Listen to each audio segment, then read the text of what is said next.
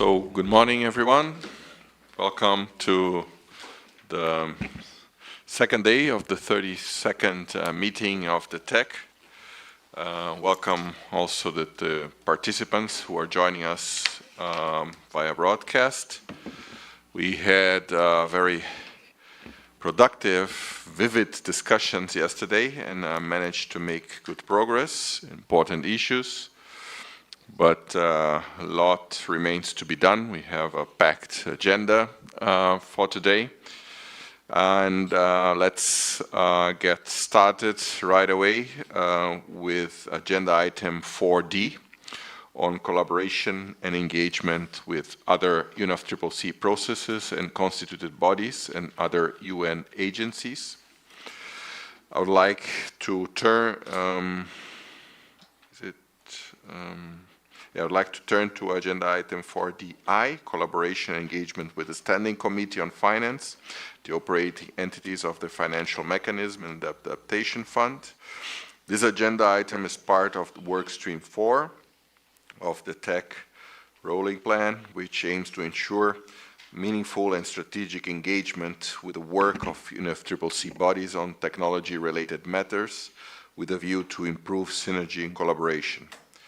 We are delighted to be joined by the representatives of the Green Climate Fund, online by the Global Environment Facility, and again in person here by the Adaptation Fund, to present the latest developments in their work on supporting technology development and transfer.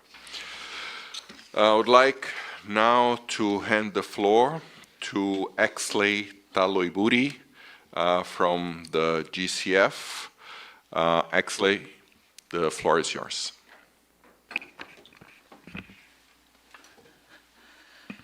Thank you very much, Chair, Vice Chair, and members of the TEC and others that are in this room, including our colleague presenters that would also be coming after me. I welcome this opportunity to represent the GCF at this important meeting and to provide you with an update in regards to our work relating to the importance of technology development and transfer.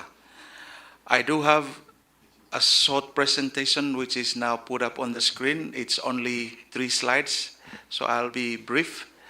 But I work with the GCF as the head of multilateral governance and observer engagement, and in that role, my team coordinates GCF's engagement within the UNFCCC process, also the engagement with other multilateral climate funds on complementarity and coherence, and support our active observers to the GCF board.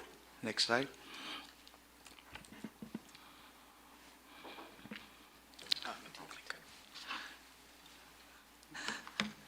Thank you. I'll use what's here for the next slide. Apologies. But I just wanted to start off with the text-heavy slide that is put up in front of you, just to highlight and reaffirm the importance of technology to the GCF. As you can see, it's an integral part of GCF by design.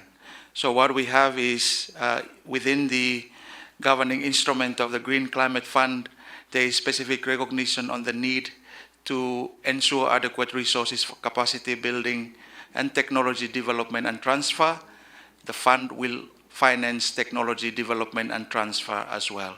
And in the current strategic plan, which is called the USP2, which is from 2024 to 2027, there is also strong recognition to support a number of technology ventures and MSMEs to leverage on the suite of financial instruments that the GCF is offering.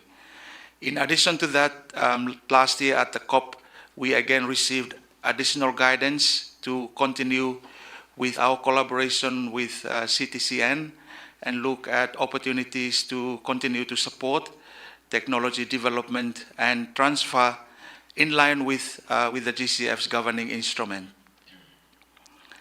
We also have a couple of windows that prioritizes technology. One is the support that we offer through our readiness and project preparatory support, we have the current readiness strategy, which is from 2024 to 2027.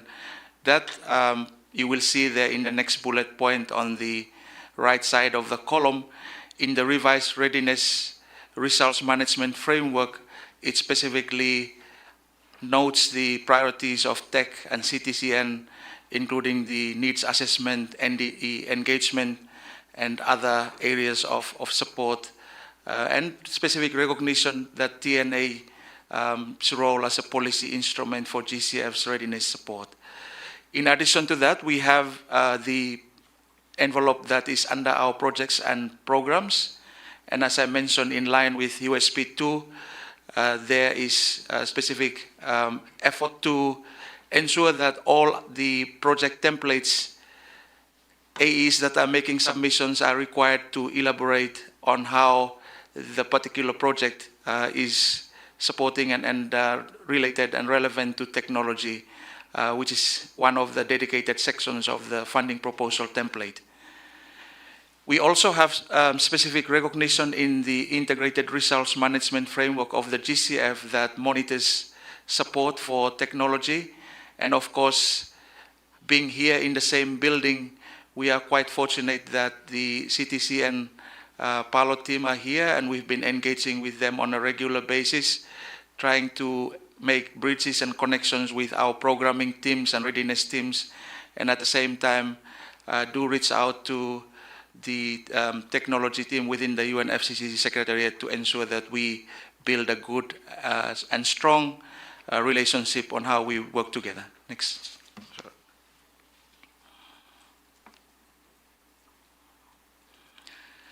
If I may just move to the second slide, which provides a bit more detail on those funding envelopes that the GCF currently has. Let me start with how technology is featuring in the projects and programs funding window of the GCF. And in this slide, I'm pleased to report to you that as of last year, late last year, the report that we provided to COP30, 83% of the approved projects within the GCF portfolio explicitly supports technology-related components. And that accounts for around 261 projects of the 330 plus projects that we have now approved. So in addition to that, you will also note that there is also impact across sectors, where we have mitigation accounting for 64%, adaptation for 16%, and cross-cutting accounting for 19% of the GCF's portfolio, having specific relevance to technology components. And as I mentioned earlier, there is deliberate intention to ensure that technology is integrated into our funding templates as part of the proposal requirement and the way that we report against results in our results frameworks. There is also a stronger role with the GCF's mobilization of private capital for climate technology, leveraging on the full suite of financial instruments that the GCF is able to deploy to support developing countries for targeted climate tech innovation. This second window is under the readiness support, and this is where we've been collaborating closely with UNEP and with CTCN on a number of readiness in the past, and there is opportunity to further build on that collaboration. I just wanted to report that as of now, we have approved 35 new readiness proposals amounting to $30 million with strong technology integration. And in that slide, you see a few selected examples, but again, that's not an exhaustive list. My final slide for today, which I believe yesterday there was some interest on this area. What's the outcome from the recent board meeting where we concluded the 44th board meeting in late March? And a number of things that I wanted to report to you on is the establishment of regional presence, selection of host cities for the different developing country regions. And in this slide, you will see that we will establish regional offices in Panama, in Amman, in Nairobi, Abidjan, and Suva for the Pacific. The GCF portfolio has also grown with 18 new projects approved at the last board meeting. Now the total portfolio is over 20 billion with co-financing of around 60 billion. And this presents an opportunity in regards to scale and how we can continue to work together. Our board also noted the decisions, particularly from the room that considered the GCF report and that agenda item that relates to guidance to the GCF. This is an issue that we continue to work with our board to provide their guidance on, and I'm happy to respond to any specific questions, but they have noted the proposed response that the Secretariat will continue to support technology in line with the governing instrument, as I mentioned earlier. There were also 10 new accredited entities that were approved, including 6 direct access entities and the first DAE for Palestine. Where I see a number of opportunities for this body, we are in the process of starting the consultations for our next strategic plan for 2028 to 2031. This will be launched shortly. We are starting consultations at the Climate Week next week in Yosu. There will be a dedicated side event at the SB 64 in Bonn in June, and also open call for submissions over the next 2 months. And I see this as a key entry point, a key opportunity for the tech to make specific submissions to inform the next strategic plan of the GCF, building on the current experiences that you may have had engaging with the Green Climate Fund. In addition to that, we are also starting the process of consulting on our next readiness, Readiness 3 and PPF 3. We will use the Climate Week next week in Yosu to initiate that process, and we look forward to any specific input to that process on our next readiness strategy and the PPF strategy. With that, I'll pause there and would be happy to respond to any questions, and I hand back to you, Chair. But we are here. My team is at the 9th floor. If you want any follow-up bilateral or any specific questions, we're happy to respond to that. Thank you so much. Thank you very much, Exley. Thank you for the presentation. I'm happy to be here at your home. And I note that in yesterday's discussions, especially on the Billing Technology Implementation Program, there were some tech questions raised by members to the GCF. My suggestion is that we go through the next presentations and then we open up the floor for tech members to pose questions and comments to the presenters. I would like now to turn to the Global Environment Facility. Patricia Huidobro is joining us online, I think. Patricia, I hope you can hear us. Your slides are already there. Thank you for joining, and the floor is yours.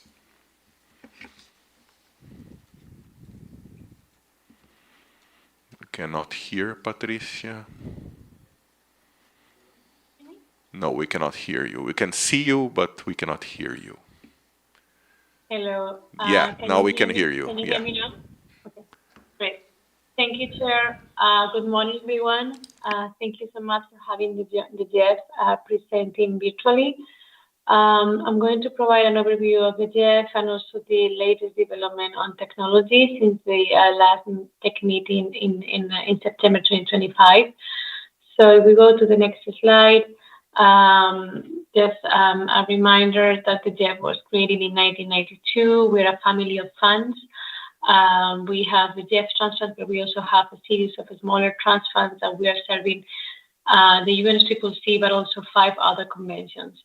If we move to the next slide. Okay.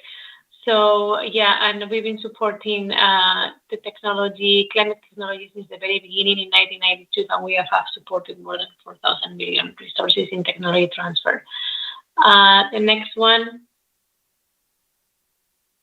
The GEF is structured a little bit different from other sister funds in the sense that we work in replenishment cycles, and most of our resources, they are transferred to the countries. So the countries, they know in advance at the beginning of the cycle how much resources they have from the GEF, and they can decide how to spend those resources. So we are basically a country-driven fund, and all the projects, they need to be aligned with the national priorities, including with national climate change strategies and plans.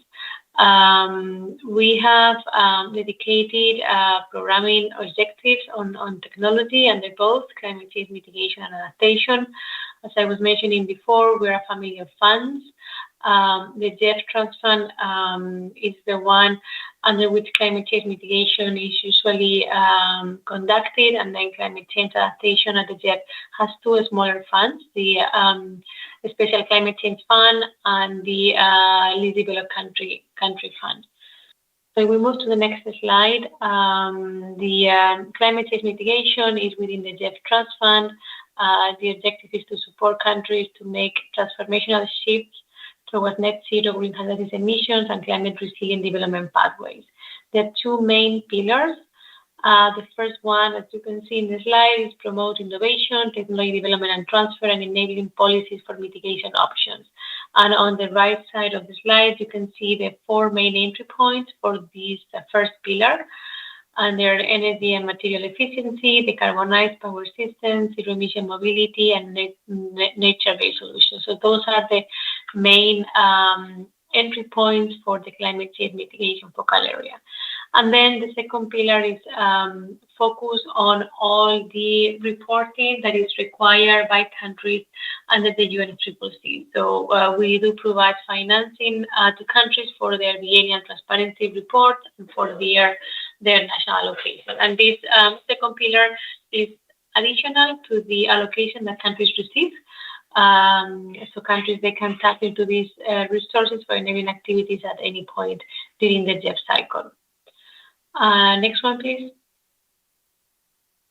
And this was a little bit small, but this is just a demonstration of the recent projects which have been approved since the last tech meeting. We can see two projects in China, very big ones, one on green shipping and one on cooling, very innovative, both of them. We also have approved an addendum to the global program on electric mobility system to add Madagascar to the project.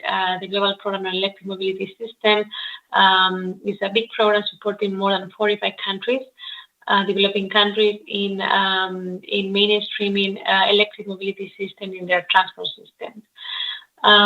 We have also approved a very interesting project in Cuba on low carbon and circular solutions for small and medium-sized enterprises. We've seen a lot of interest from the small island development states, particularly working more on electrification and on resilient energy systems.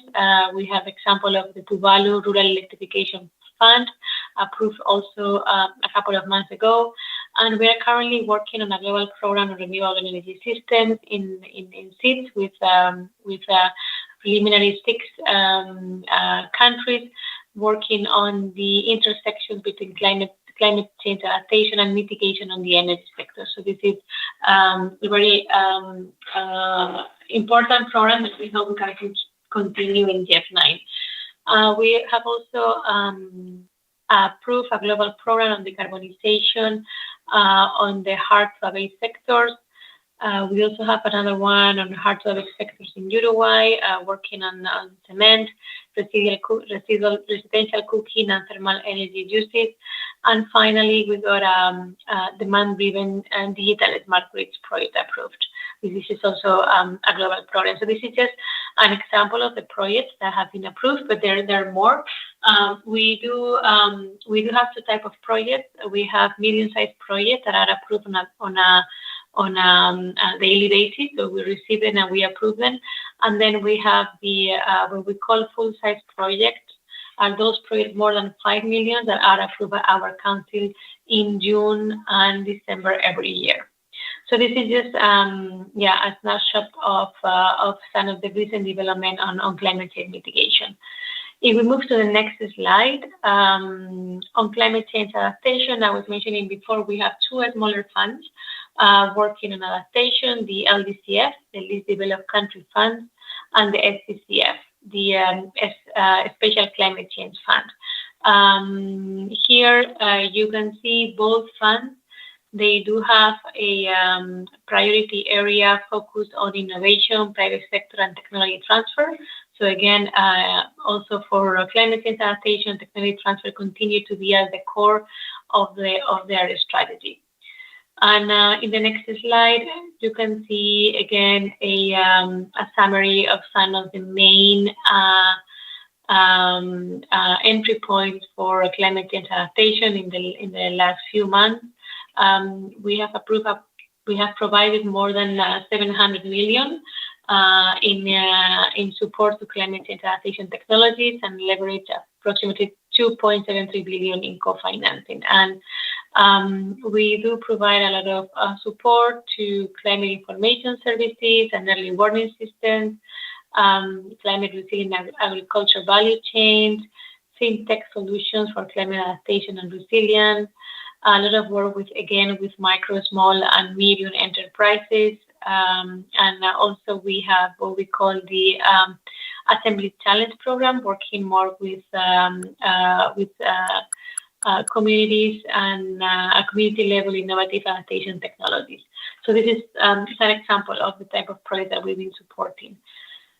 In the next slide, we are also working closely with TEC and the CTCN. For instance, the GEF, we host national dialogues, which are usually a dialogue within the country on how to prioritize the use of the GEF resources, but also going beyond the GEF. So those dialogues are led by the countries. They are requested they're requested by the countries. They're led by them, and we just support with the logistics and invite all the stakeholders in the country related to environment in general, but also very focused on climate. We haven't had national dialogues recently because we are in the end of our cycle, and this is a request from country that is usually coming at the beginning, so to help them programming their resources. But we do hope to have many requests from national dialogues coming in the next few months as we kick off the GF9 cycle in July 2026. And again, in addition, the CTCN is a member of the steering committee for some of our technology needs assessment projects. The next slide, most of this information is available in the GEF report to COP30. We are currently in the process of getting ready for COP31 and preparing the report. We should be available most likely beginning August, and where all the information, there's a section specifically on the GEF support to development and transfer that we encourage you all to look at that. And last but not least, the last slide, looking ahead. As I was mentioning before, for those of you who are not familiar with the GEF, we work in replenishment cycles. We are currently finalizing the GEF8 cycle, and then in July 2026 we will start our new cycle. Over the last year, we've been working on the programming strategies for GF9 for both climate change mitigation and adaptation. And in the slides, you can find the links to the draft programming direction for the GEF and also for the LDCF and SCCF. These programming directions are still to be approved by our council in June, but we don't expect a lot of changes. So this could be considered like an almost final draft. So you want to know a little bit more what are the key priorities areas that GEF will be supporting in climate change mitigation and adaptation. We encourage you to visit these links, which again are subject to council approval in June, but most likely there will be very few changes. And again, the new programming directions, they include sustained support to both climate change mitigation and adaptation technologies. Again, technology transfer continue to be at the core of both programming directions for climate change mitigation and adaptation. We recently just had our last negotiation meeting where we had the pledging session for the GEF 9. There's still a few countries more that need to do their pledges in the next few weeks. So we hope to have the final envelope for the GEF 9 known by beginning June, when we will be hosting our council and also the GEF assembly that takes place every 4 years. I'll stop here. Thank you so much for the space to present the work that is being done by the GEF on technology development and transfer, and I will remain in the call for any questions that the audience may have. Thank you. Thank you so much, Patricia, for this overview. I'm certain there will be questions and comments with regards to your presentation. But first, let's now welcome Saliha Dobardic from the Adaptation Fund. Saliha, the floor is yours. Thank you, Mr. Chair. Excellent pronunciation of my last name, by the way. Madam Chair, members of the committee, other colleagues, I'm very pleased to be here on behalf of the Adaptation Fund, particularly in person. But as usual, always grateful for the opportunity to provide a report to this distinguished committee. I would like to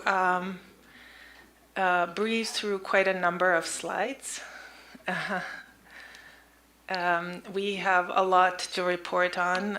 We are quite active in the domain of technology.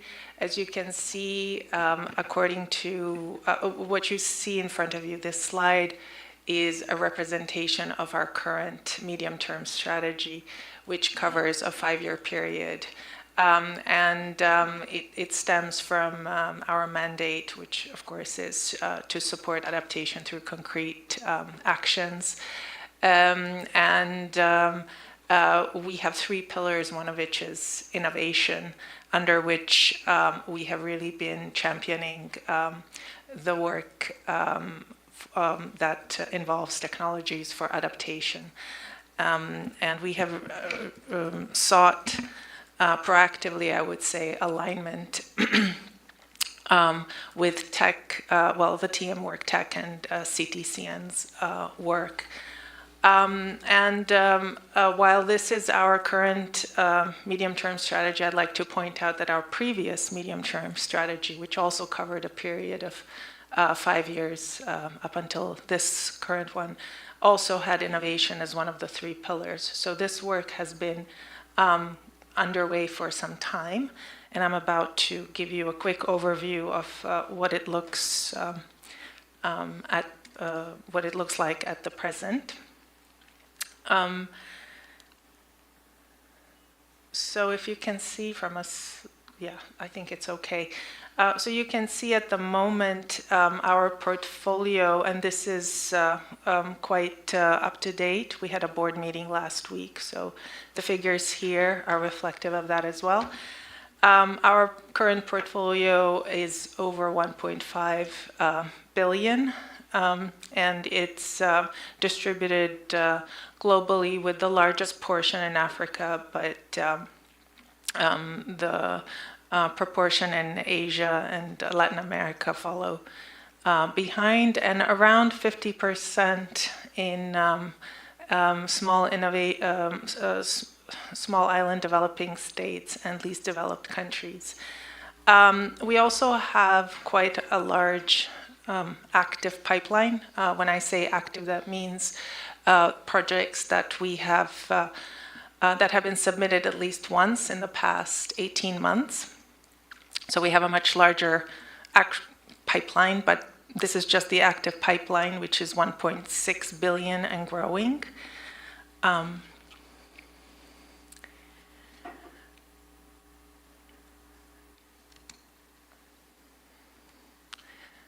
And a little bit about innovation. The reason why the Adaptation Fund is focused on innovation is partly because of the adaptation gap and the adaptation finance gap. And so in order to meet the global adaptation challenge, we see innovation projects as an opportunity to leverage the fund's comparative advantage as a small, agile fund to test and trial new practices, technologies, and institutional models, and contribute to an evidence base of successful innovation in climate adaptation.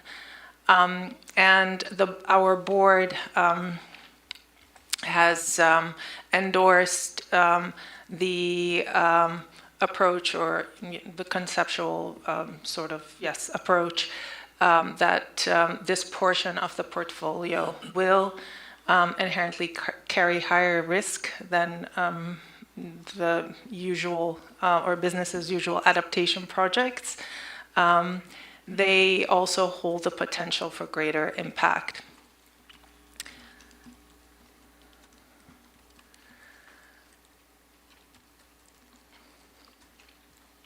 The way the adaptation financing is structured is in a way that we provide funding to to various types of implementing entities, including national, regional, and multilateral, essentially. We have different funding windows, small innovation grants which prioritize or are available only to national implementing entities, but also what we call large innovation grants of up to $5 million. We also provide funding to partners or organizations that are not accredited and are not necessarily candidates or interested in getting accredited with the Adaptation Fund through the Adaptation Fund Climate Innovation Accelerator vehicle, which I think many of you are familiar with, but is a way to dispense small grants to innovators on the ground that are maybe quite small and quite local, but potentially impactful.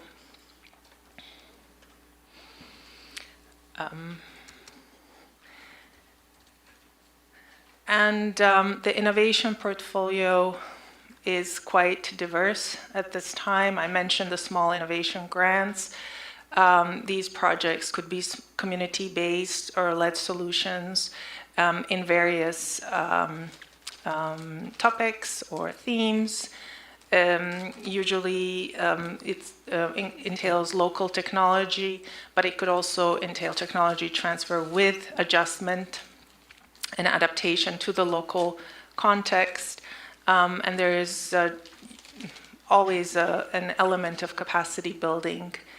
We have projects in a number of countries, and this is obviously growing.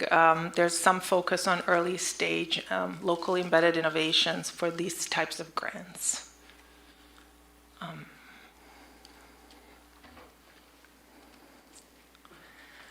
And then I mentioned the large innovation grants, which are available to all types of implementing entities accredited with the Adaptation Fund. Again, this is up to $5 million.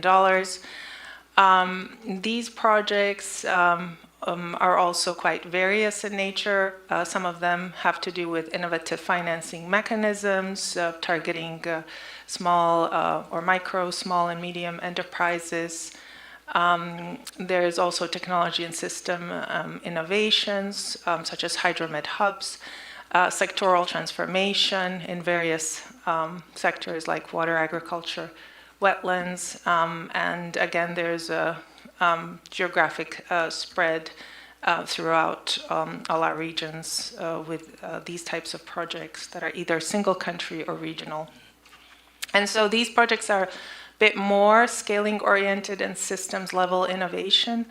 They provide an opportunity for a strong role for institutional, financial, and partnership models including innovative financing, platforms, and service systems. Usually they have a mix of technology, finance, governance, and delivery innovations. So it's not just about solutions, it's also how they're financed and implemented. And I'd say there's quite a bit of innovation ecosystem building that is needed and done through some of these projects. And there is mindfulness around replication and scaling pathways and long-term sustainability.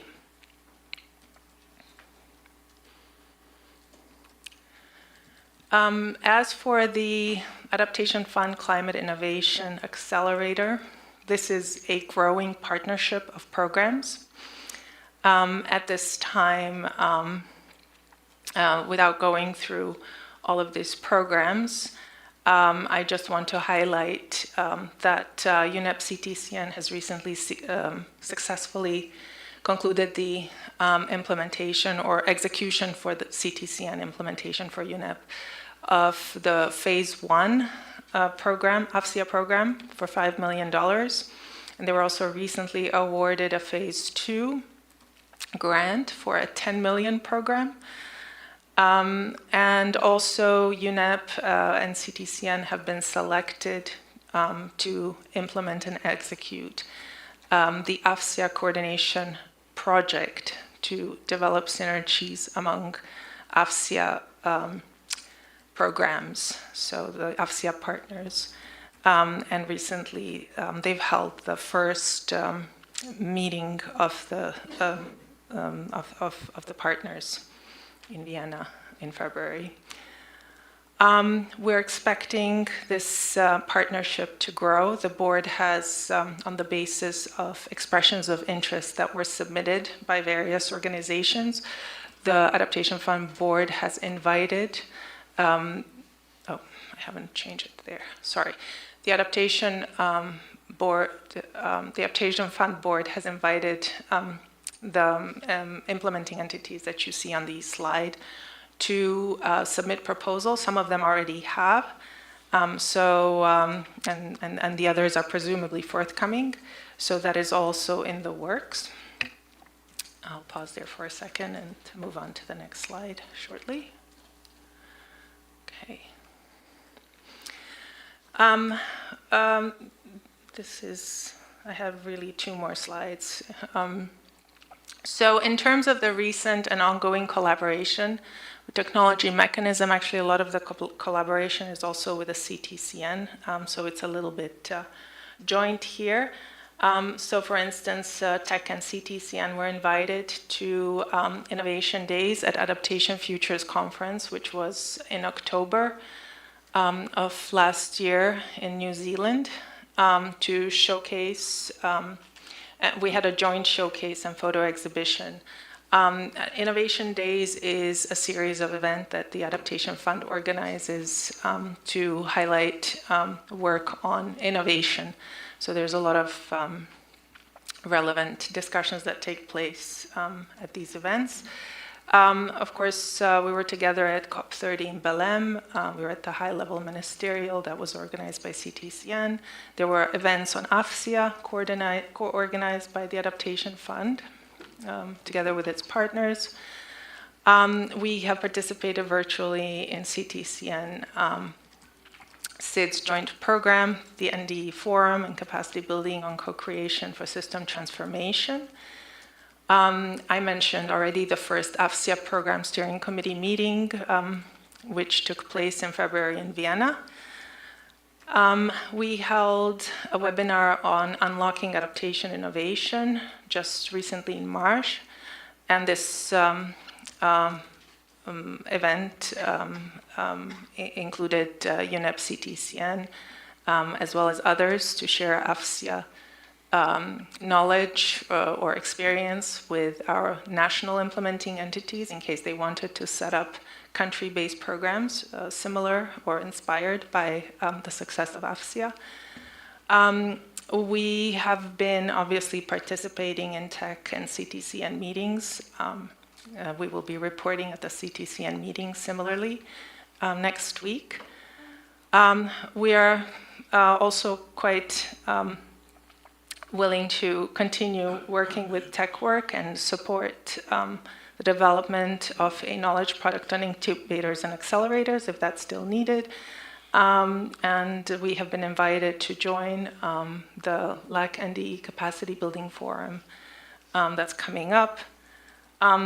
Just some pictures from a little collage of various events, including the one at Adaptation Futures, some of the webinars.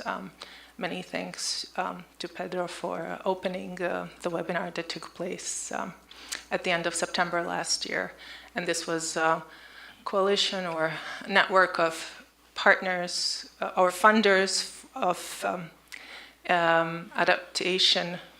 innovation for adaptation.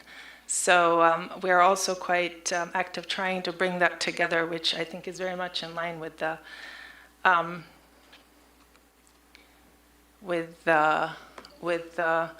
BELEM technology, TIP. And when it comes to the upcoming opportunities for collaboration,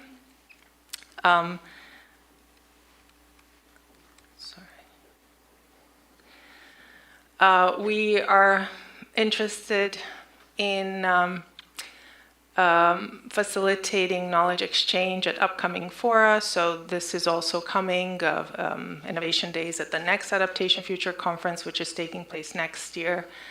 And I mentioned the community of innovation for adaptation funders.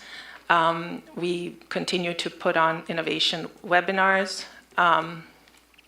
We are going to participate at the next AFSIA program steering committee meeting. Very importantly, we're kicking off shortly the development of the third medium-term strategy later this month, in fact. And we are also preparing some analytical work, so options on innovation directions. And we have commissioned consultants to help develop the stream under innovation. And just to mention that this will entail a consultative process with stakeholders. So please stay tuned on that and feel free to talk to me about any of these if of interest. There is certainly possibility to collaborate on Adaptation Fund's readiness events. We will have a readiness capacity building workshop on innovation over the next year. And we're also quite interested in the work of developing pipelines and concepts and projects on technology and so on.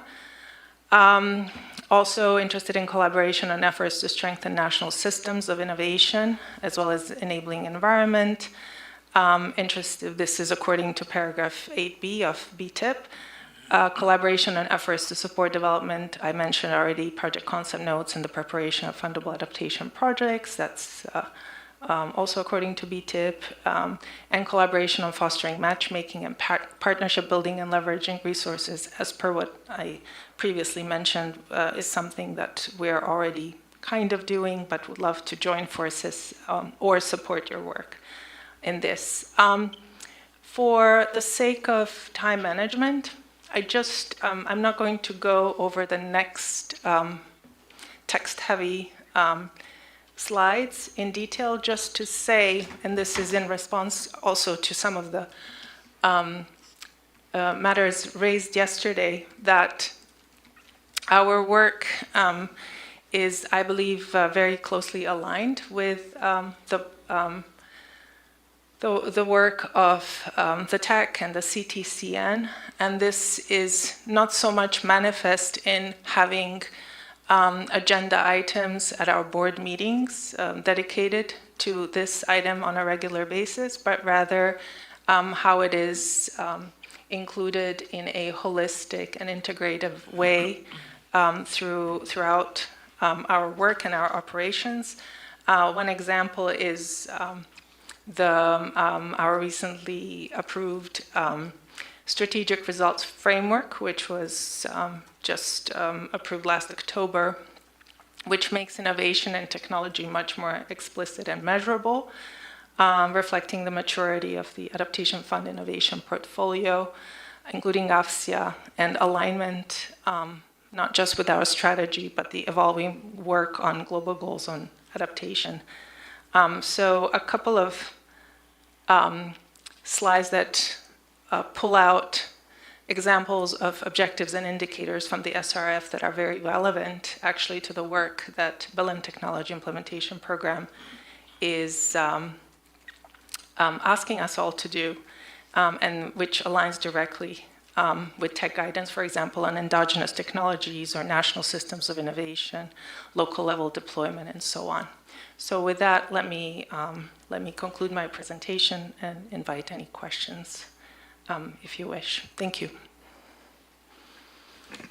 Thank you very much, Saliha, for the presentation. I think, again, also Exley and Patricia also for their presentation. We will now open the floor for tech members for comments and questions. We remind that the expectation for this item is to take note of information provided, although Secretariat has hinted at an agreement that we need to reach here, that I'll talk about it once we gone through the round of comments. But now I would like to open the floor for comments from tech members. The floor is yours.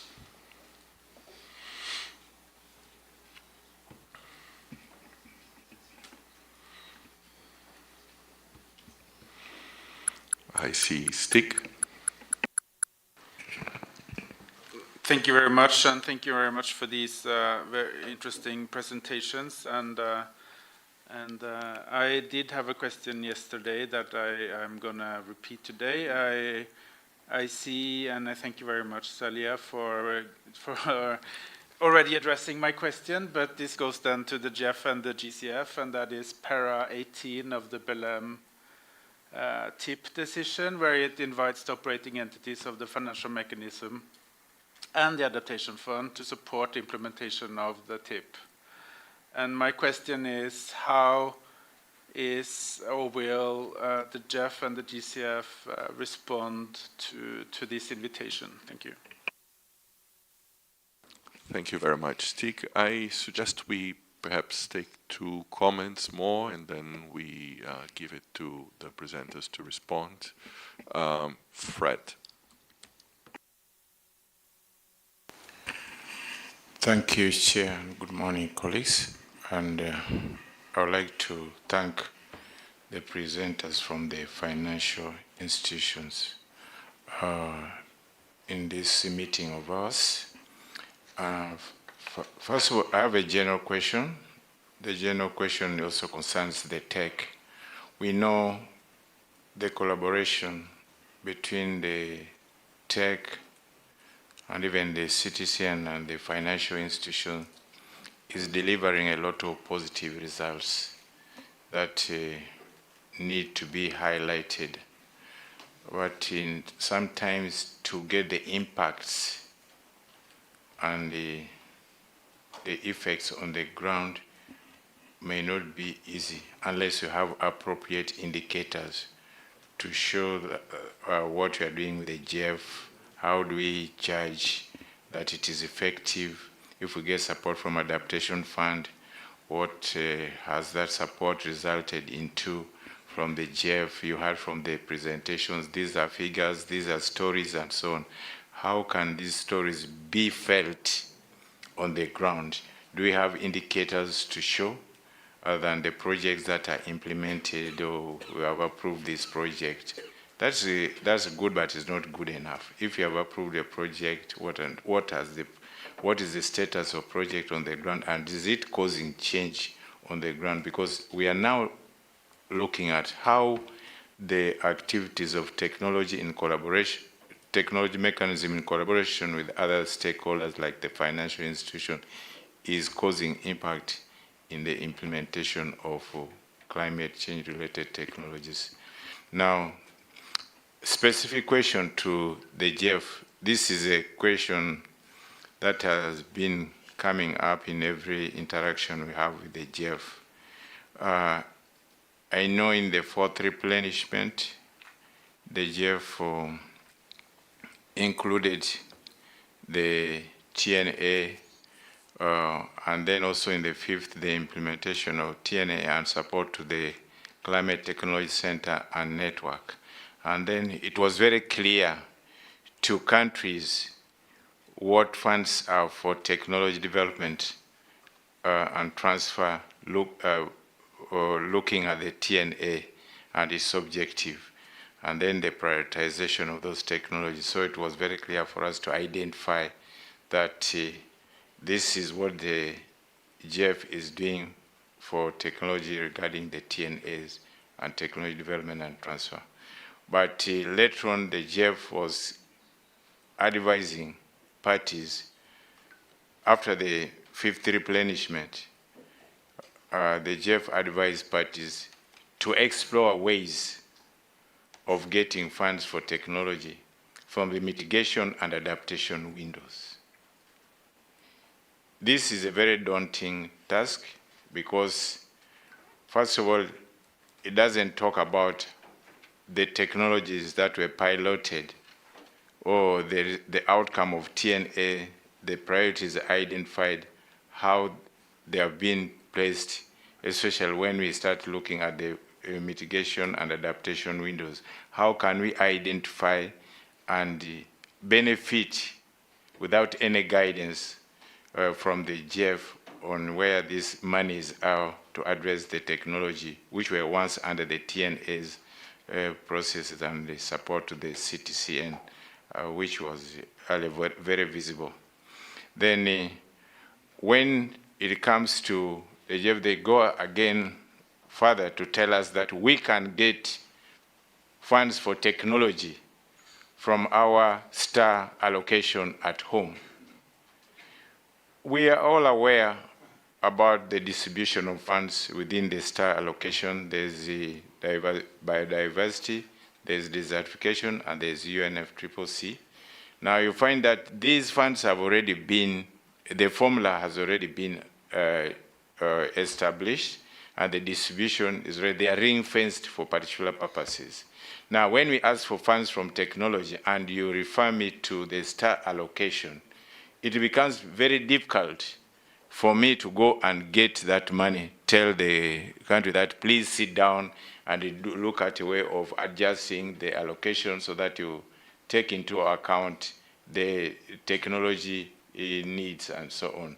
So this may also require guidance from the GEF on how this can be done. Can they adjust, can they instruct or give guidance on how the STAR allocation can be used again for addressing?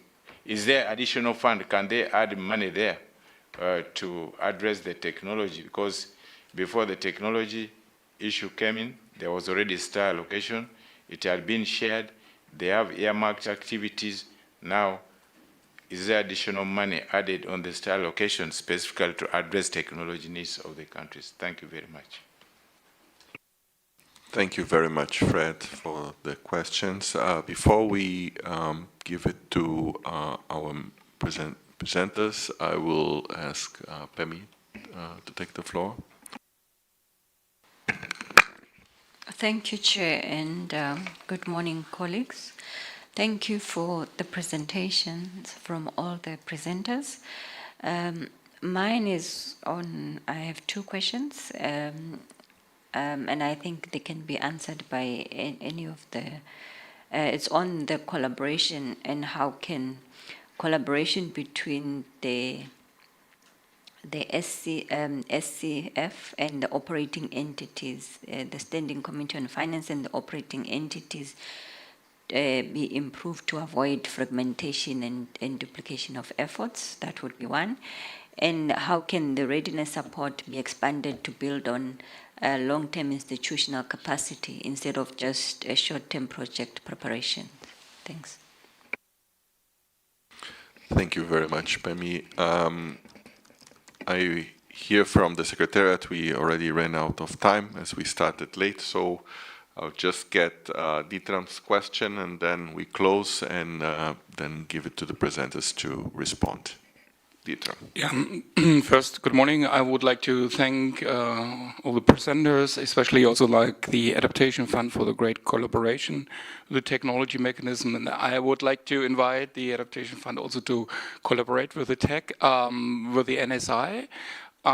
Especially this has high relevance also maybe also with looking forward with the BELEM implementation program on when you mentioned your focus on also indigenous and indigenous community, which is especially mentioned under the BTIP under 8B collaboration on NSI on indigenous and endogenous communities. Thank you very much, Ditram. Now I'll give the floor to the presenters. Let's take the same order, so perhaps Axley. Thank you very much, TEC members, through you, Chair. It's a privilege to respond to the questions, and I'll start off with the question that's raised by Stig from Norway. We do acknowledge the importance of that specific paragraph of the BELEM TIP, and this is something that our board had a robust discussion on, and it was recognized within the document, the COP guidance document that we shared with our B44 discussions last month. And there is specific recognition that apart from the guidance to the GCF that we receive under Decision 2 CP30 and from the relevant CMA decision, other decisions across relevant thematic areas which may be relevant to the GCF or operating entities of the financial mechanism may also be considered by the board, and that includes reference to the BELEM technology implementation program that's referenced.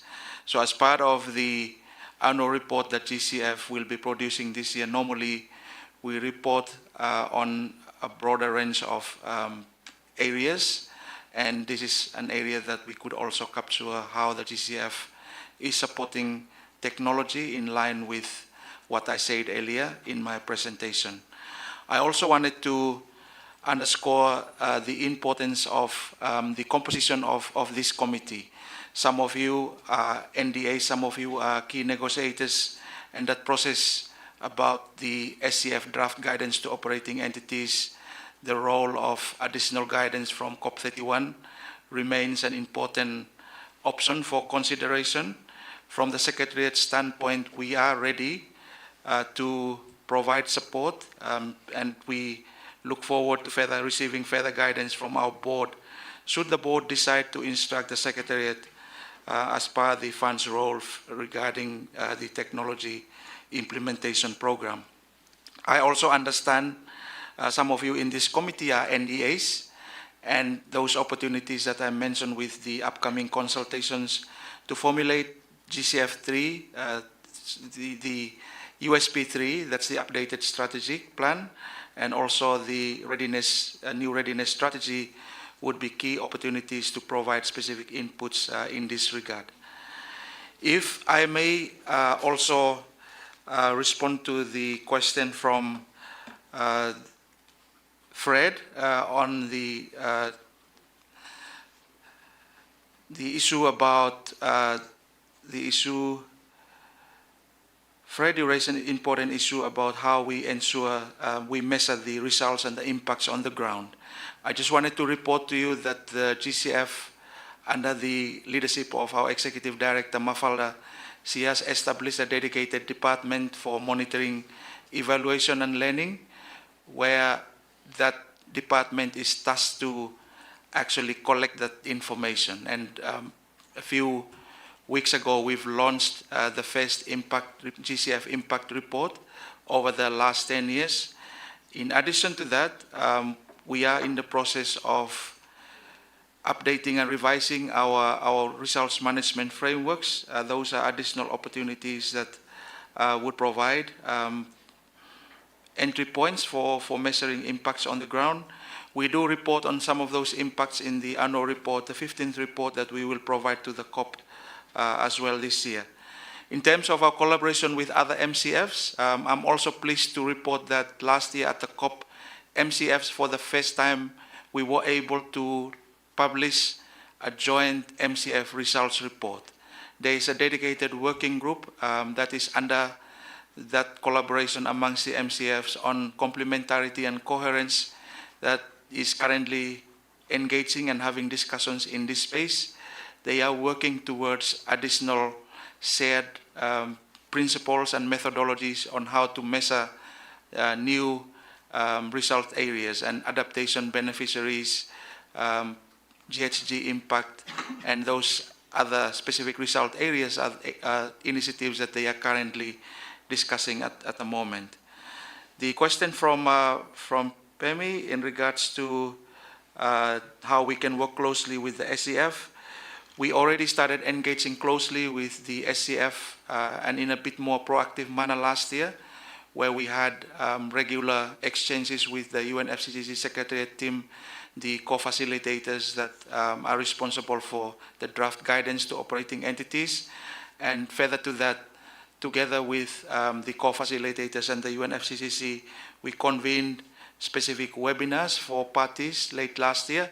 This year, we are looking at doing something similar. We will have maybe more than one webinar, and we look at having one even around June when the 15th report to the COP will be available, and we will ensure that we sensitize that with parties and groups before they make their submissions to the SCF process. This is how we are engaging at the moment. In terms of readiness, ensuring that it moves away from short-term to long-term capacity building, this is a key area for the GCF, and we are now deploying country liaison officers in a number of countries. This is with the intent that they would then be there on the ground working closely with countries to build capacity. And through the support that we provide through country platforms, it's also an opportunity that GCF readiness is used not just to access GCF finance. It is to prepare a country access all sources of finance, access other multilateral climate funds, access other sources of funding that is available to developing countries. Thank you. Thank you very much, Exley. I would now give the floor to Patricia to respond, and I would just add to Stig's comments, questions, also the reference to the fact that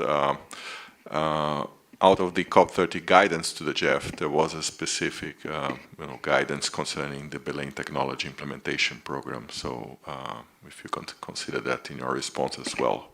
Patricia, the floor is yours. Thank you, Chair. Thank you, everyone, for the comments. I will start with Stig 2 from Norway to highlight that the GEF remains available to support the implementation of the TIP within our mandate. We are aware of the COP guidance. We are providing response to the guidance as part of our report to UNFCCC COP31. And we remain available to support within our mandate, and believe this collaboration will be really useful. As I was mentioning during my presentation,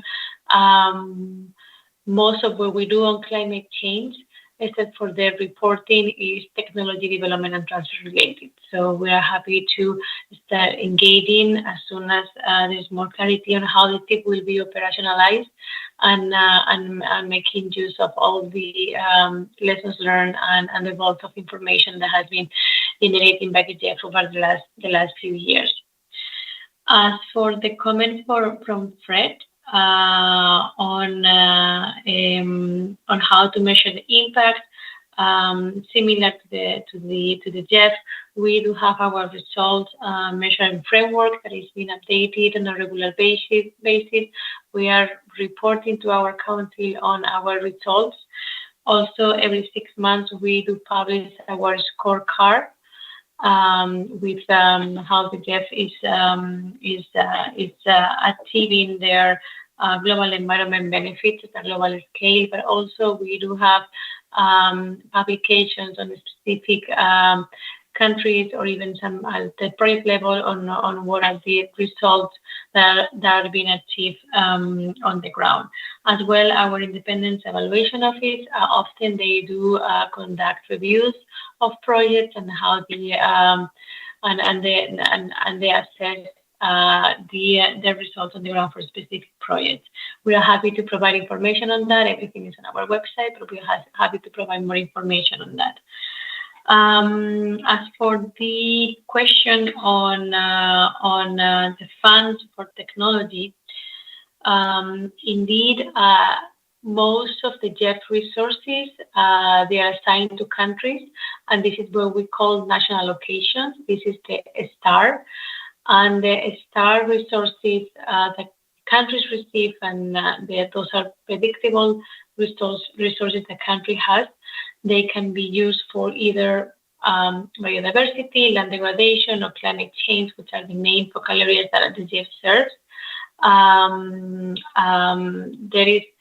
I wanted to highlight that since GEF 8, there is full flexibility in the use of these funds, meaning that countries, again, we are a country-driven fund, so countries, they can decide how to spend those resources. So a country can decide that their priority in a given time is climate change, and they can use all of their STAR resources to climate change, or they can divide on climate change, land degradation, and biodiversity. So countries are the owners of the resources. There is full flexibility among the three STAR focal areas, and countries, they are the ones which decide how to spend those resources. Having said that, we have received a lot of requests for climate change mitigation, as you've seen in my presentation, and countries there, they have identified climate change as one of their main national priorities, and they've been requesting resources for climate change mitigation. As for TNAs in GEF 8, countries, they could use their STAR resources for their TNA, or if a country, as a small island development state or a least developed country, they haven't tapped into the TNA resources, they could use a small amount that we have set aside for these countries and the use of TNAs. So in GEF 8, we approved TNA phase 5 with UNEP with a total of 17 countries. Of these 17 countries, 12 of them, they use their STAR allocation to fund their TNAs, showing the interest that countries have in using their national allocations for either TNAs and also for technology implementation. Again, wanted to highlight that we are a country-driven fund. This is how the GEF is structured, and the countries that are the owner of the resources, and they decide how to spend their resources. And there is full flexibility among the focal areas that fall under the STAR window of the GEF. And finally, on Penny's comment on how to work closely with the SDF. Again, my colleagues leading the work with the SDF, they do have regular exchanges with them, and they also socialize our COP report once it is ready, so they can submit comments and get clarifications on the report before COP. And I'll stop here, but again, we will remain online for any follow-up questions. Thank you. Thank you very much, Patricia. Now I give the floor to Saliha. Thank you very much. Not to repeat some of the ideas already shared by representatives of our sister funds that also apply to us, particularly regarding country-drivenness and how we also report to CMA and COP, CMP on the mandates that are given to us. So this will be, of course, transparent and available. But just specifically on a few items that were raised concerning impact on the ground and the fate of projects that are implemented, I just wanted to mention, actually, we are already seeing cases of projects, small projects that were implemented, let's say under AFSIA, that are being scaled up. There's a project, a CTCN project, UNEP CTCN project in Uganda. That was a small project that is being now replicated and scaled up in Burundi under the $5 million large innovation grant. So we are seeing, this is not a fast process, but we're already seeing some very encouraging results. And I wanted to share that with the committee. In terms of the building of institutional capacity long-term, this is exactly, I think, what the Adaptation Fund sees part of its role, not really on a project-by-project basis type of capacity building, but rather really nurturing through our readiness program, which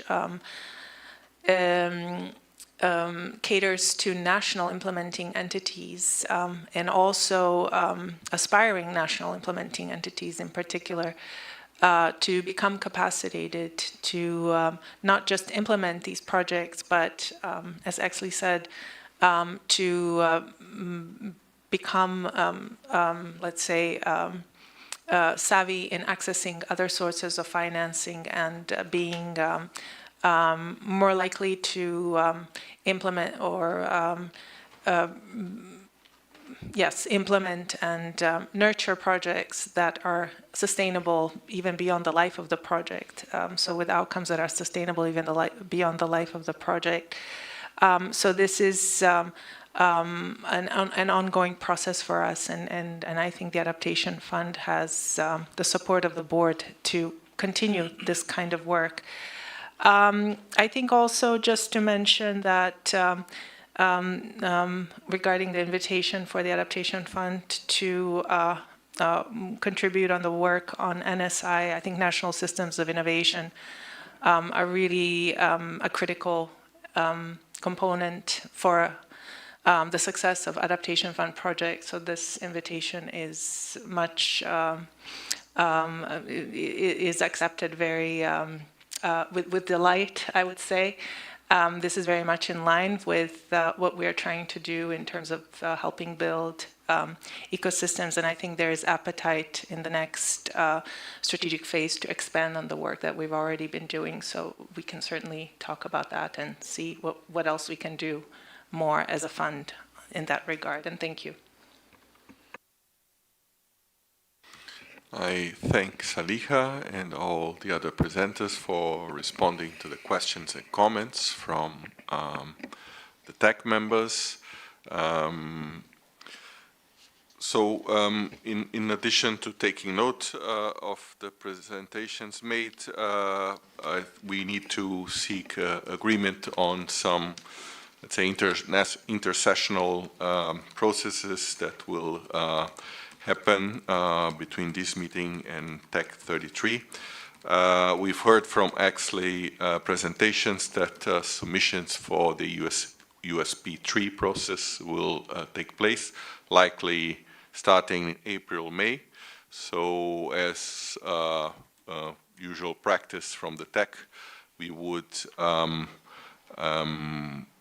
rely on the activity group to provide a draft of the submission and then seek the agreement of all TAC members.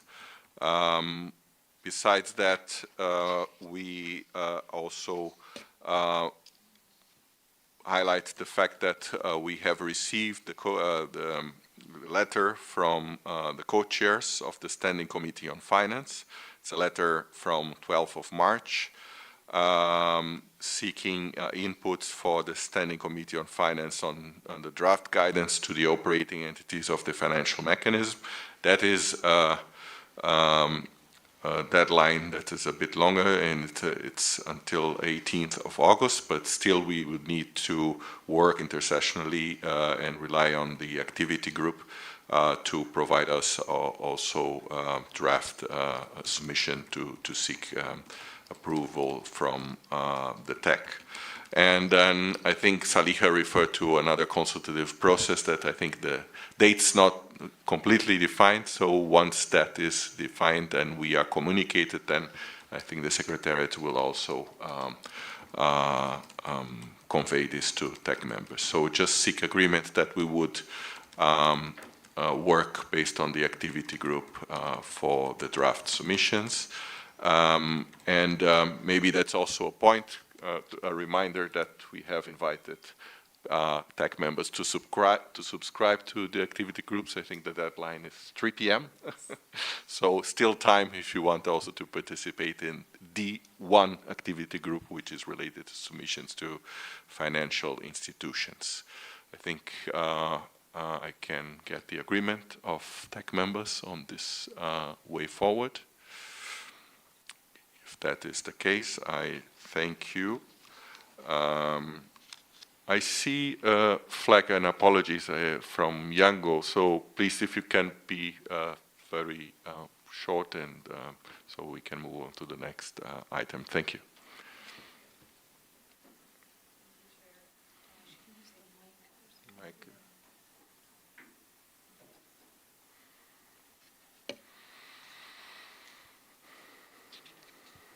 Thank you, Chair, and a belated congratulations on your appointment to the chairmanship.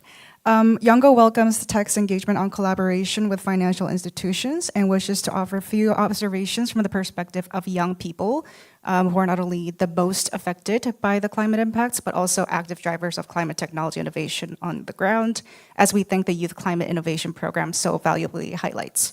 We note that yesterday and today's discussion on the BALIM tip highlighted an important gap on the absence of a clear pathway for smaller, youth-led, community-rooted actors to access financial support that the TECMEC seeks to mobilize. And the multilateral development banks and climate finance institutions tend to operate their channels and eligibility criteria that structurally disadvantages non-state actors, particularly those without institutional track records.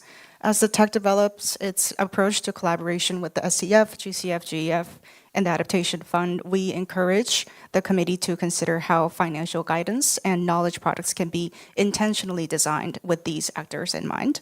Moreover, Yango supports stronger and more operationally meaningful linkages between the TECMEC and the financial mechanism.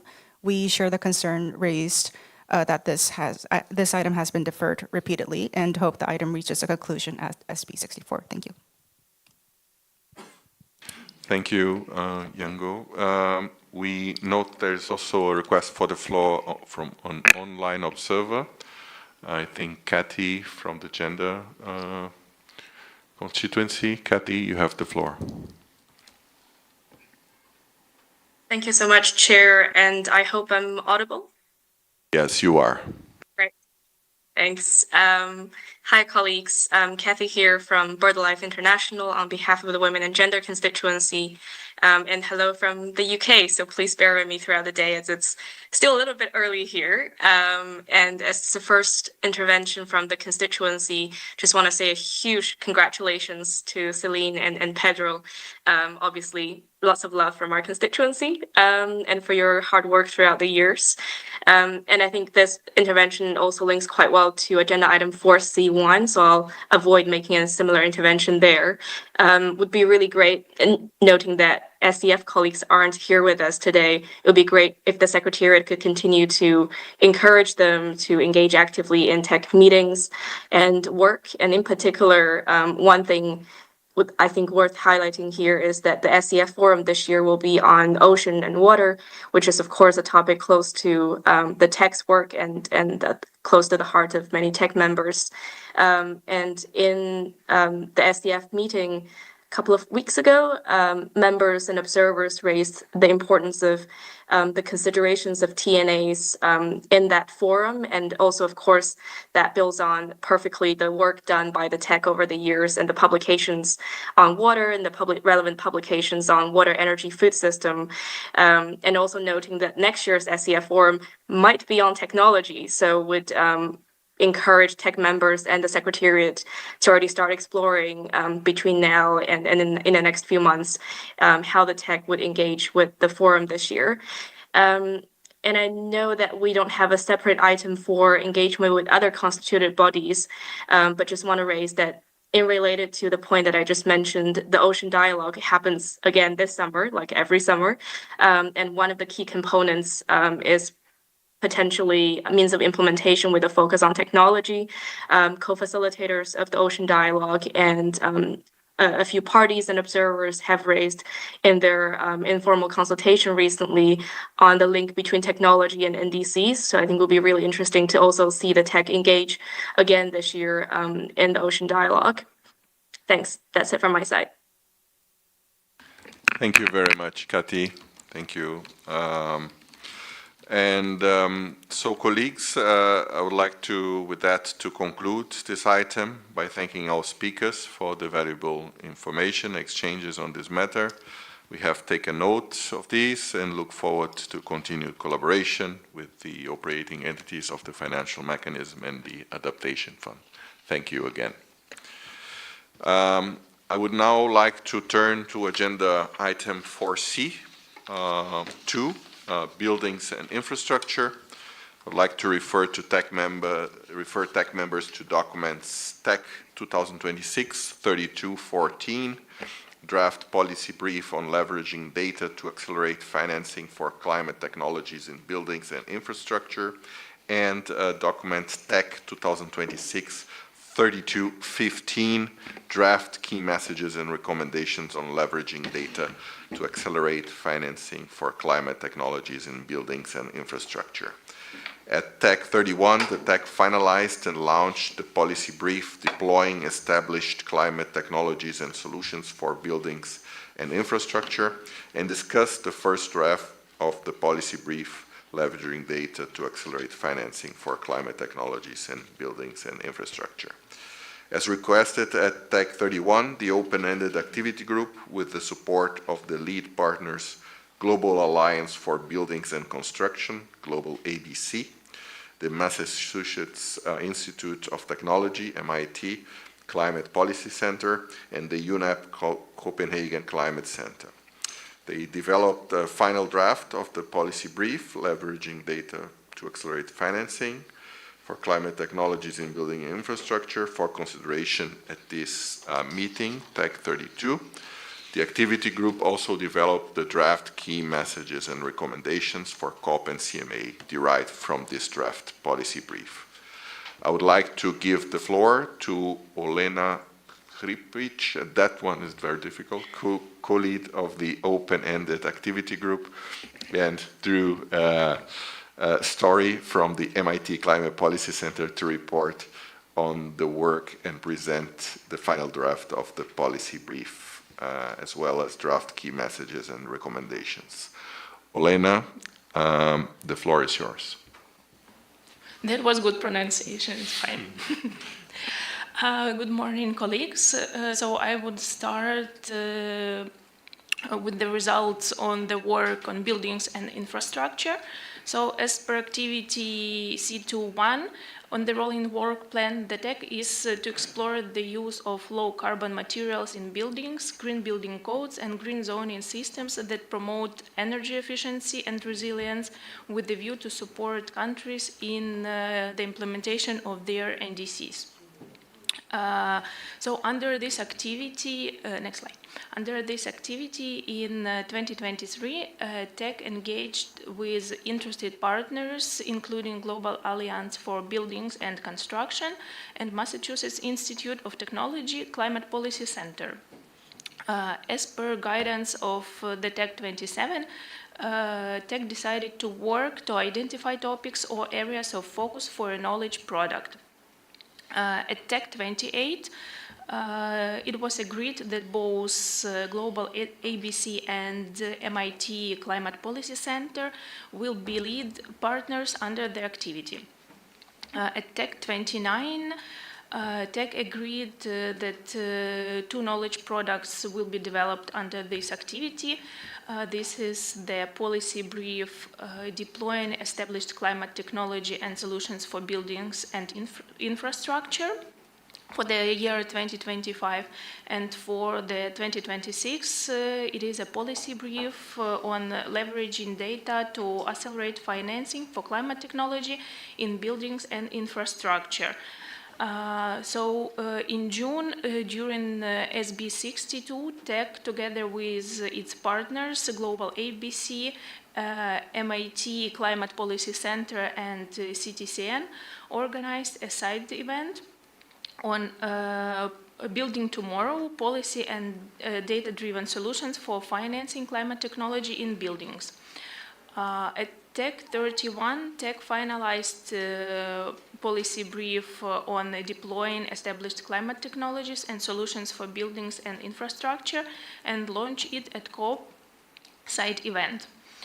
At this meeting, we aim to finalize the second policy brief on leveraging data to accelerate financing for climate technology in buildings and infrastructure that is developed together with key messages and recommendations for COP and CMA. And now I will briefly introduce the side events. Next slide, please. That was performed. The Building Tomorrow policy and data-driven solutions for financing climate technology in buildings. It brought together policymakers, researchers, industry leaders, and financial institutions in order to explore how policy interventions and data-driven insights can accelerate the financing and deployment of climate technologies in buildings and facilitate discussions on high-impact, cost-effective, market-ready climate technologies for the building sector, then discuss challenges and opportunities and good practices for leveraging building performance data, and to ensure a people-centered and inclusive approach in developing technologies to achieve global climate goals while meeting the growing demands of urbanization and development. And the other event was driving global uptake of established climate technologies and solutions for buildings. It launched the policy brief that I was mentioned before.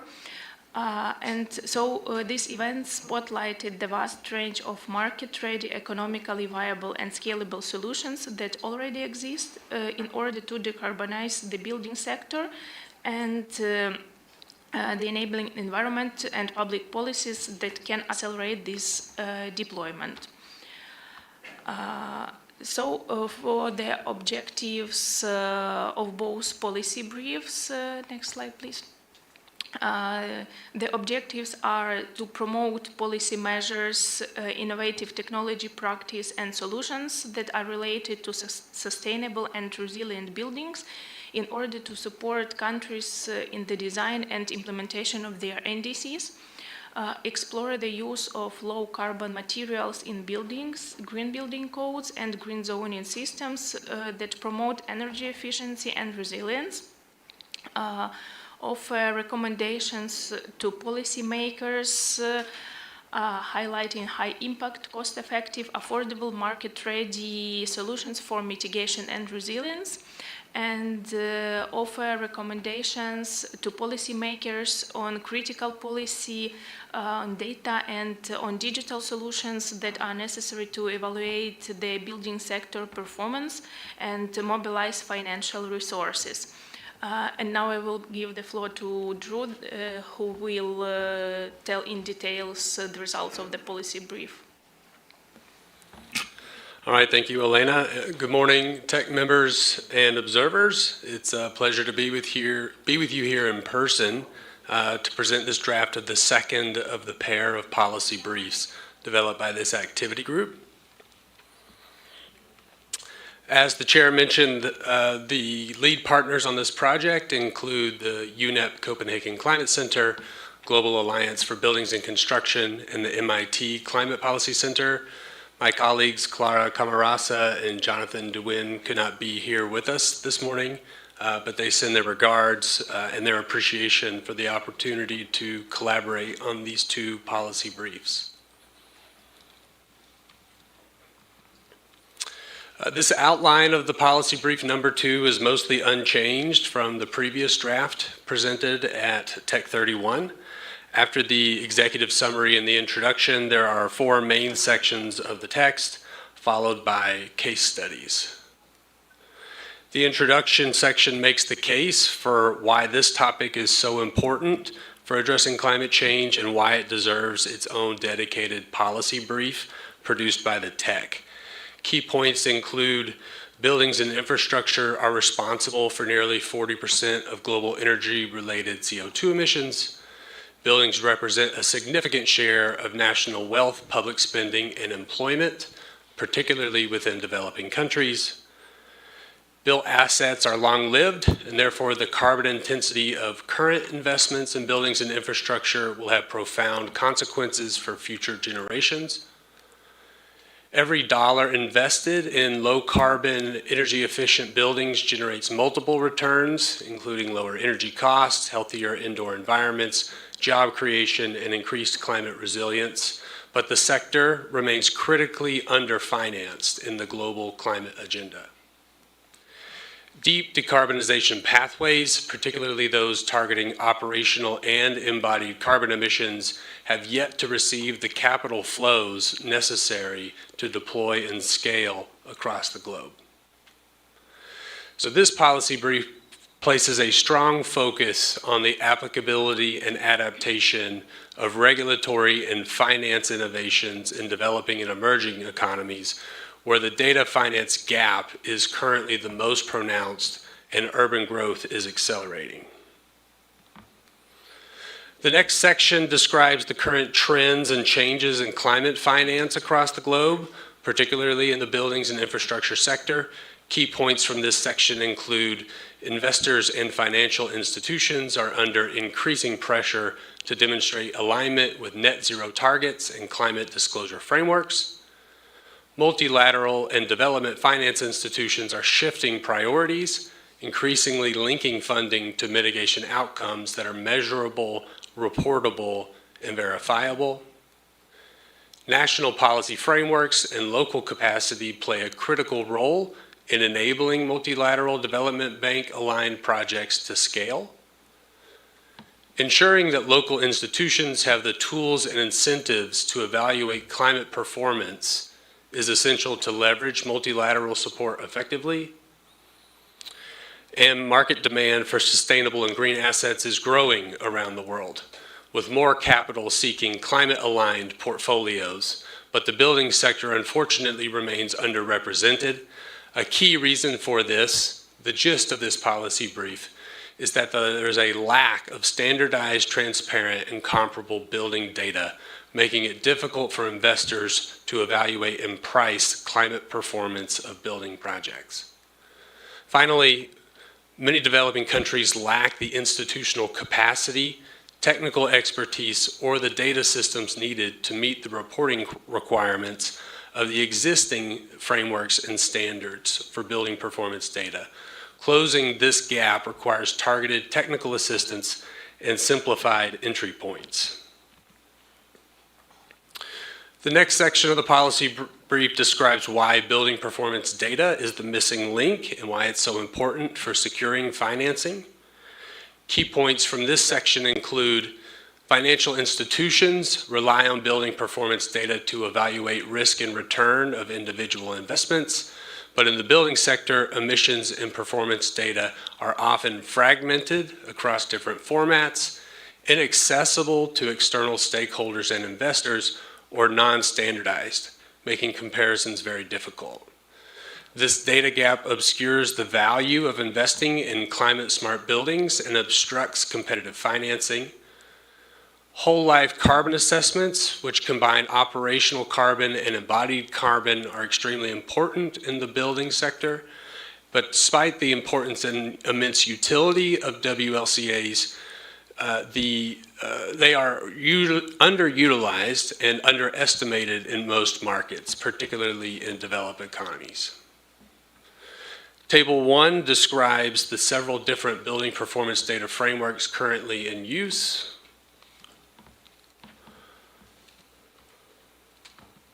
I won't read through all of this, but it compares existing building performance metrics, standards, and frameworks across the world, including the operational carbon, embodied carbon, whole life carbon, life cycle scope, and additional information as relevant.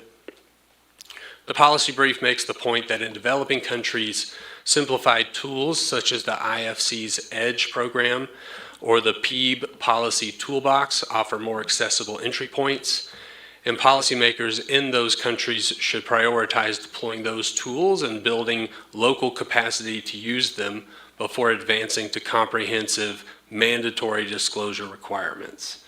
And those considerations are reflected in the recommendations.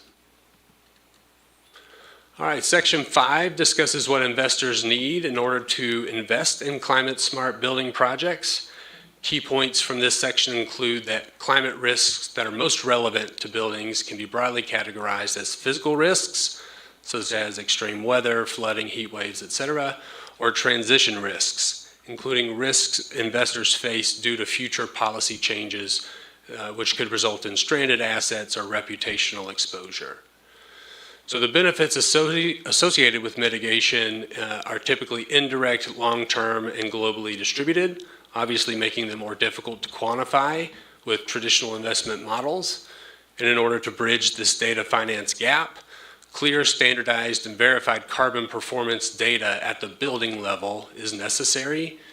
This type of data empowers investors to understand their exposure to regulatory or reputational risk, accurately price climate-related benefits and costs into their return on investment valuations, and make informed decisions about long-term asset performance. Increasing climate-aligned buildings requires simultaneous action on both sides of the market, supply-side reforms within financial institutions, and demand-side activation among developers and building owners. Section 6 is the main section of the policy brief that provides guidance for policymakers and for parties. It describes the policy instruments and tools that are available and effective for closing the data finance gap, and it borrows from the International Energy Agency's approach by categorizing policy options into 3 categories: regulation, information, and incentives. Under the regulation category, these following recommendations are mostly directed at national and subnational governments and public institutions that have the mandate to set policies, standards, or incentives. But many tools, especially those under information and incentives, will also inform the practices of project developers, asset owners, and investors, especially where voluntary standards or tools are deployed while regulation is still evolving. So regulatory tools that establish clear expectations and set a level playing field create stable conditions for low carbon building investments. And those options include, again, the mandatory whole life carbon and energy standards for new buildings and major innovations, developing sector-specific metrics for high-intensity assets alongside water and materials metrics, embodied carbon limits and phase-out timelines of high-carbon materials, minimum information disclosure requirements such as digital building passports or emission certificates, green public procurement mandates requiring public agencies to lead by example and create baseline market demand while supporting professional capacity. Information tools help overcome fragmented data landscapes and support consistent measurement and reporting of climate performance. These information systems reduce the transaction costs associated with evaluating individual projects, and they enable private actors to identify and pursue low carbon opportunities.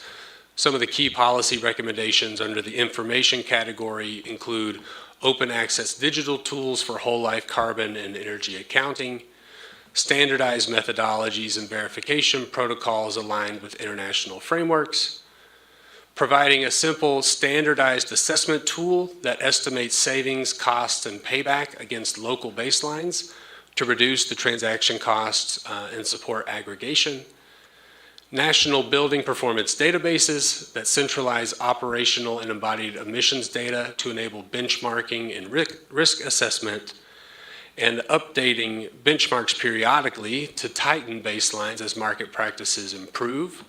And finally, training and awareness campaigns for developers, investors, and public officials, enhancing capacity to interpret and act on emissions data. And then finally, for Section 6, the incentives category. Incentives can correct market distortions and address the first cost barriers for climate-aligned buildings, especially where regulatory mandates are infeasible. Incentives also help create early movers, especially in emerging markets with nascent green finance ecosystems. Some of the key policy recommendations under the incentives category include carbon pricing instruments, green guarantees, concessional loans, and blended finance mechanisms, tax credits and investment allowances, and integration with Article 6 of the Paris Agreement. The Program for Energy Efficiency in Buildings, PEEB, supported by GIZ and other partners, has developed practical guidance on implementing Article 6 mechanisms for building sector mitigation projects. This includes frameworks for measuring, reporting, and verifying emissions reductions, structuring carbon credit transactions, and ensuring environmental integrity in buildings-related carbon market participation.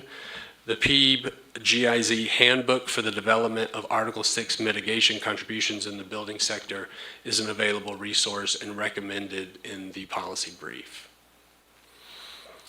This section also includes Table 2, which compares all of those policy instruments and tools I just mentioned, compares them against each other based on their government cost, as well as their potential to leverage finance.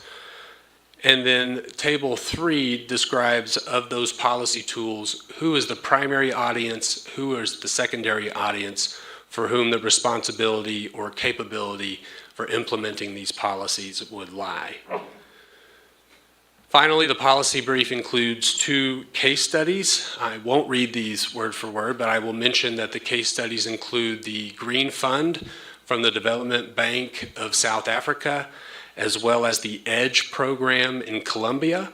And the case studies describe the program in brief, including its location and its geographical scope within the country, the climatic zone and level of economic development of the country in which the program operates, as well as the building performance data that is collected, monitored, verified, the improvements in building performance that are expected to remain eligible for financing or assistance from the program, et cetera. And then the case studies also describe the different policy tools and instruments that are used, as well as the impacts the program has had thus far, and any additional information relevant. And so finally, before passing the floor back to Elena to present the key messages and recommendations, Fred mentioned yesterday the desire to see the tech knowledge products be used in developing countries.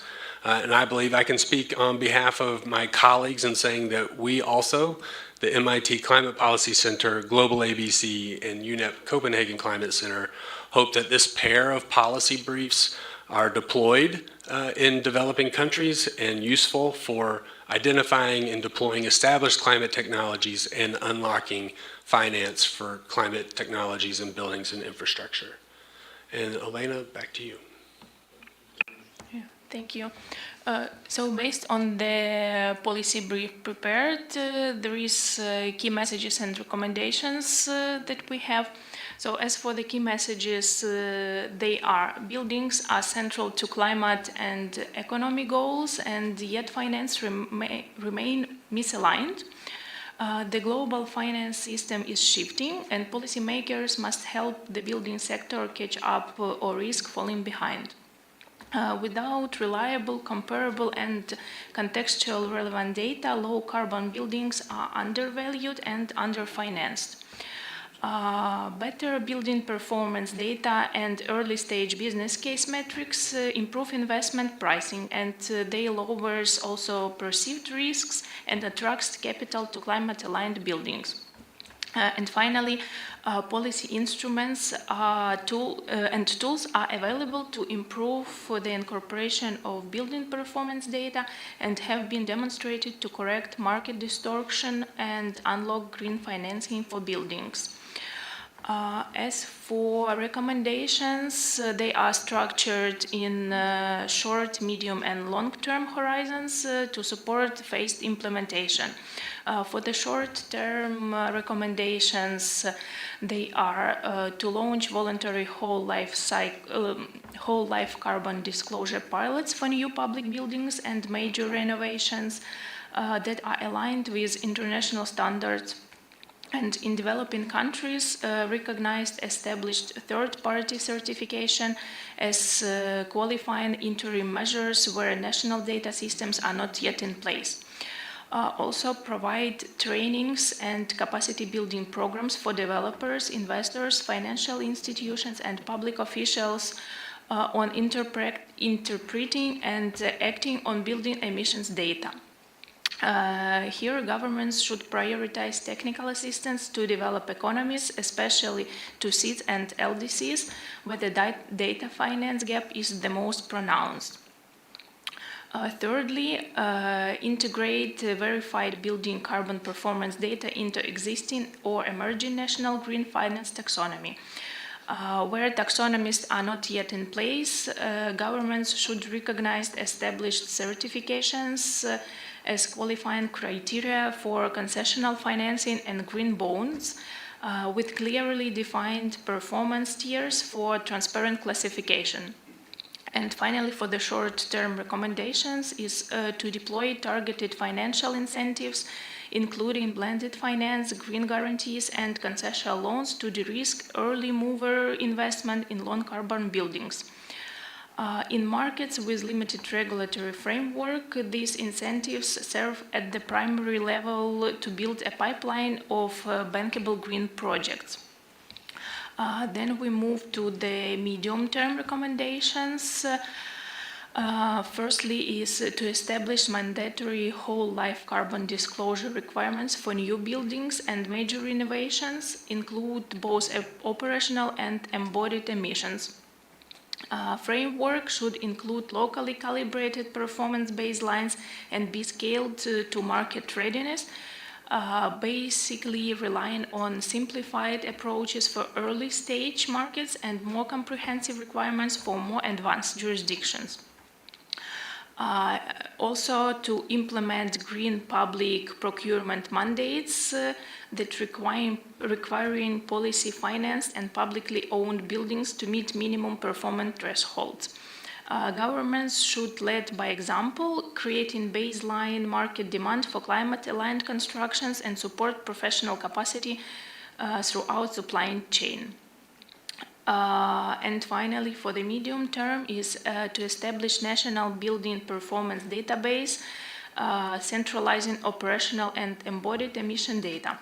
Governments should deploy open access digital tools for whole life carbon accounting and require independent third-party verification aligned with international frameworks. Also, MRV systems should capture energy, water, and embodied impacts and be interoperable with the national NDC tracking system. And moving to the long-term recommendations, there are 3 of them.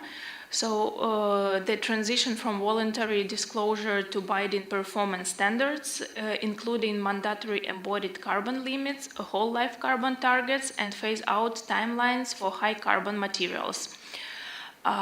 Integrate building sector emissions reductions into Article 6 of the Paris Agreement, enabling verified reduction to access international carbon markets. And here, governments should develop robust MRV framework for building-related carbon credits transactions to ensure environmental integrity and generate new renew streams for low carbon projects. And finally, leverage accumulated building performance data and mature market capacity to mobilize private capital at scale, reducing dependence on public de-risking instruments. And here, governments should enable performance-based financing where market actors can independently evaluate and price climate risk across building portfolios. So this is all for the key messages and recommendations. Thank you. Thank you very much, Olena and Drew, for the detailed presentations on the policy brief and also the key messages and recommendations. I would like now to open the floor for comments from TEC members, considering that they expected for the TEC is invited to consider this revised draft policy brief with the possibility of adopting it, approving it, or provide guidance for the activity group to make minor changes, as this is already a revised draft. And also the TEC is invited to consider this draft key messages and recommendations with a view to finalizing them for inclusion in the joint annual report of the TEC and CTCN for 2026. So with these two invitations in mind, I would like to open the floor for comments from TEC members.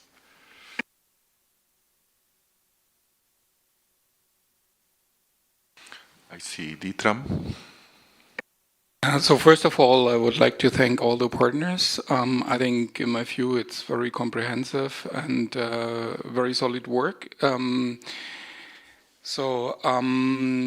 And I especially also welcome that like whole life carbon is in buildings is comprehensively addressed, which I think is a clear value added and is closing a gap. And I think this is also like a product which is like very solid and I think can also increase the reputation of the TEC as it is like a very good work. I just have a small addition on I think it was paragraph 9 under the long-term recommendations on the carbon markets. I would suggest to increase, add some elements on the additionality and the integrity here of carbon markets, because like carbon markets only play a role if there is no regulation, and they should not be perverse incentive to avoid regulations. So I have some specific text which I suggest that, I mean, I can read it, but I can also forward it. So I would suggest that integrate, that the wording is changed in integrate additional, and they see consistent building sector mitigation activities in the cooperative approaches under Article 6.2 and Article 6.4. Enabling high integrity verified emission reductions, and then also they should establish robust sector-specific baseline additionality MRV frameworks. So just to qualify that paragraph a little bit. Yeah. Thank you very much, Ditram. Secretariat kindly ask you if you can submit. Yeah, okay, thank you. Give the floor to Abdul Rahman. Thank you, Chair, and I'd like also to thank the working group. Thank you, Drew, and thank you, Lena, for your efforts in leading the development of this document. As much as we agree with the ultimate objective of accessing finance to building and how we can leverage that objective and principle, we do support. However, this seat is highly concerned with the direction of this document, and we are in no position to accept this document as is, also along with the recommendations, along with not to be forwarded to the COP in this 2026. I do have a lot of several issues with this document, but I will stick to the key ones here.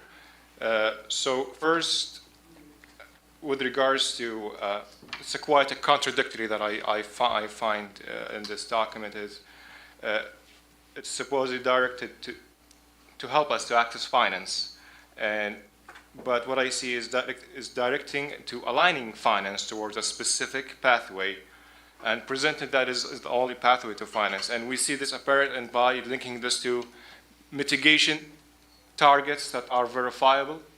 So are we setting conditionalities on accessing to finance? This is not even present in the funds that provide finance and on. I don't see, I'm not sure our colleagues here, we do have the adaptation fund and the GCF.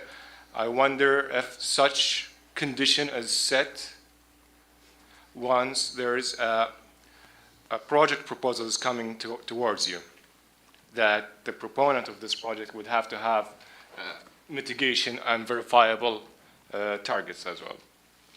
The second thing on risk perception, we might do have different perspectives of what is the perception of risk with regards to the larger scope country risk, then we narrow it down to the project risk. And when it comes to mitigation and adaptation project, the assumption is they are highly risky. And the other assumption, the wider assumption is if this project in developing country, it is also deemed riskier as well. So if we set these conditionalities, the project would also deemed more riskier for investors and for finance provider. When I look at this conditionality and how they can present these risks and how can I increase the risk that is perceived to them, so when I set for them a mandatory disclosure requirement, a full life cycle assessment, a full life cycle disclosure requirement, imagine a steel plate manufacturer in a developing country and they're required to disclose a full life cycle assessment of how they bought their material and sold it to the consumer and exported that to a country in the global north to be used in another project there, and they are responsible for the emissions that do not have any influence about that. How is risk is perceived for them? This manufacturer is already disadvantaged in trying to access finance to introduce emissions into their day-to-day operations, but once they are asked to disclose a full life cycle carbon data of his operation, he will be deemed more risky. And once we ask also and for compatible data as well, they will be at a disadvantage as well compared to their peers in the global north, where they have the capability, where they have the readily available regulatory environment for that. And I wonder if the group looked at the compliance cost of these elements here. There are several disclosure requirements that are appearing in different jurisdictions, and they are mandating companies in different jurisdictions to disclose some information. And recent data about that shows that the compliance cost would at least amount to 1.5 million euro of a company that is size medium to a large company. So this is an additional burden on a lot of end user for this. So those were some of the issues that are on the top of my hand, but I do have a lot of detailed requests across the documents. Happy to share them with the Secretariat.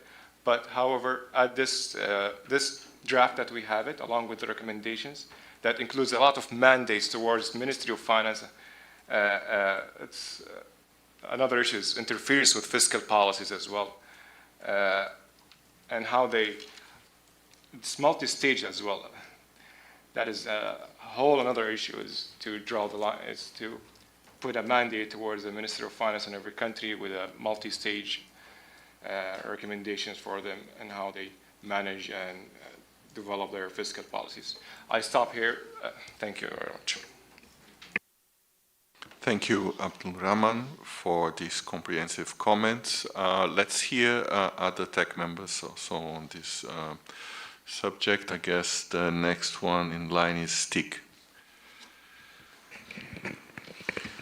Thank you, and thank you to the group that has worked on this, and also the partners.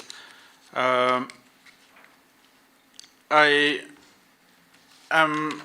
understand some of the comments that has been made so far, because some of my comments are in the similar vein, but not with the same conclusion.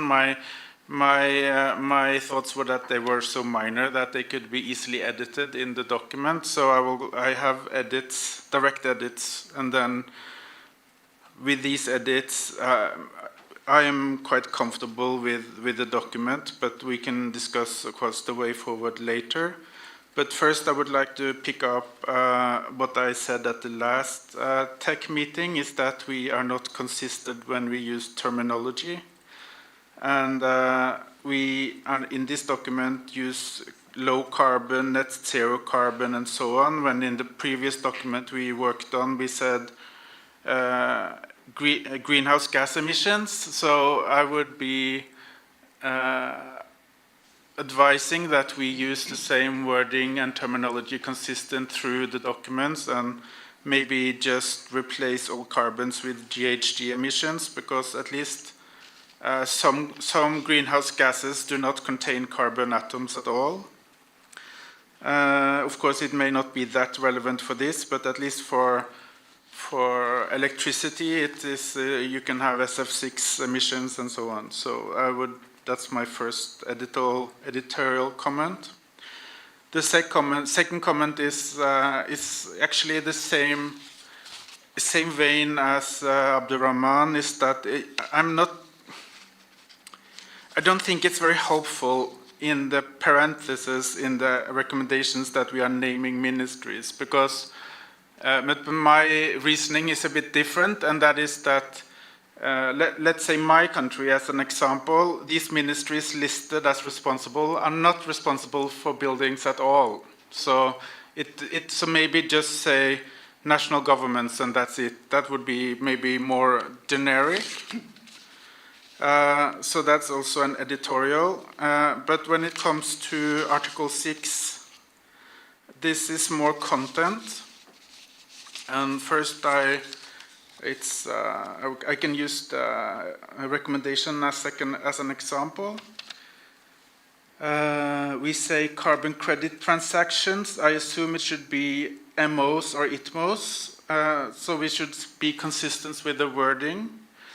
And it says international bodies, including the UNFCCC, but it's not the UNFCCC that is responsible for ITMO's crediting under 6.4. It's Paris Agreement crediting mechanism, so we should change the name to the correct body. When it comes to the additions made by DITROM, to be honest, I'm not 100% sure that this is actually what the parties have agreed in the decisions that are relevant for this point.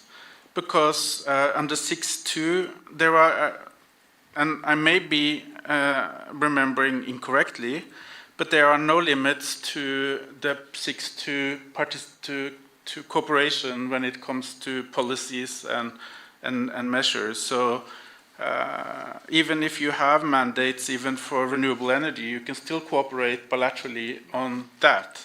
I think that what DITROM was referring to is some of the decisions, part of the decisions that are related to 6.4. So I think when we go into these kind of details in our language, it becomes very complicated. And it's very easy for us to get it wrong. So I would then ask DITROM to just find the right decision and the right paragraphs he wants to recall, and then we can talk about that. But I think that the 6.2.1 was not exactly correct. And when it comes to, again, 6.4 in the glossary, Article 6 has 3 elements. It's 6.2, 6.4, and 6.8, and they are very different. And it seems like when we are defining Article 6 in the Paris Agreement in the glossary, we are only talking about 6.4. Because 6.2 is not managed by the UNFCCC. and it's not, and 6.8 is not managed by that's managed by parties. So again, we should then clean up a little bit how we present Article 6 in the glossary. I think that's, so you can hear this, my comments are very minor and editorial in nature, so I'm quite comfortable with this document being completed with these changes. Thank you. Thank you very much, Stig. We've taken note of your suggestions. I'll now give the floor to Jingnan Hu. Thank you, Chair, and thank to the team for preparing this document. And my comment is actually easy. In page 5 and page 6 of the policy brief, and about the short-term action and medium-term action, I think there are some language about the government should recognize, and in paragraph 11, the government should lead by example. Actually, these are recommendations, not a request. So I suggest to change that wording to maybe could or are suggested. Okay, that's all. Thank you. Thank you, Jingnan, for the suggestion. I see Fred.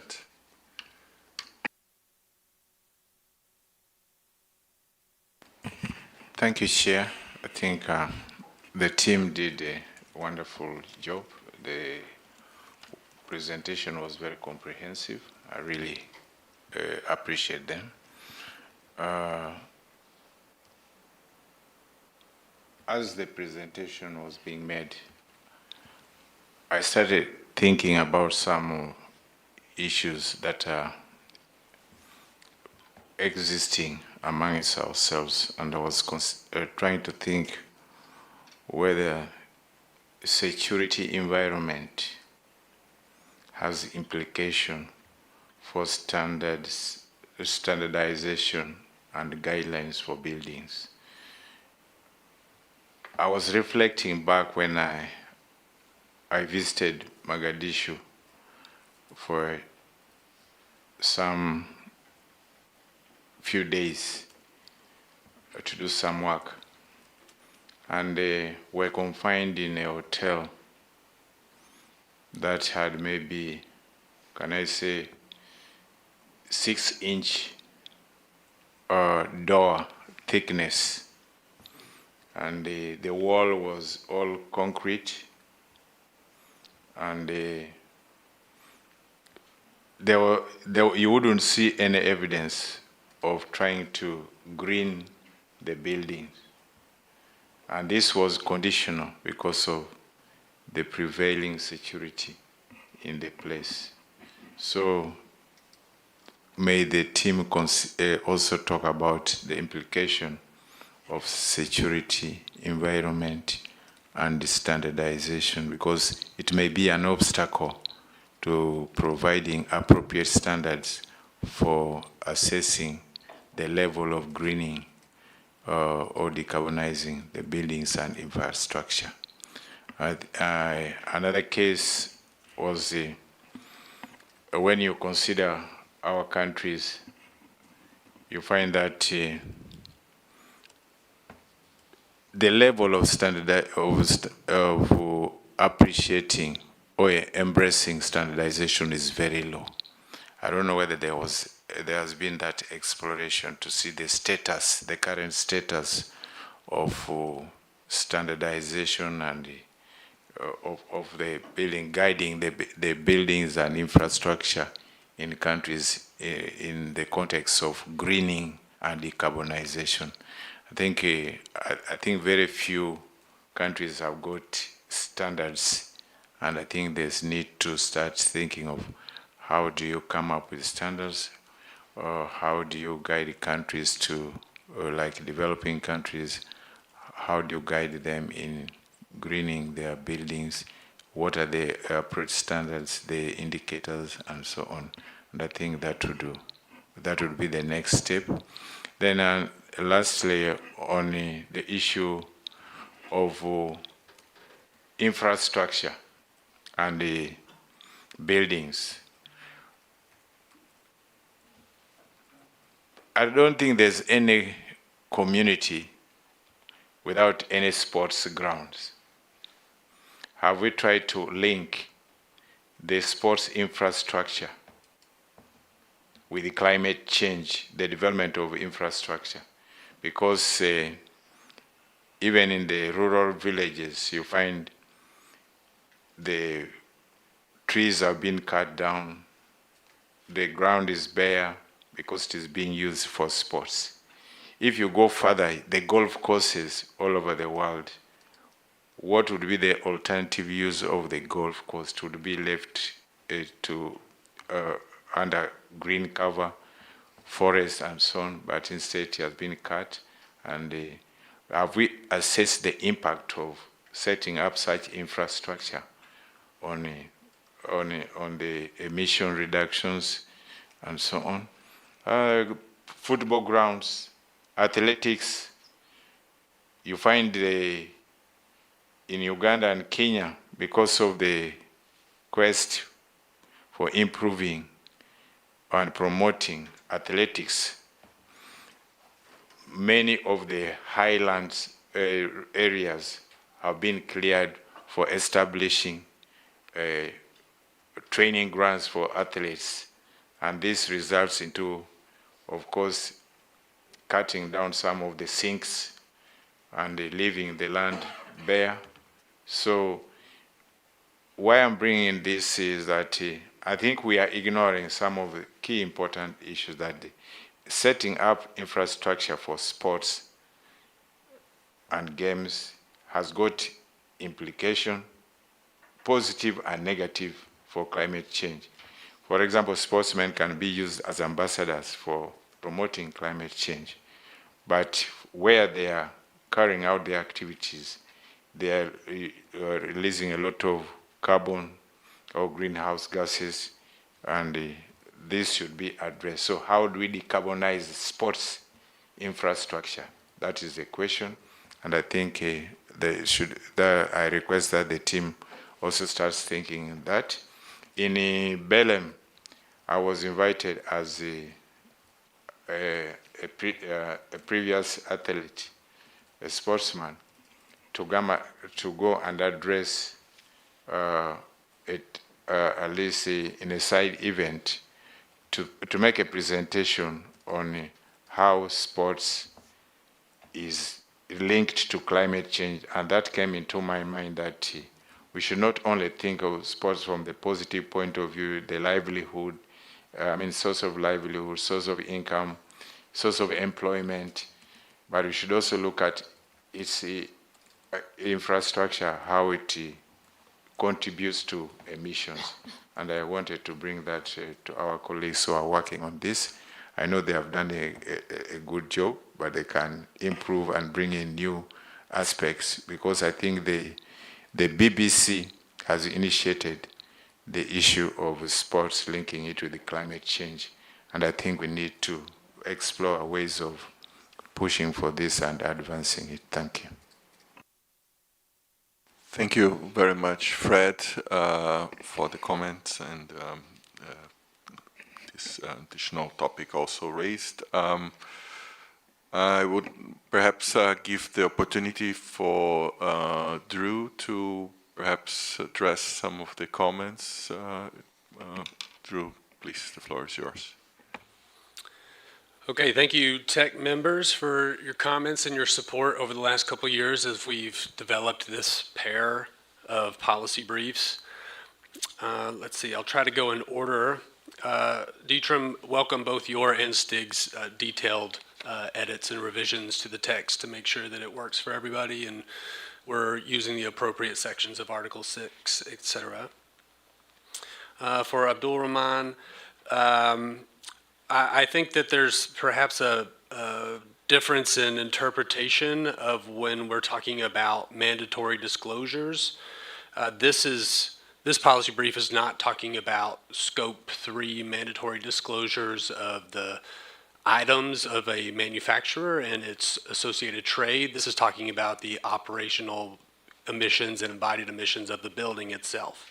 So the issue of trade across the globe and what happens when an article is being used by somebody somewhere else is not under the scope of this document.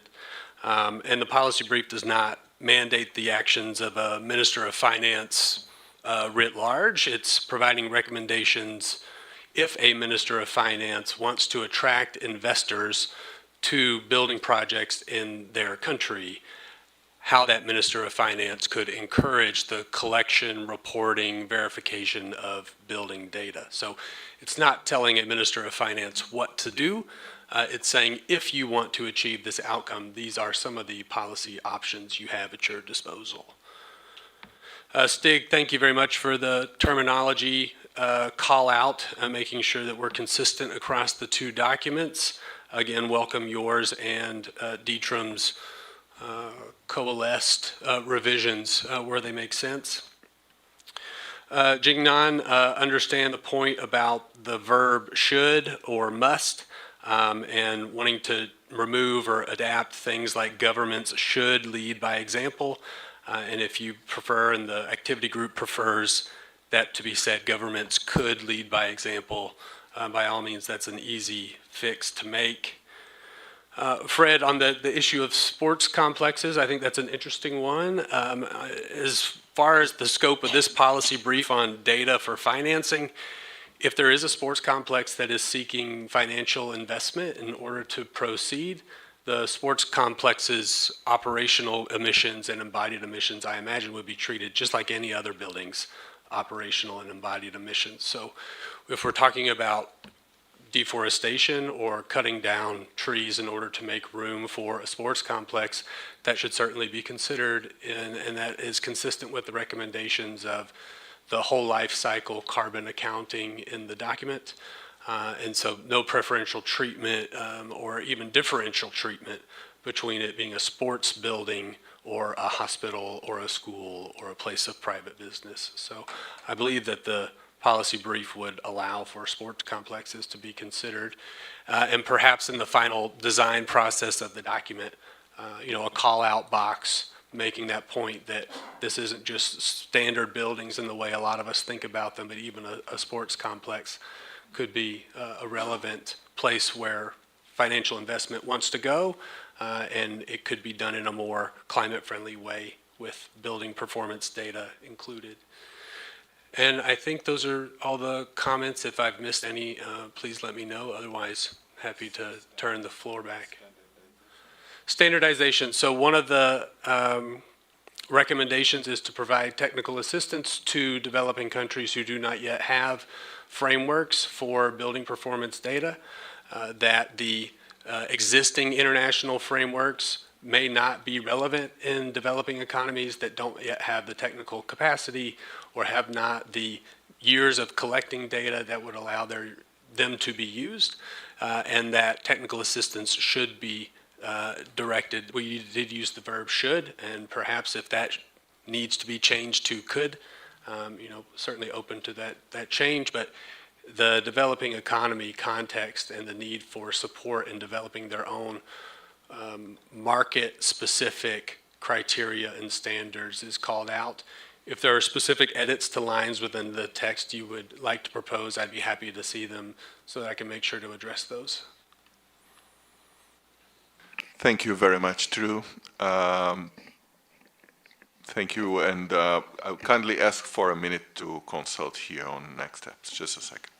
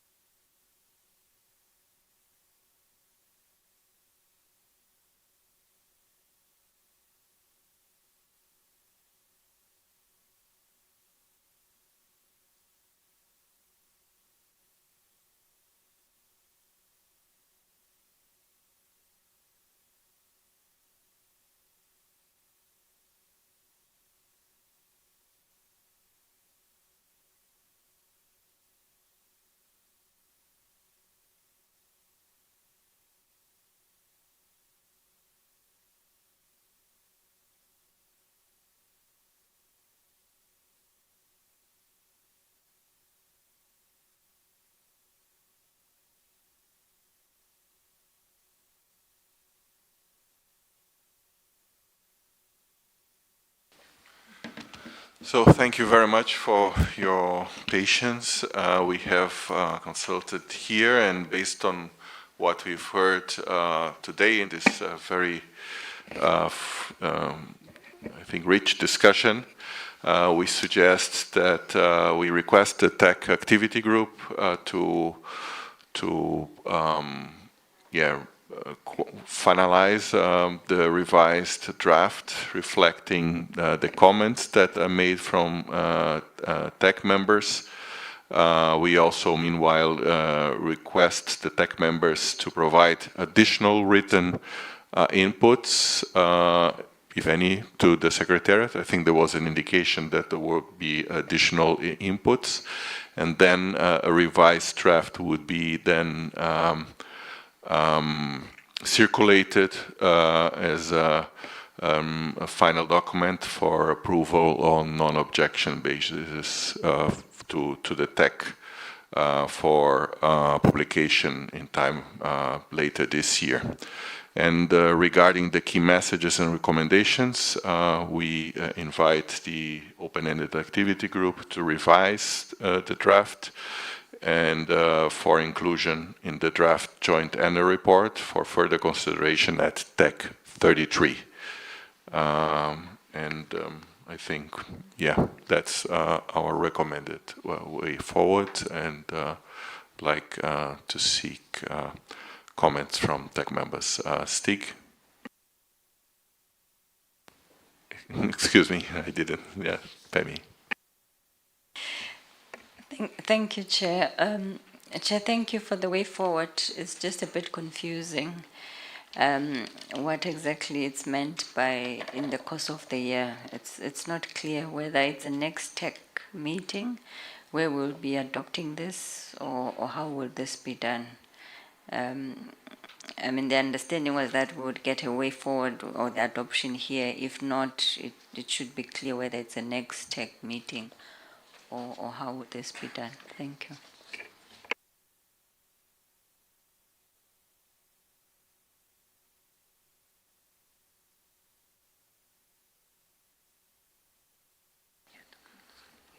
But electronic.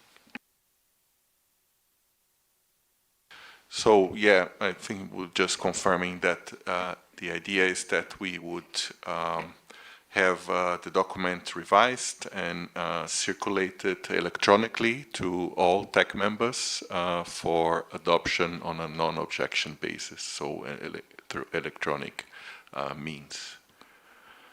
That's the proposed way forward.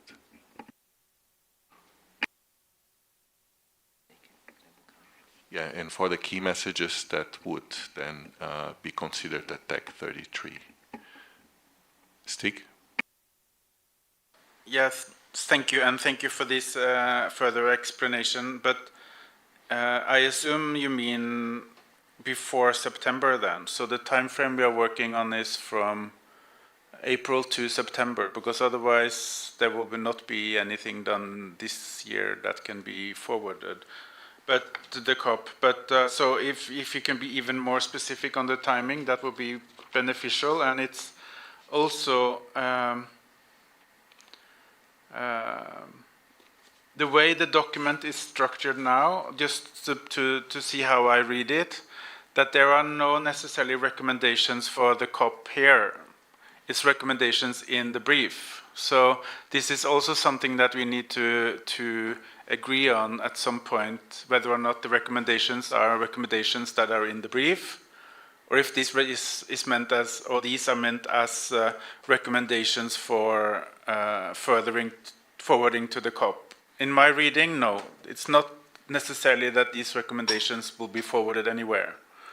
So this is also something that can be may help the way forward, given the intervention by Saudi Arabia, and so this is a bit more tricky to do on a no objection basis, I assume, because that means that somebody else actually has to say the exact way forward, because otherwise you don't know what you are not objecting to. So it's a little bit complicated, this process that you are recommending, but I'm willing to go with it and see how it goes. But I just want to to explain why this is a bit. I cannot actually see how it will work in real life. Thank you. Let me just get comments from Abdul Rahman before reacting. Abdul. Thank you, Chair, and thank you for the proposal on the way forward. And also, I'd like to thank Steg from Norway for making the clarification on the recommendation, and also for shedding some light on the way forward and that there's some complexity on with, let's say, the no objection basis. The seat would prefer so that we will share our comments, and as everyone also who would like to share his comments, her or his comments to be shared, the team may reflect these comments and come back at the next meeting where we can all discuss them. I believe that once we share our comment, other TEC members do have the right to contest them, to challenge them in the next meeting, as well as we will also look at the other comments. Then we can all, as a group of this distinguished body, can agree on what would be the final outcome during the meeting. As the issue with the no objection basis, it can be done with some administrative or operational matters, but what we have is a policy document that sends policy signals to the global community. And I believe it's our duty as TEC members, we all ensure what comes out from this body that we all agree upon, and we're also certain about what's in that content as well. Thank you. Yeah, just a second, please.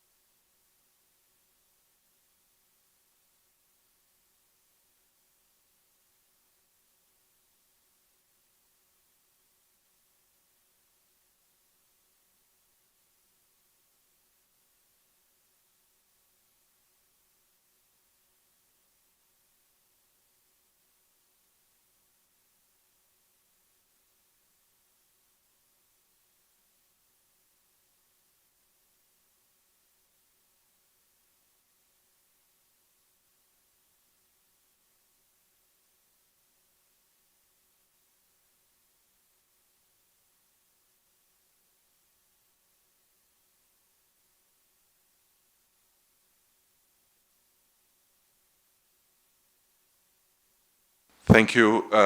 We have heard your concerns and also understand there are some details that need to be perhaps clarified and discussed further. So in order to advance in our agenda, we would suggest that we talk informally on this and return to this item tomorrow when we tackle open issues and in the hope that we can sort out with colleagues who have raised concerns, some of their concerns, and we can come with a solid way forward. So that's our suggestion. Dieter?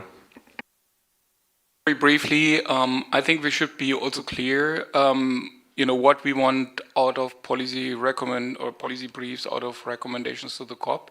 I think this is a key output of the TEC. That is a key reason why we also exist and why we do. We do not just produce papers because maybe others can do papers better than us.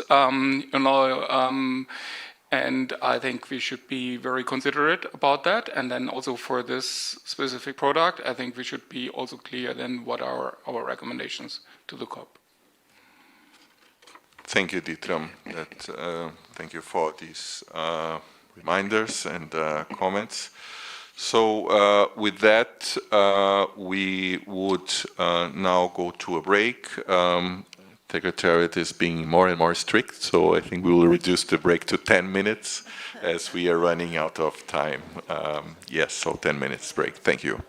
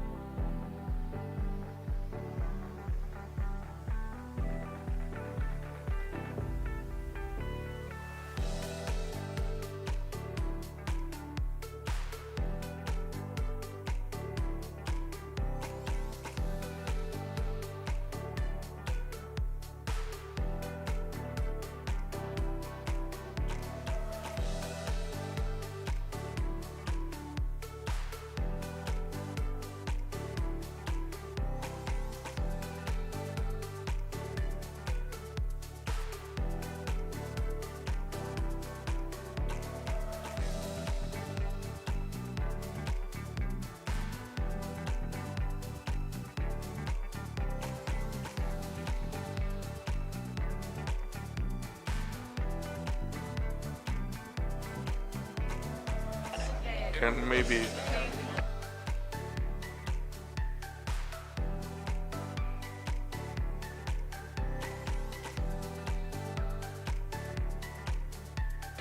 Colleagues, kindly take your seats. We will resume.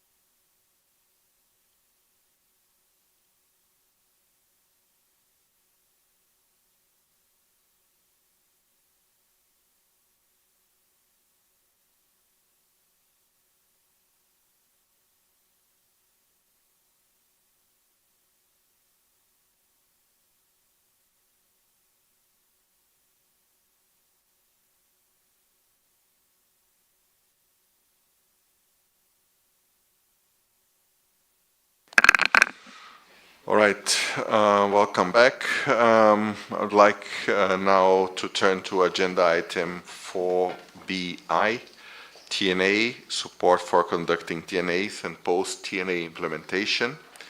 In line with the activity B11 of the rolling work plan in 2026, the TEC has been working on several important outputs, including usability testing of the practical guide on TNA support through engagement with national focal points and with support from the Secretariat, and preparing the outline of a knowledge product on post-TNA support in collaboration with UNEP, Copenhagen Climate Center. Today we will hear about the progress made in the work on these two outputs. Moreover, we will hear the latest updates from UNEP on the implementation of the Global TNA project, including related to dissemination and uptake of the TNA sectorial guide on renewable energy developed by the TEC in partnership with UNIDO and UNEP last year. We will also discuss the timing and scope of key messages and recommendations from this activity expected in the course of the current work plan. Let us proceed with the first issue, item, the TEC practical guide on how developing countries can be supported for conducting and updating their TNAs, contained in document TEC 2026-3211.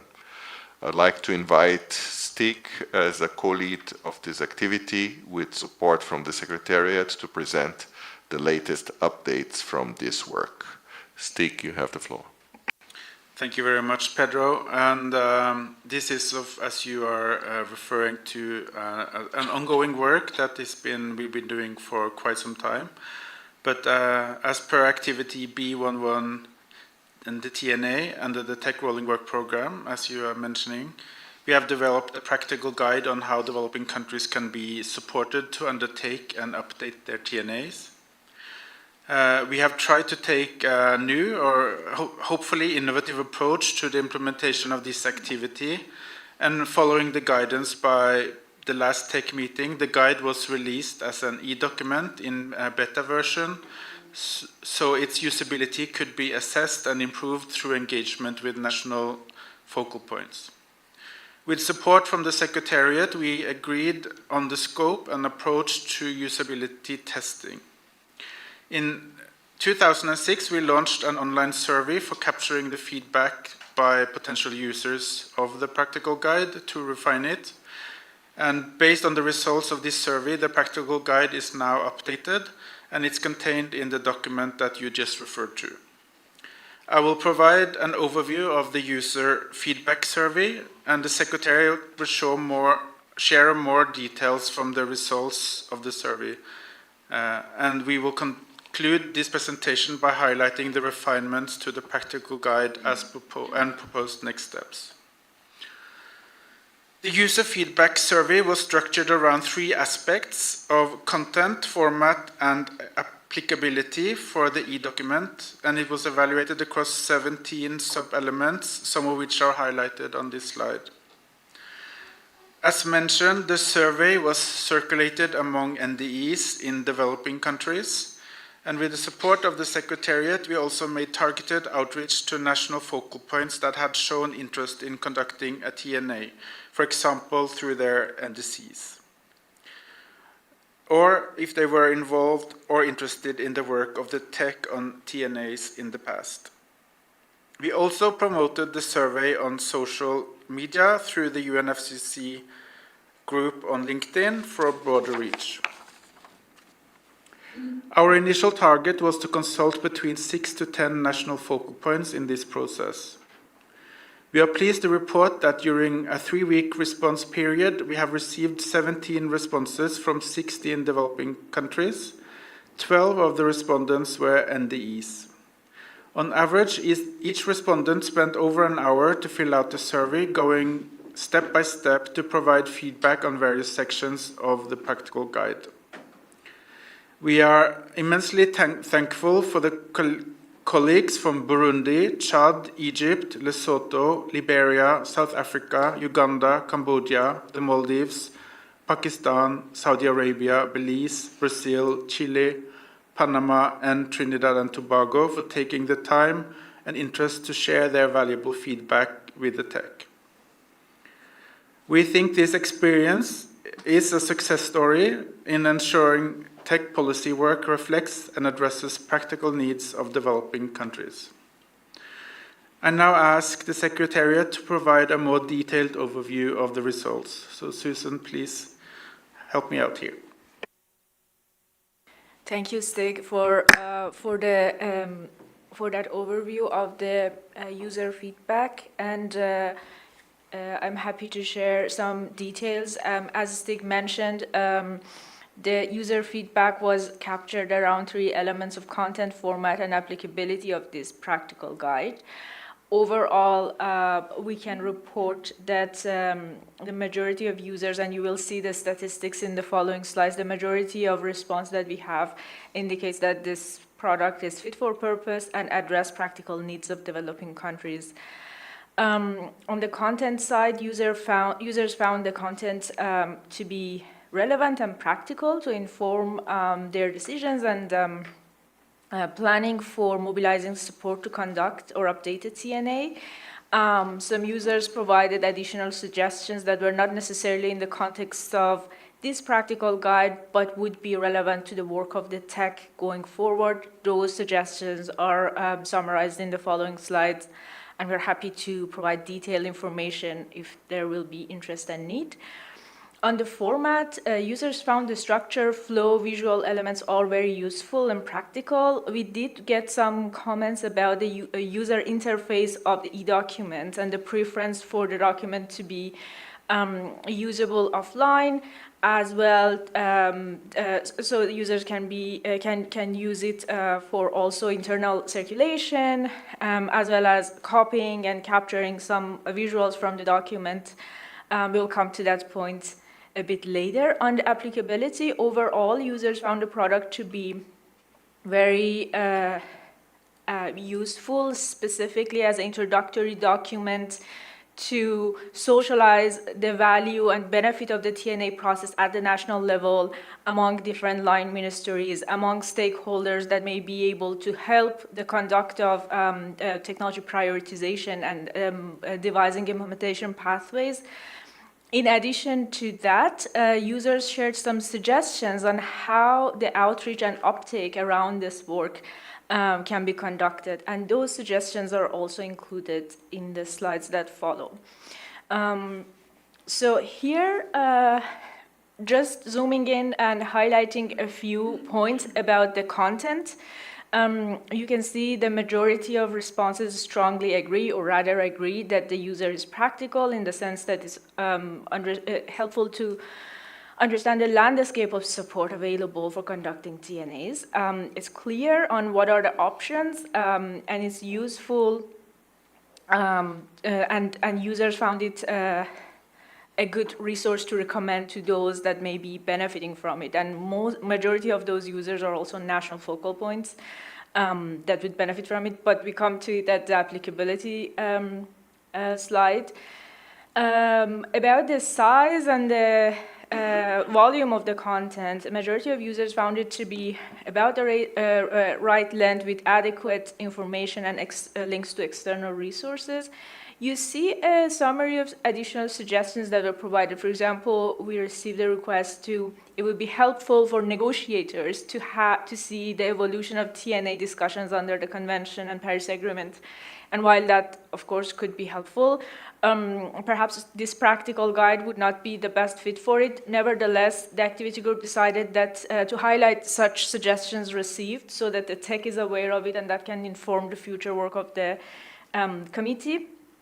There were also the point about how the TNA process can be integrated into other planning processes, be it NDCs and NAPs or other national strategies.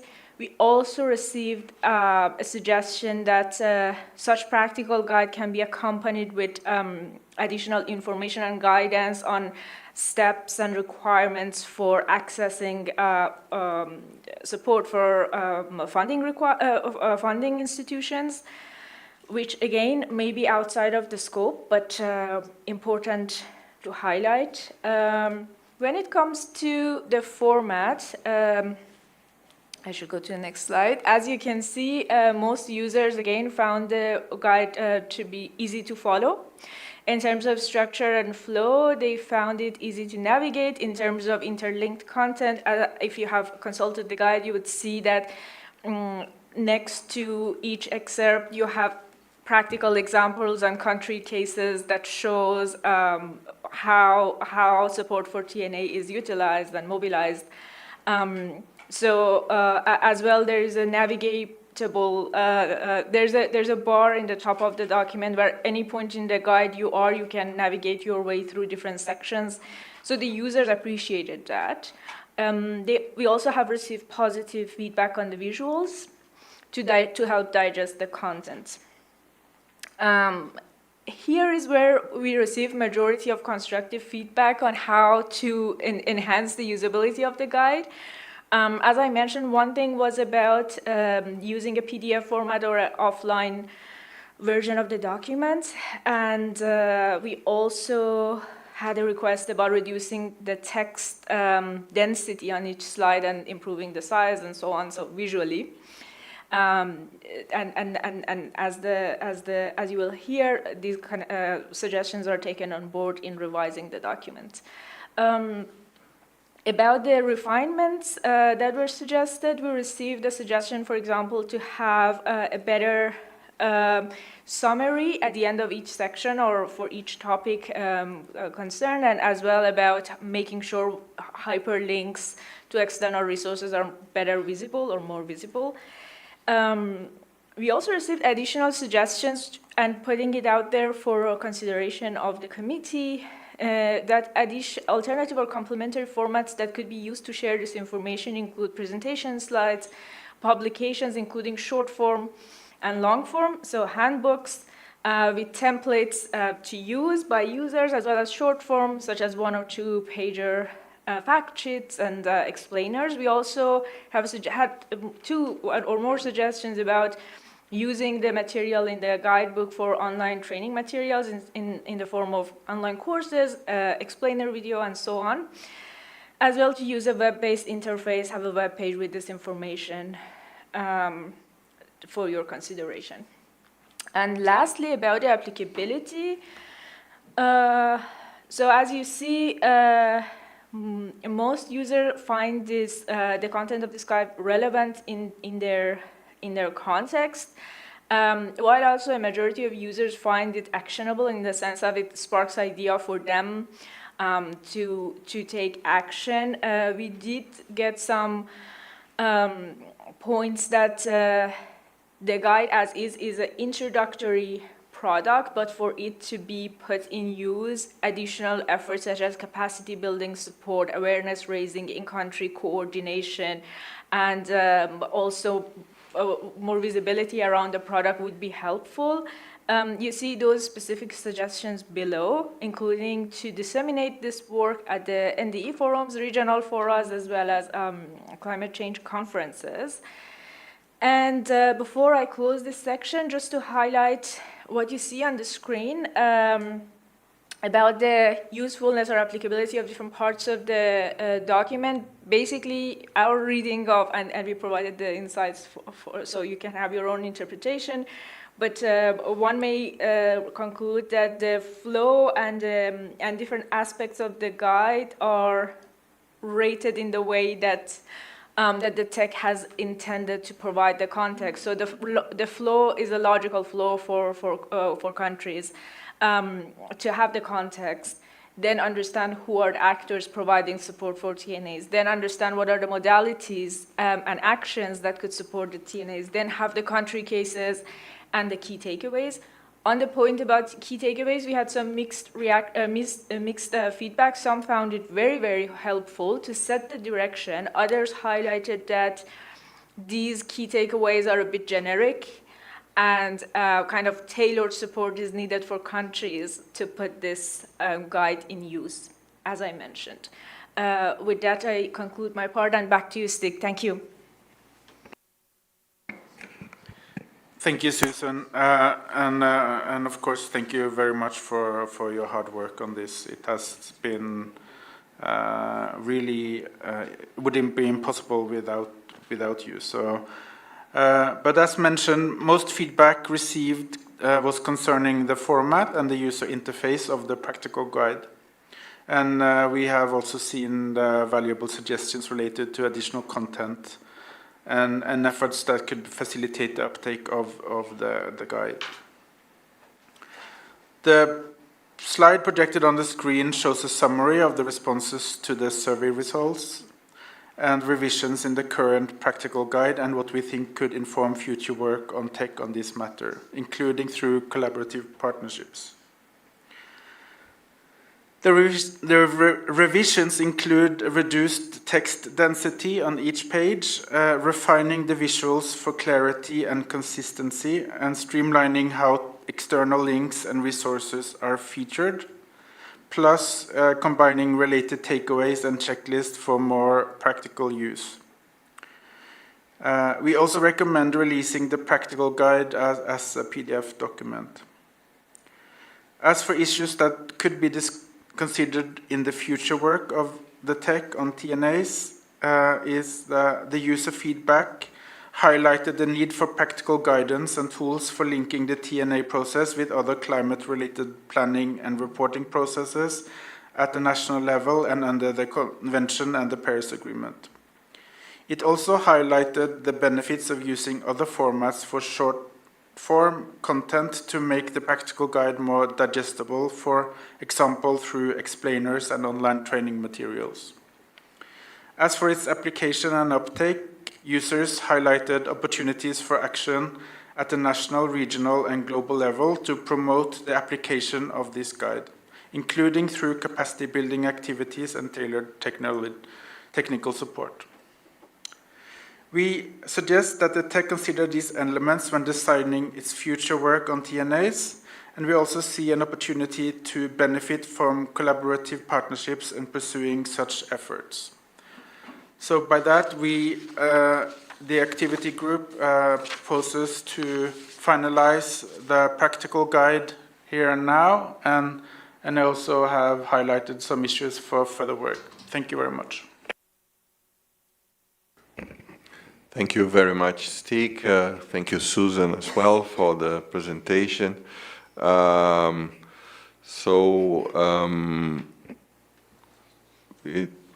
First, I think it's worth mentioning that it's encouraging to see the active engagement of national focal points, and particularly NDEs in this context. So the expectation for this item, as indicated, is to consider the information presented, provide guidance for any necessary refinements, to finalize it, and to share views for effective dissemination. I'd like to open the floor for discussion, and first to TEC members and followed by observers.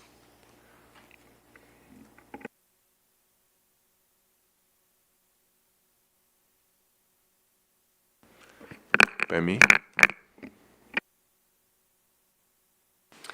Thank you, Chair, and thank you, Stig and Susan, on that presentation. Chair, I take this floor to really commend the work that has gone into this TNA and the survey and all that. And I also participated in taking the survey, and like the results shows, it's very useful survey, and I would like to endorse that this be adopted. Thanks.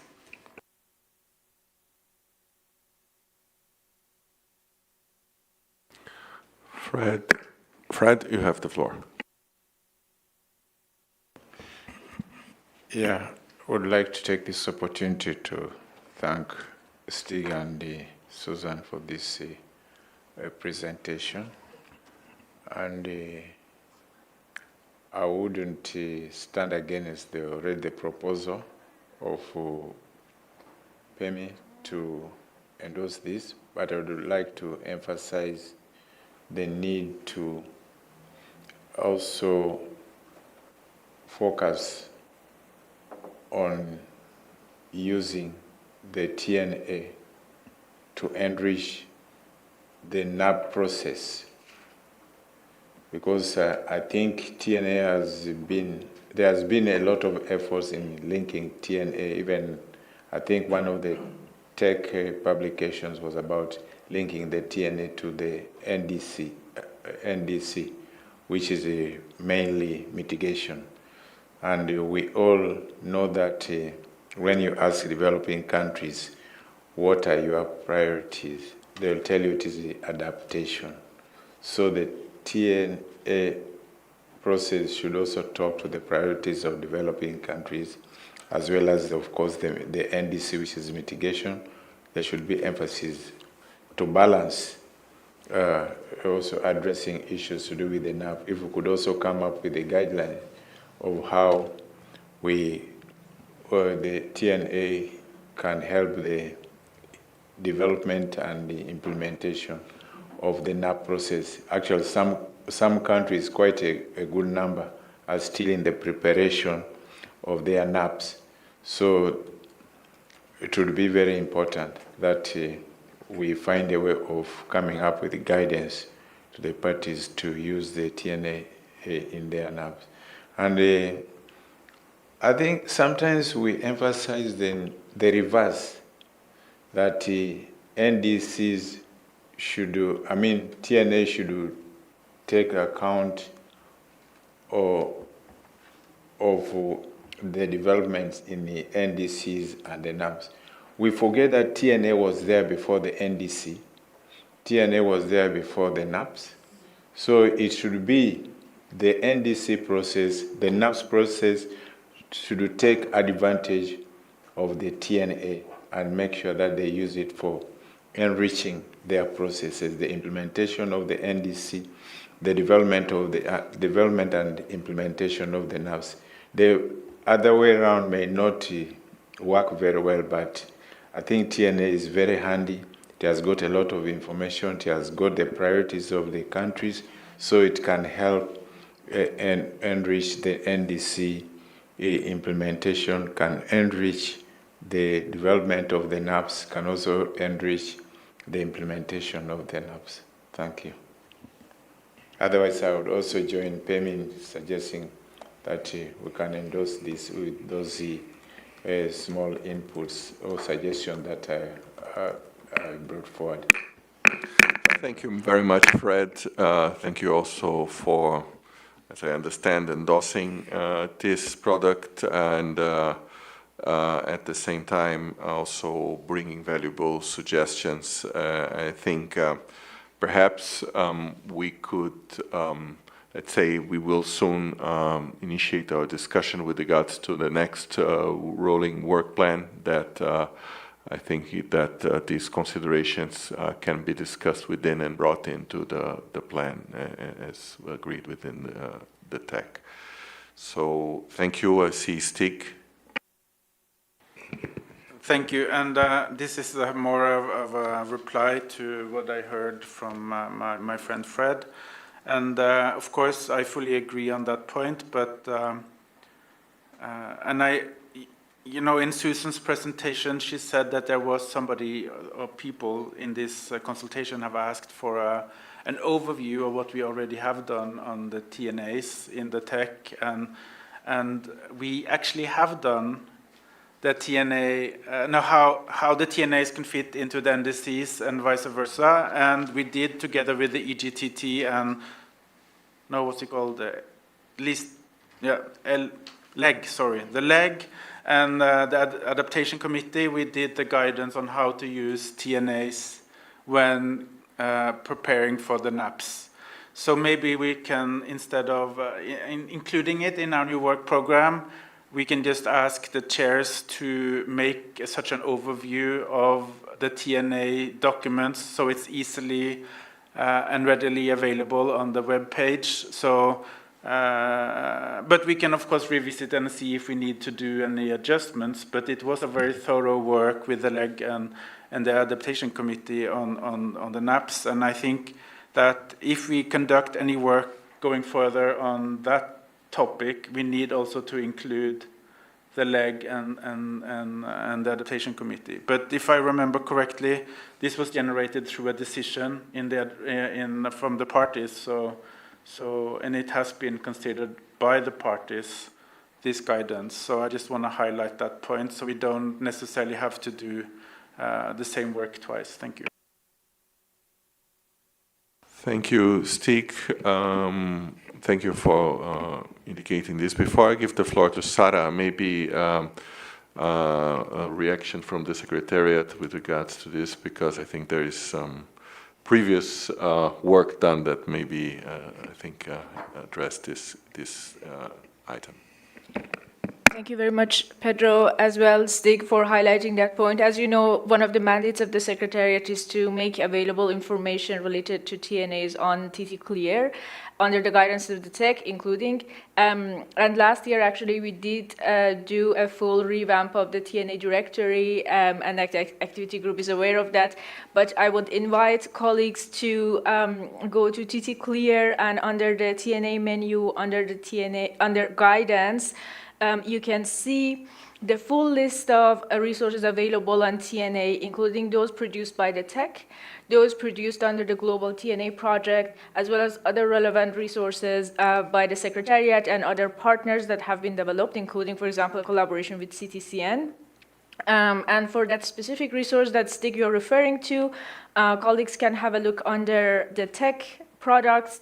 In 2013, a tech brief was produced on possible integration of the TNA process with the NAMA and NAP processes.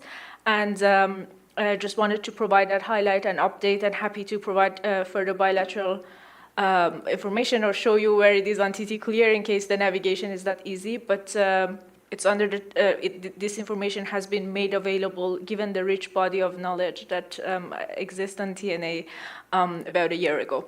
Thank you. Thank you, Susan, for this information. I see another TEC member has asked for the floor. Fred. Just additional comments on my past experience. When we were working on the NAPA's, National Adaptation Program of Action, as the LDCs,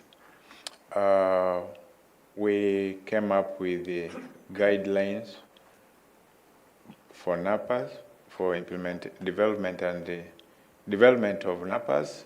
Then we also, we first of all had the step-by-step guide for the development of the NAPAs, and then later on we came up with annotated guidelines for the implementation of the NAPA. The purpose of doing that was to make it easier for parties to apply and to appreciate the guidelines. Now, similar, I agree with the SIG that, of course, a lot of approaches that have been undertaken to address the issue. But I don't know whether it would hurt if we came up with a step-by-step guide for using the TNA to support the NAPS process. That is sort of what I'm looking at. Just like we had the linkage between the TNA and the NDC, I think that publication is there, but we could have a similar approach for the NAPS process, whereby NAPS process will benefit from the TNAs that have been undertaken, because they are rich in a lot of inputs, a lot of issues there that can be captured to build on them.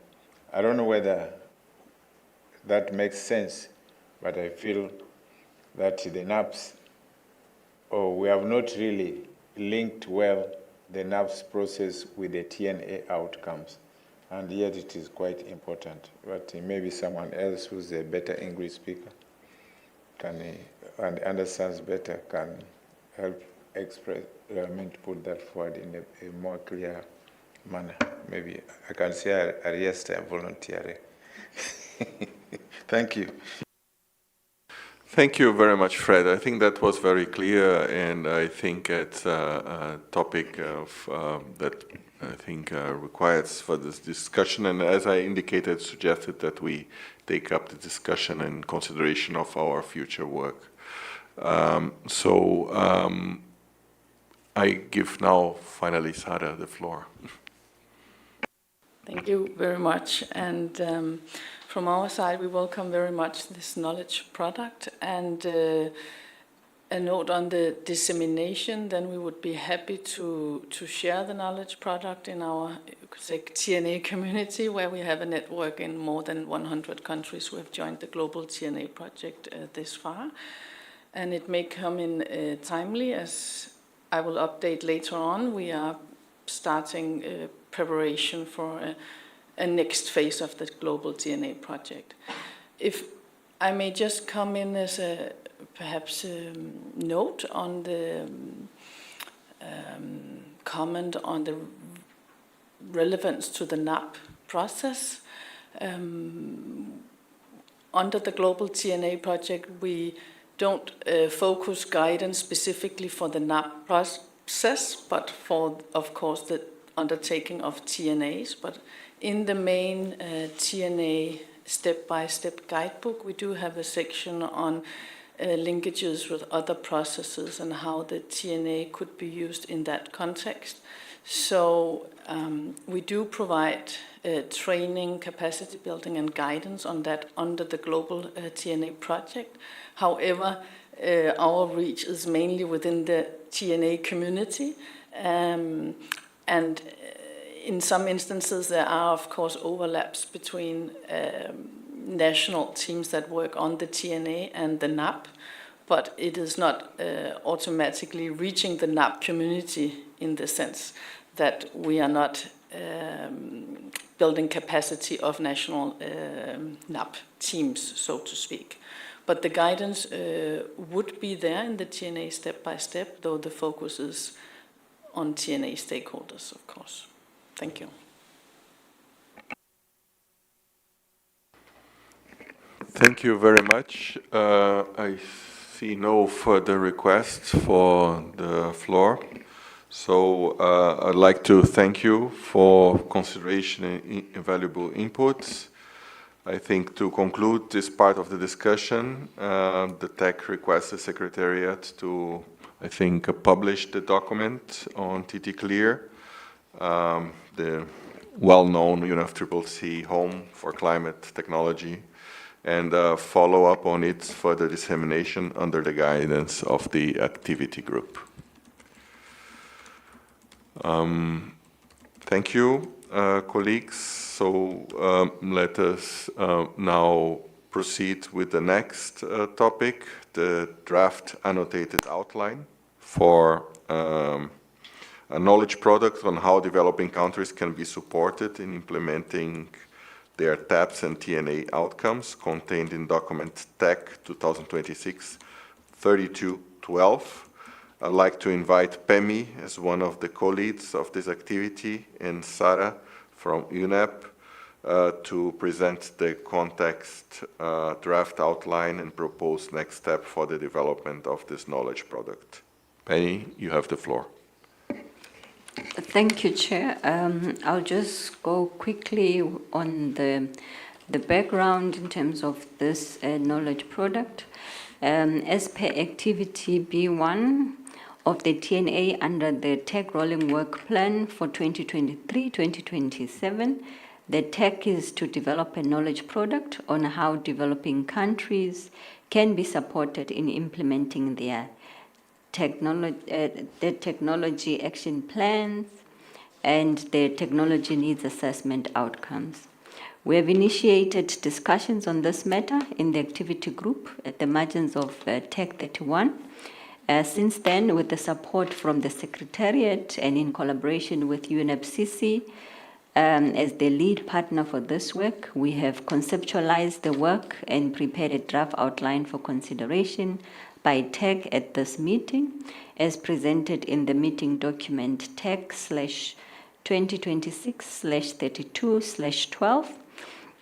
At this meeting, we look forward to receiving your feedback and guidance on the proposed approach, outline, and next step for development of this joint knowledge product.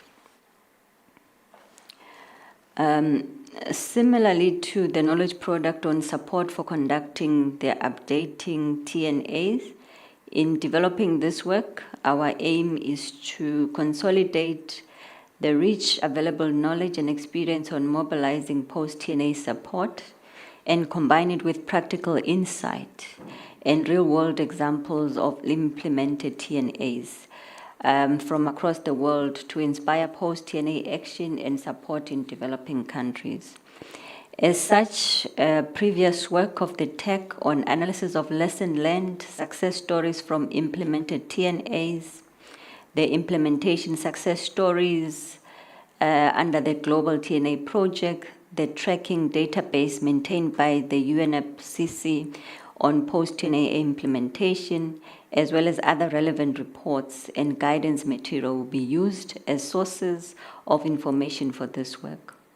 Some of these knowledge products are included in this slide, as you can see.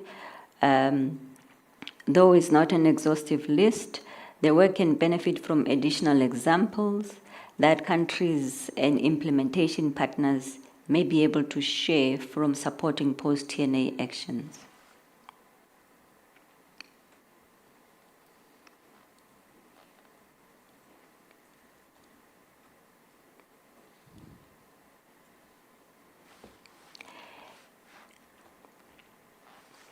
As for the format of the knowledge product, noting the amount of information that has to be covered, and also drawing on experience in development of the TEC practical guide on TNA support, and building on the feedback received, we think that a short paper accompanied with a set of presentation slides may be best way to capture and present the information and make it useful for intended user.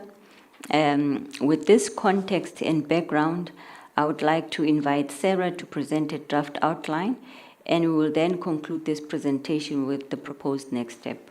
Over to you, Sarah. Thank you very much. So we have prepared this draft outline in collaboration with the activity group, and what you see here is quite a simple outline where this short paper would have 5 sections. One the introduction, then the main section on the avenues for implementation, where we list 5 different avenues. I'll go a bit more into detail of that. Then some practical recommendations and conclusions. So if we go to the next slide, the introduction would set the context for this paper, explain a bit about the, of course, context and scope, and also the evolution and role of the TNAs and technology action plans within national climate planning and investments, and also, of course, stating the objective of this short paper and knowledge product. It's very important for us to include illustrations of the TNAs and technology action plan implementation cycle, since we think a main communication tool in this knowledge product is also a visualization of the various components. So moving to the next section, then the 5 avenues that we have identified are listed here. The avenues are identified based on a knowledge base of the so-called implementation tracking exercise that we are undertaking on an ongoing basis. But it is also reflecting where we see perhaps underutilized or new opportunities for countries to implement their technologies and technology action plans.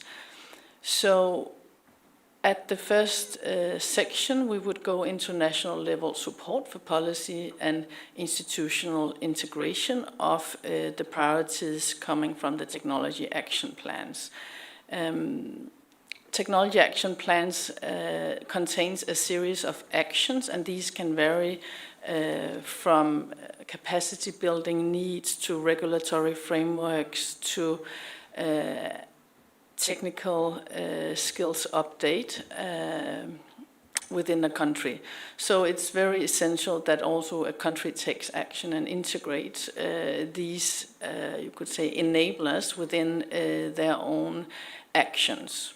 So I should also note that these 5 avenues are not excluding one or the other, but actually several of them could be pursued in parallel and with interlinkages. So the second one is on the concessional finance and grants. We have quite high evidence of how countries are implementing their technology action plans already through this avenue. Then the third one is on the bilateral support and cooperation.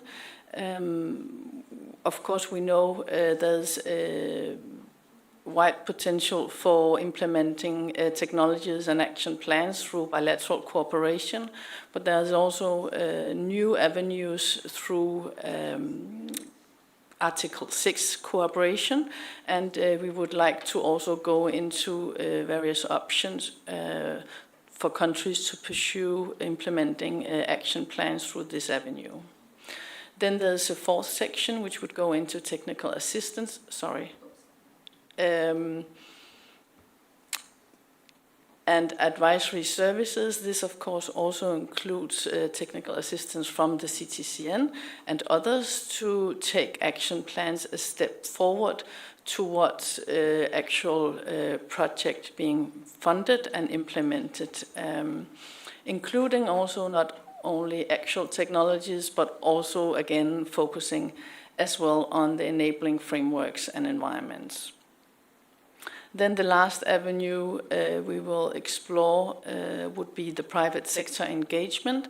We all know that private sector drives innovation. There's a potential for piloting, and they have a large role to play also for example, endogenous technologies and the manufacturing and scaling of priority climate technologies. So these are the 5 avenues that will be illustrated in this knowledge product, and as said, this is not an exhaustive list, and it's not exclusive that it is one avenue or the other that is utilized by countries.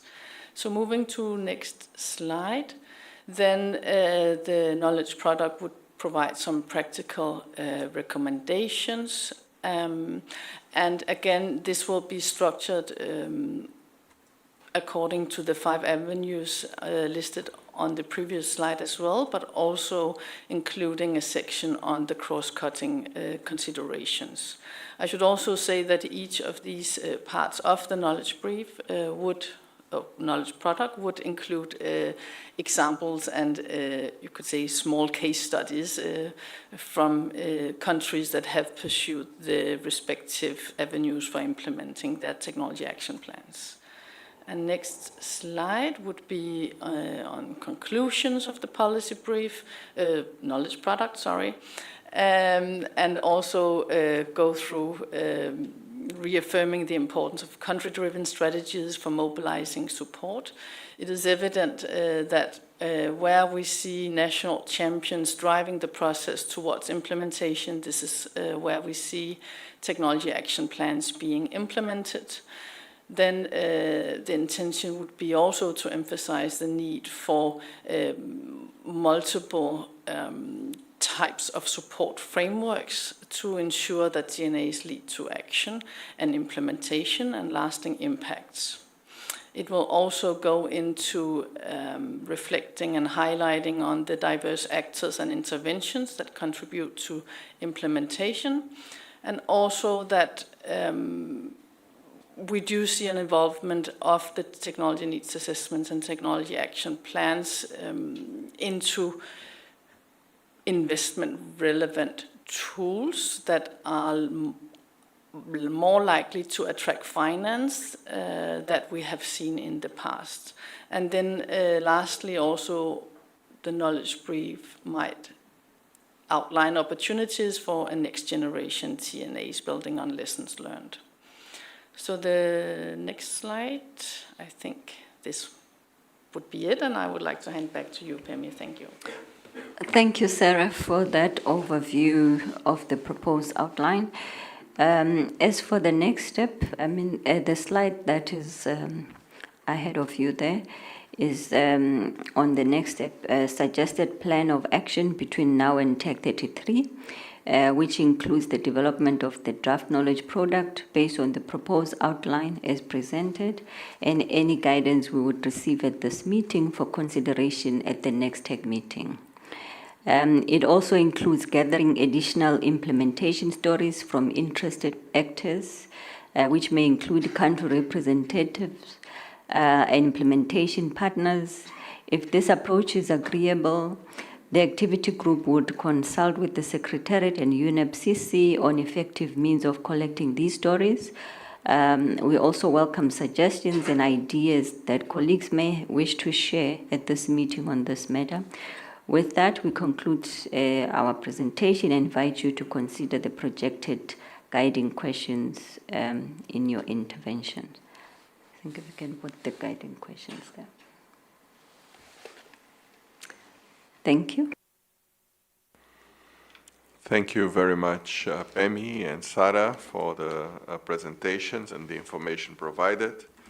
So the TEC appreciates the valuable partnership with UNEP in advancing this joint work. We are encouraged by the progress made thus far, and the expectation for this item, as also indicated by Pemi, is for the TEC to consider the information presented and provide guidance to the activity group for further work on this matter. We equally welcome contributions of interested partners who may wish to add examples that could inform and enrich this work. With that, I would like to open the floor for discussions, first to TEC members and then to observers. Floor is open.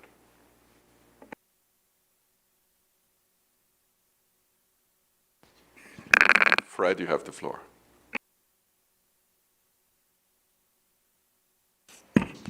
Thank you. I'd like to thank Pemi and Sarah for the presentation. And I think I'm impressed by the contents. And I have a buy-in in the approach that has been used, except there's one word which is bothering me. Post-TNA. When is the TNA post? that is the question. When does it become post? And that's where, I seem to be reading from the contents that we are talking about the implementation. Why don't we call it TNA implementation instead of having ambiguous word? I know my friend Stig one time said he likes being ambiguous. And I think Sarah is following, either Sarah or Pemi, they are both following Stephen's path of being ambiguous. And I think, let's be straightforward. I think we are talking about implementation instead of using words which will cause questions. What does it mean? Defining, interpretation, and so on. So otherwise, I really appreciate this, and I would like to recommend it for at least further process. It has passed, by me it has passed this, and I think I endorse it. Thank you. Thank you very much, Fred. Stig? Thank you. I also endorse this proposal, and sometimes I'm okay with not being ambiguous, but this is we used to have a Swiss member of this group, and he said there can never be enough Latin in our documents. So, but at this point, I disagree with him, and I agree to take out the Latin, and we can use an English word instead.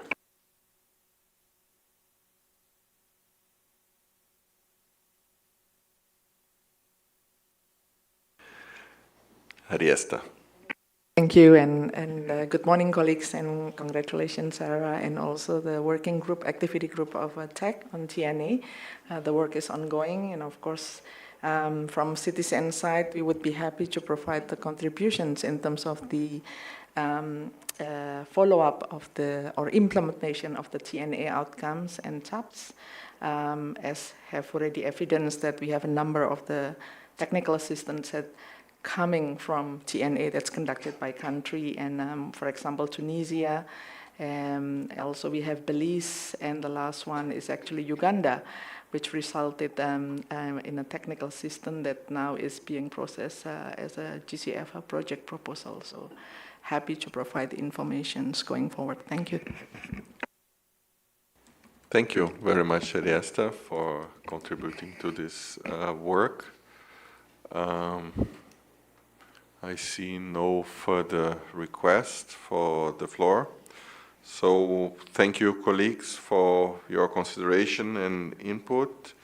To conclude this part of the discussion, we ask the activity group, in collaboration with the lead partner for this work, UNEP, to advance the preparation of the knowledge product based on guidance received at this meeting, and to present a draft of this document at TEC 33.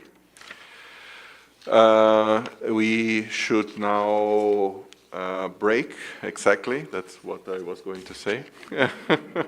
I think we have reached the time for lunch, and we would return in 1 hour, so 2:15. Yeah, thank you.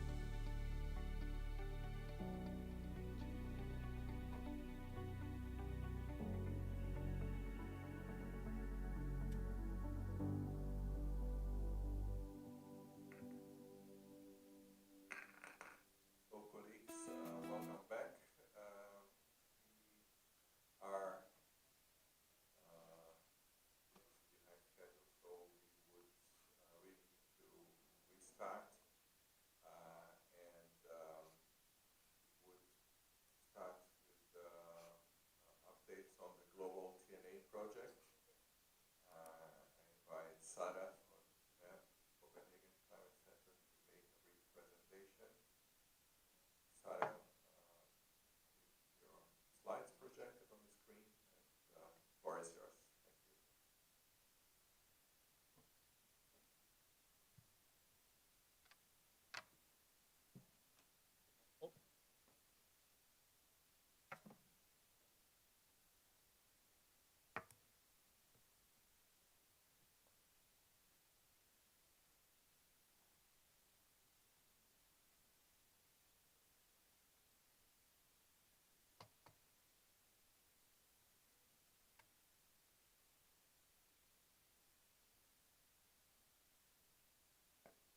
Thank you very much, and thank you very much for giving UNEP Copenhagen Climate Center the opportunity to provide an update on the JEF-funded Global Technology Needs Assessment project, which we are the executing agency for, whereas UNEP is the implementing agency.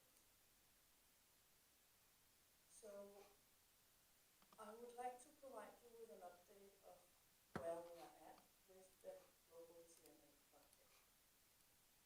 To refresh our memories, the Global TNA project started with phase 1 in 2009, and we are currently at its 5th phase, whereas 11 of the 17 countries taking part in TNA phase 5 have rejoined the project. When we speak about the different phases, this is not a continuation so that the countries would be part of a phase 1 and then continue to a phase 2, etc. But this is a different group of countries joining each time. However, as mentioned, in phase 5, we have 11 countries rejoining the project to update their technology needs assessment and technology action plans. So, to give you a status of where we are at, as mentioned, we are currently implementing the TNA phase 5, and it started about 1 year ago. And countries are at the first stages of identifying and prioritizing their technologies. At the same time, we are having an terminal evaluation undertaken of the so-called TNA phase 4, which ended in the middle of 2025. And for those of you who may not be familiar with the TNA project as such, I wanted just to give you a glimpse of how the project is implemented. So the Global TNA project is implemented through an approach where countries are capacitated to undertake and implement their technology needs assessments and related technology action plans. So this also means that it is not us at UNEP undertaking the assessment, but we capacitate countries to run the process at the national level and local levels. So this also means that for the first step of the project, which is really to identify and prioritize key technologies for both mitigation and adaptation within priority sectors, we have a first round of so-called regional capacity building workshops where we present the tools and methodologies and guidance available to countries. We support countries through our regional partners, and these regional partners provide technical assistance and backstopping along with us along the process. Then countries move to a second step, and we oftentimes don't hear much about this second step since we talk about TNAs and TAPs. But the barrier analysis and enabling framework step comes after what we call the TNA report in the first step. And the barrier analysis and enabling frameworks really look into the priority technologies and assess what are the barriers hindering transfer, diffusion, and uptake, and what are the enablers and enabling frameworks needed to create the conditions necessary to enhance implementation and uptake. Then after this second step, these measures identified are turned into what we call actions, and countries develop technology action plans, which is a programmatic approach to creating the transfer and diffusion and uptake of the priority technologies. For each of the 3 steps, we have these regional capacity building workshops. Then, in recent phases, we have introduced preparation of concept notes. So this would come in after the technology action plans. Under the TNA phase 3 and 4, countries prepared 1 concept note, and under the ongoing TNA phase 5, countries will prepare 2 concept notes after the completion of their technology action plans. Some of you may have been contacted by the evaluator who is currently undertaking the evaluation of the TNA phase 4, and this is expected to be completed after summer this year and made available on the GEF website under the TNA phase 4. So I also wanted just to share an update of recent publications that are prepared under the global TNA project. So, as I also mentioned earlier today, we have the so-called TNA step-by-step guidance, which is the main go-to document for countries undertaking the whole TNA process, from identifying sectors and technologies to barriers and enablers, and all the way to technology action plans and concept notes. Then this guidebook was updated in December 2024 in time for the so-called TNA phase 5 countries to have an updated version of the guidebook. TEC also provided inputs to the update of the TNA step-by-step guidebook, and if I don't remember wrongly, we included just transition aspects, transformational change. We integrated gender aspects into the main step-by-step guidebook. We have a separate gender guidebook, but this gave us the opportunity to integrate it into this updated main guidebook. Then last year, we were collaborating with the TEC in LEAD on this renewable energy sector guidebook, and I'll come back to that on the next slide, but this is the most recent addition to our series of sectoral guidebooks. Then we have, as a new initiative, we have under preparation a guidance for reporting on technology development and transfer in BTRs. And with this guidance, we will also prepare self-paced training modules that anyone can access through the TNA website. It will also be integrated in our capacity building workshops for countries participating in the global TNA project.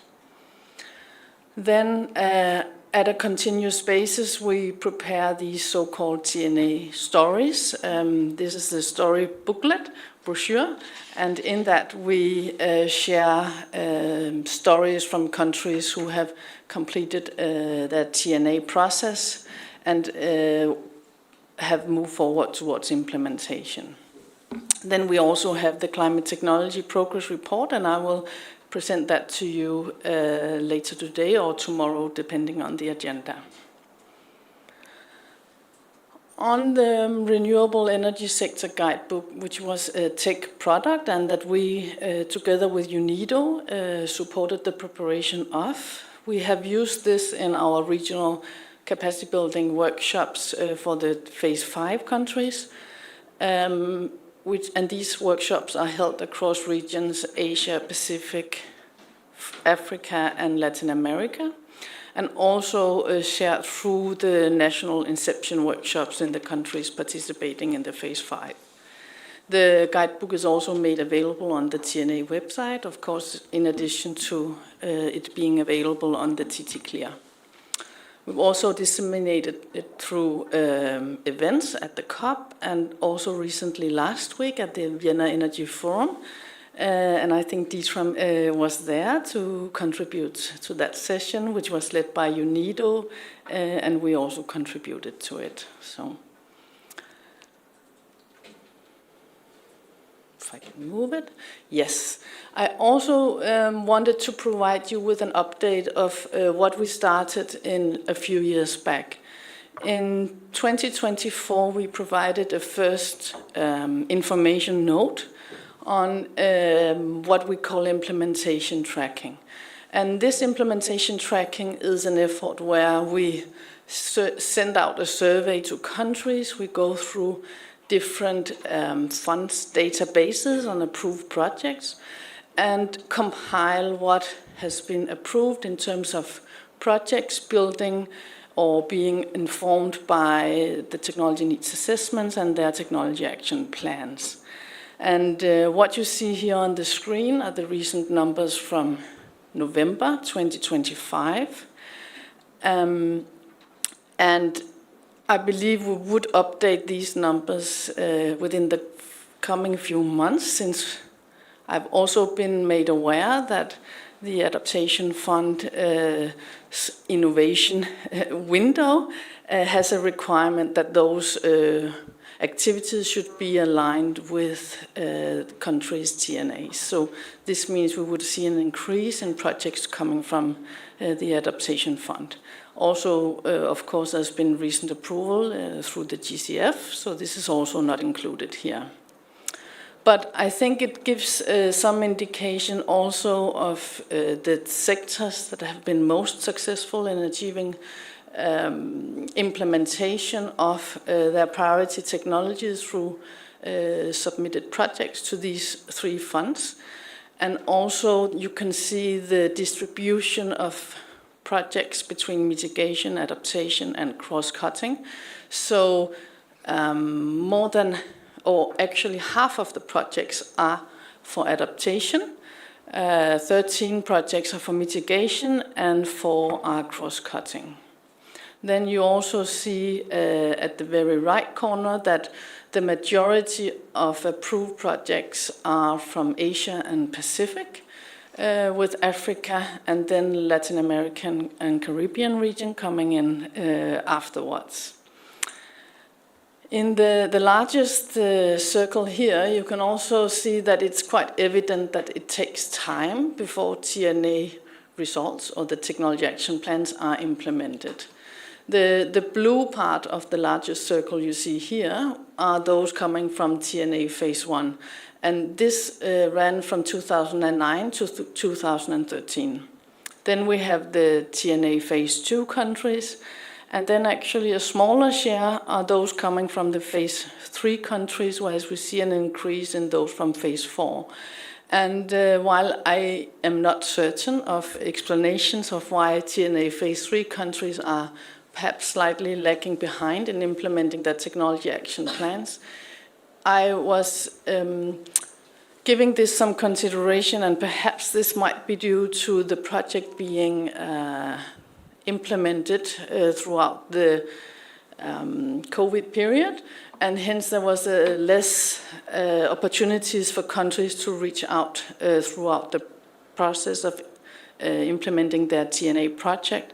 And this might require some follow-up and additional support, perhaps for those countries being part of Phase 5, who are somehow a little behind in implementing their priorities identified through the TNAs and technology action plans.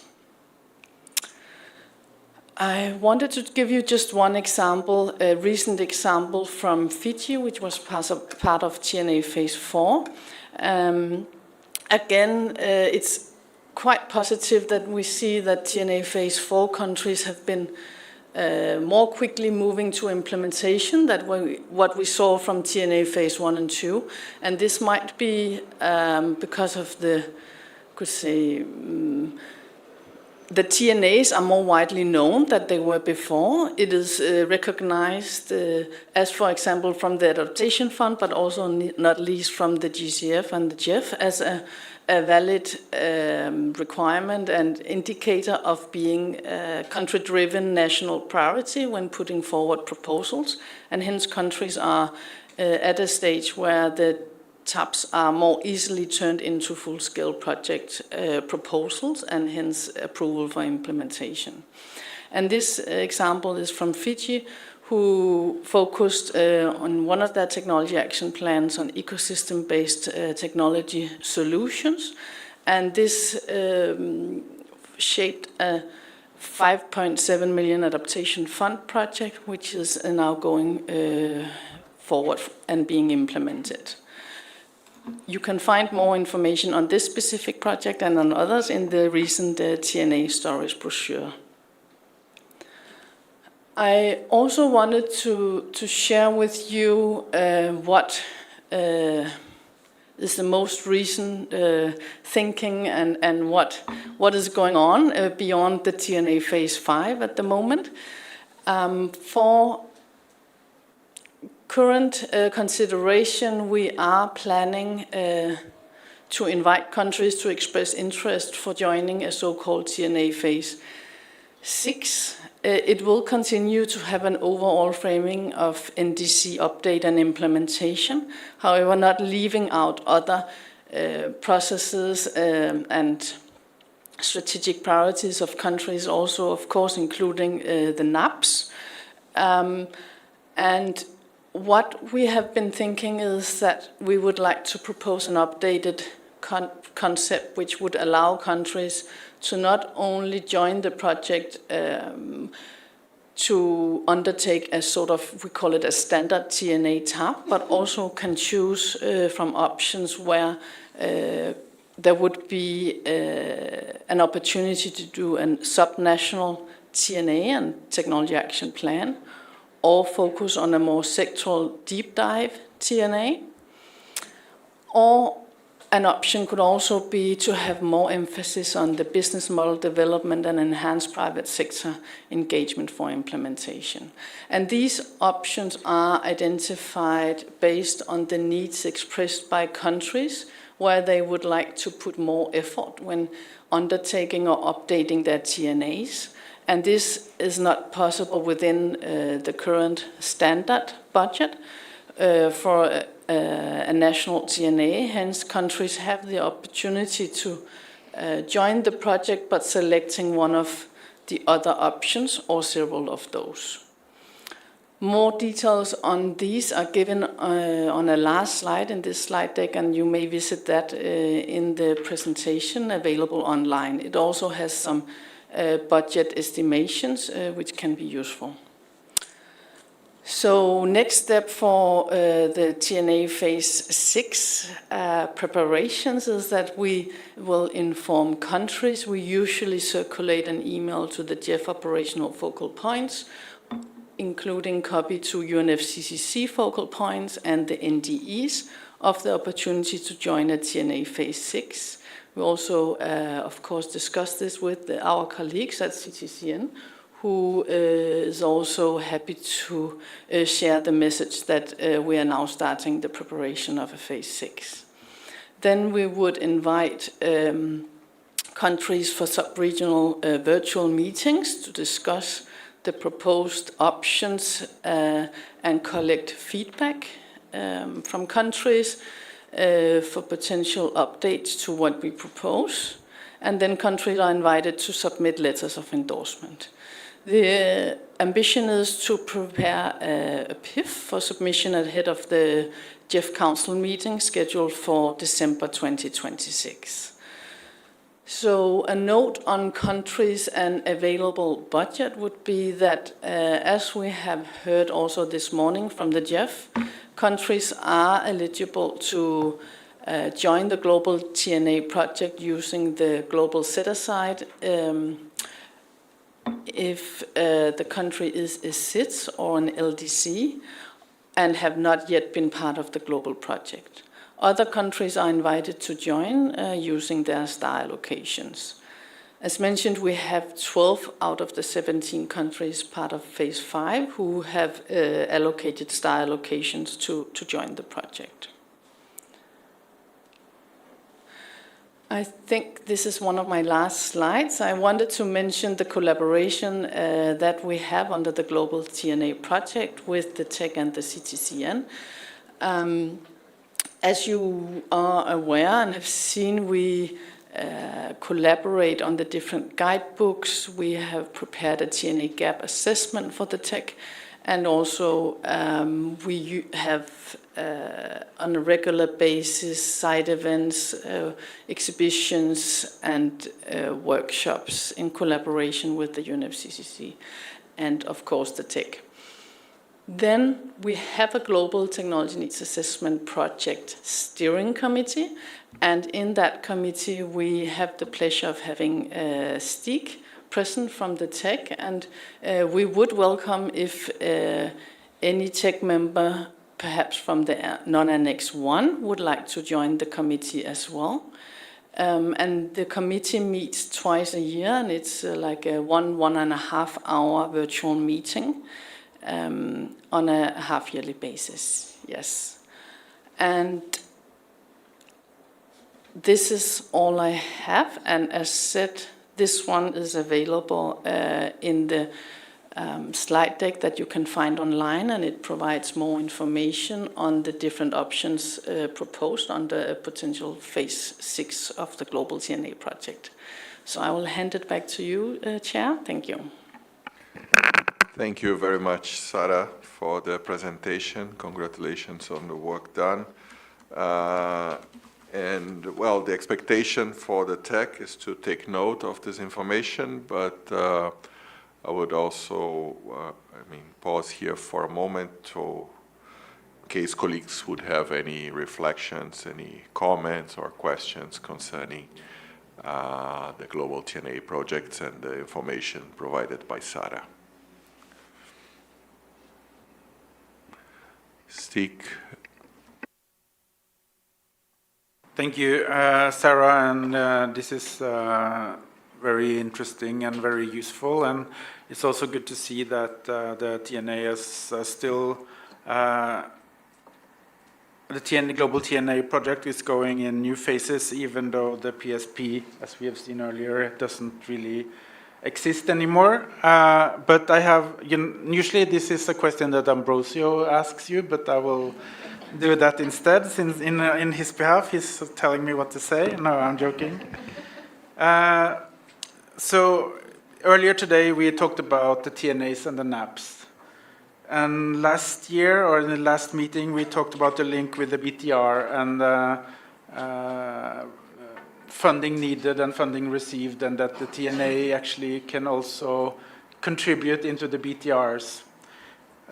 Is this now do you see this is done in a systematic way in the countries that you are working with the TNA project, that countries are using these linkages actively, or is there, or do you think that we need somehow to facilitate this going forward? Thank you.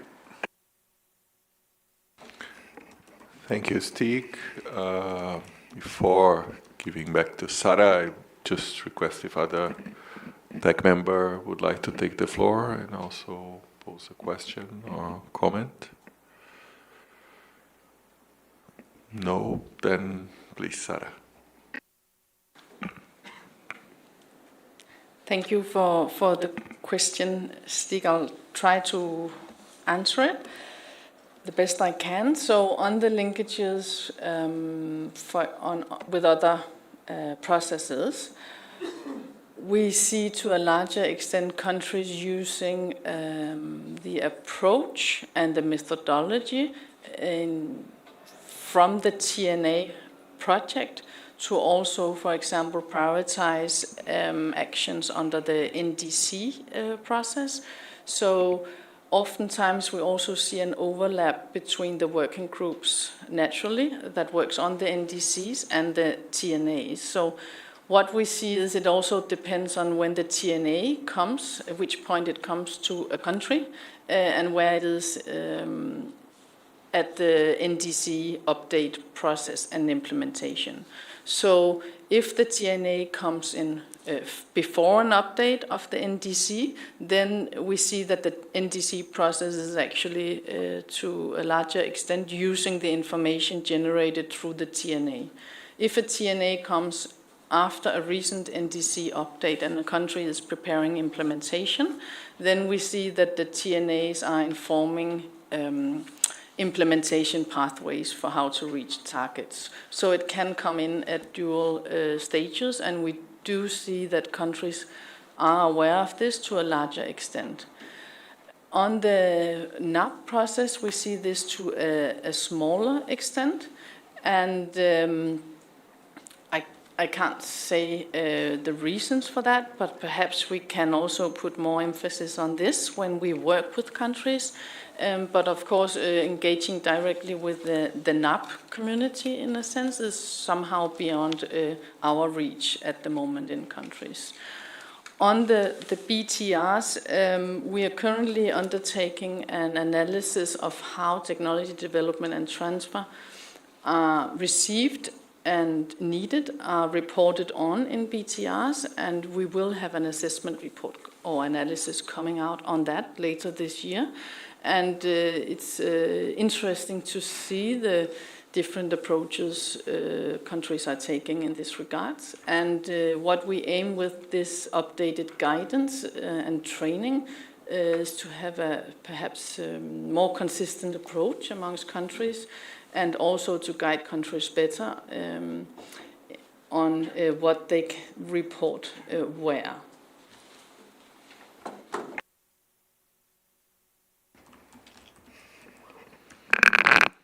So, if no further requests for the floor, I would like to thank again Sarah for the presentation.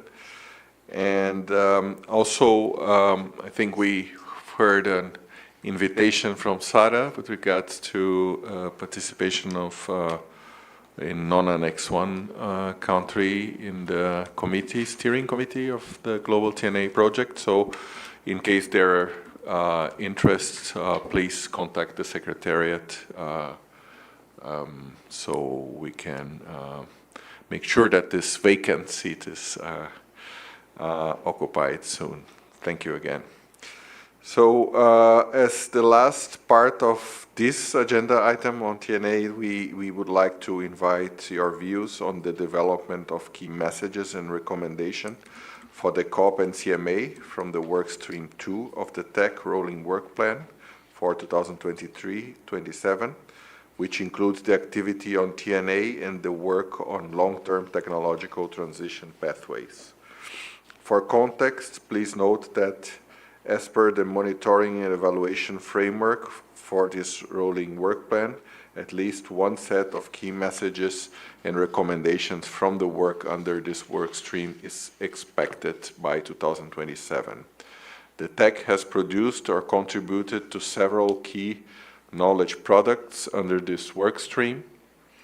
To highlight a few, this includes preliminary work on technology roadmaps conducted jointly with the CTCN, and the assessment of gaps in TNA guidance conducted jointly with the UNEP Copenhagen Climate Center, both published in 2023. An analysis of success stories of implemented TAPs and identification of key elements of success, published in 2024, as you can see here on the screen. TNA Guidebook on Renewable Energy, including aspects of just transition, published in 2025, and a practical guide on TNA support, including key messages on how developing countries can be supported to conduct or update their TNAs, as we just discussed. TNA-related issues are also covered in other work of the TEC, for example, in the context of the work on water, energy, food systems. We also just discussed that we have a knowledge product related to post-TNA, or maybe we want to avoid that, or we will rephrase that, support in the pipeline.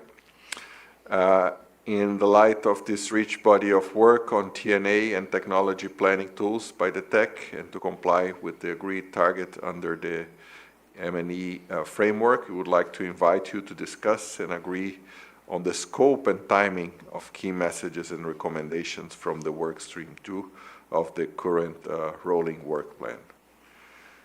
With that, I open the floor first to TEC members and then to observers to share their views.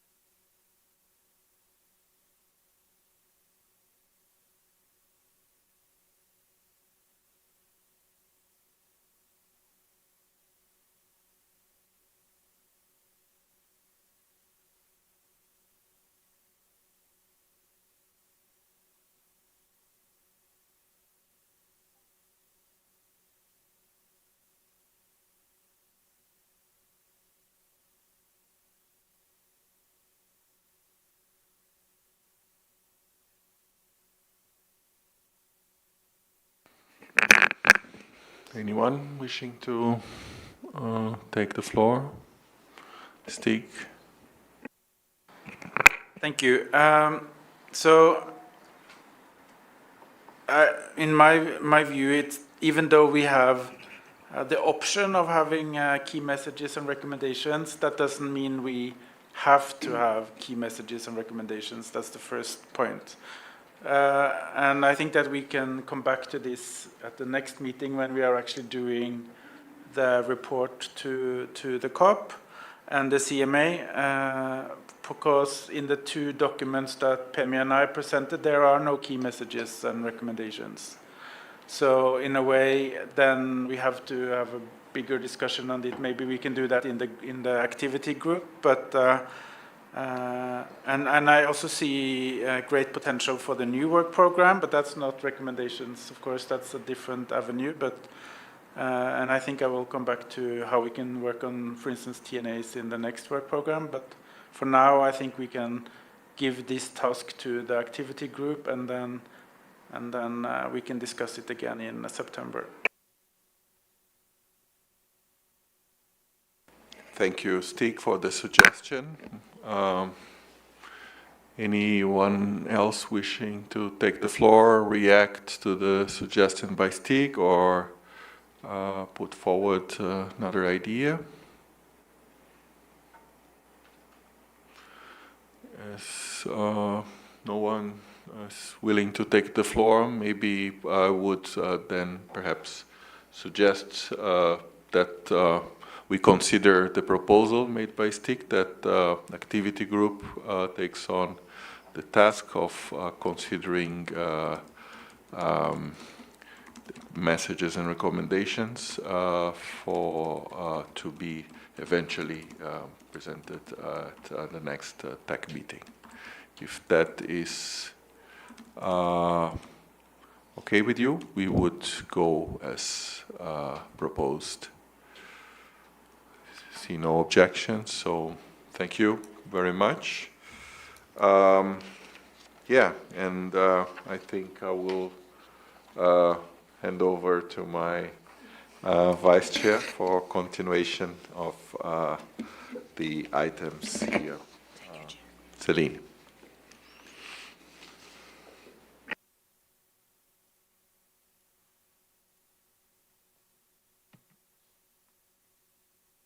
So good afternoon, colleagues.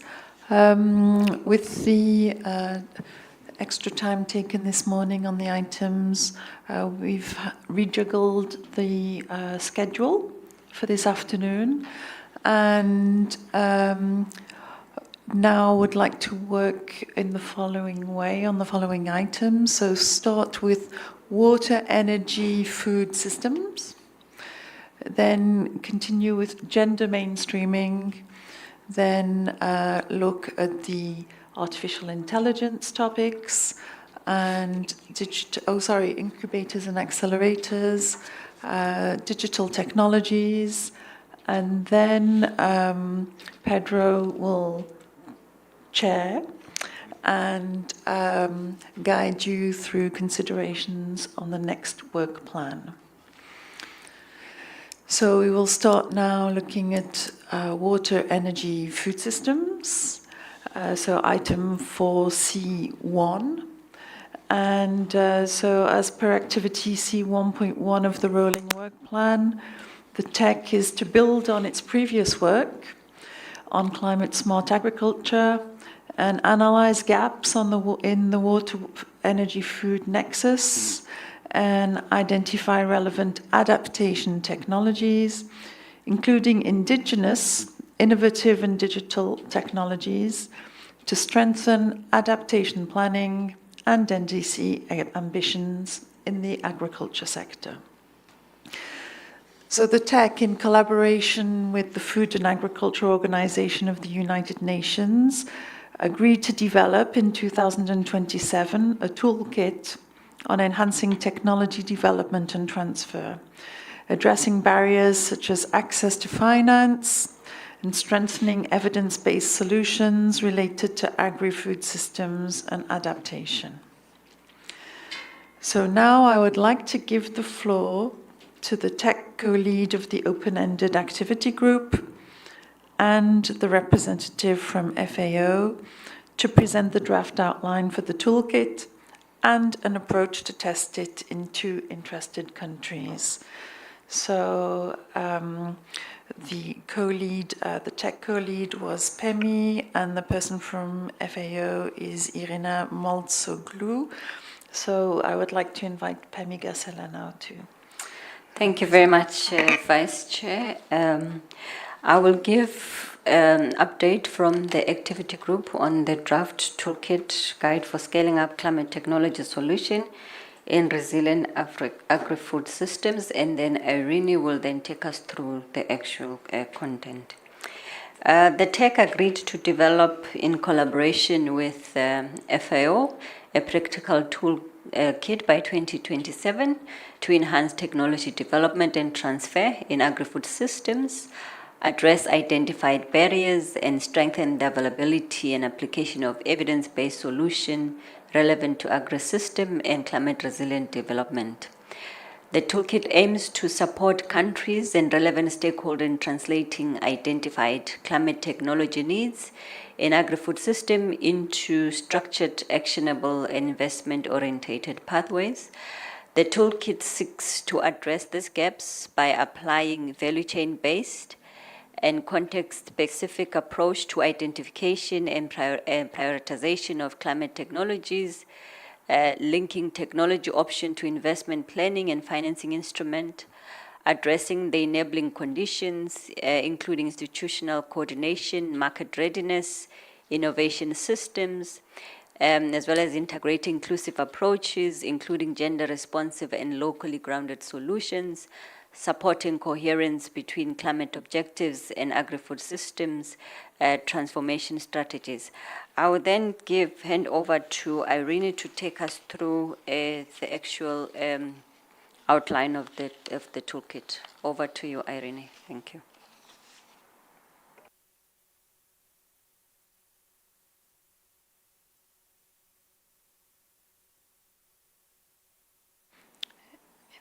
Irene, can you hear us? Yeah. Yes? Can you hear me? Yes, thank you. Please, you have the floor.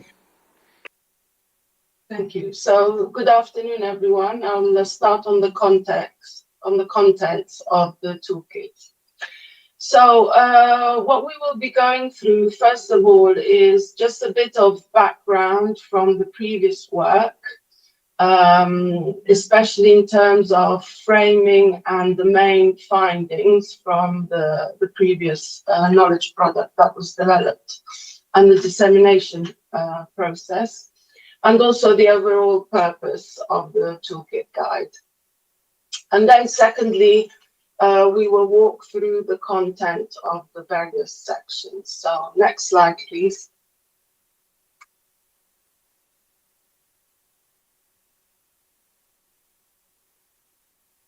So to start off with, especially because possibly around the table we don't have all the same members from the previous meetings, I wanted to recap on 3 specific elements. So first of all, what we consider in terms of agri-food systems, what they include and how they work.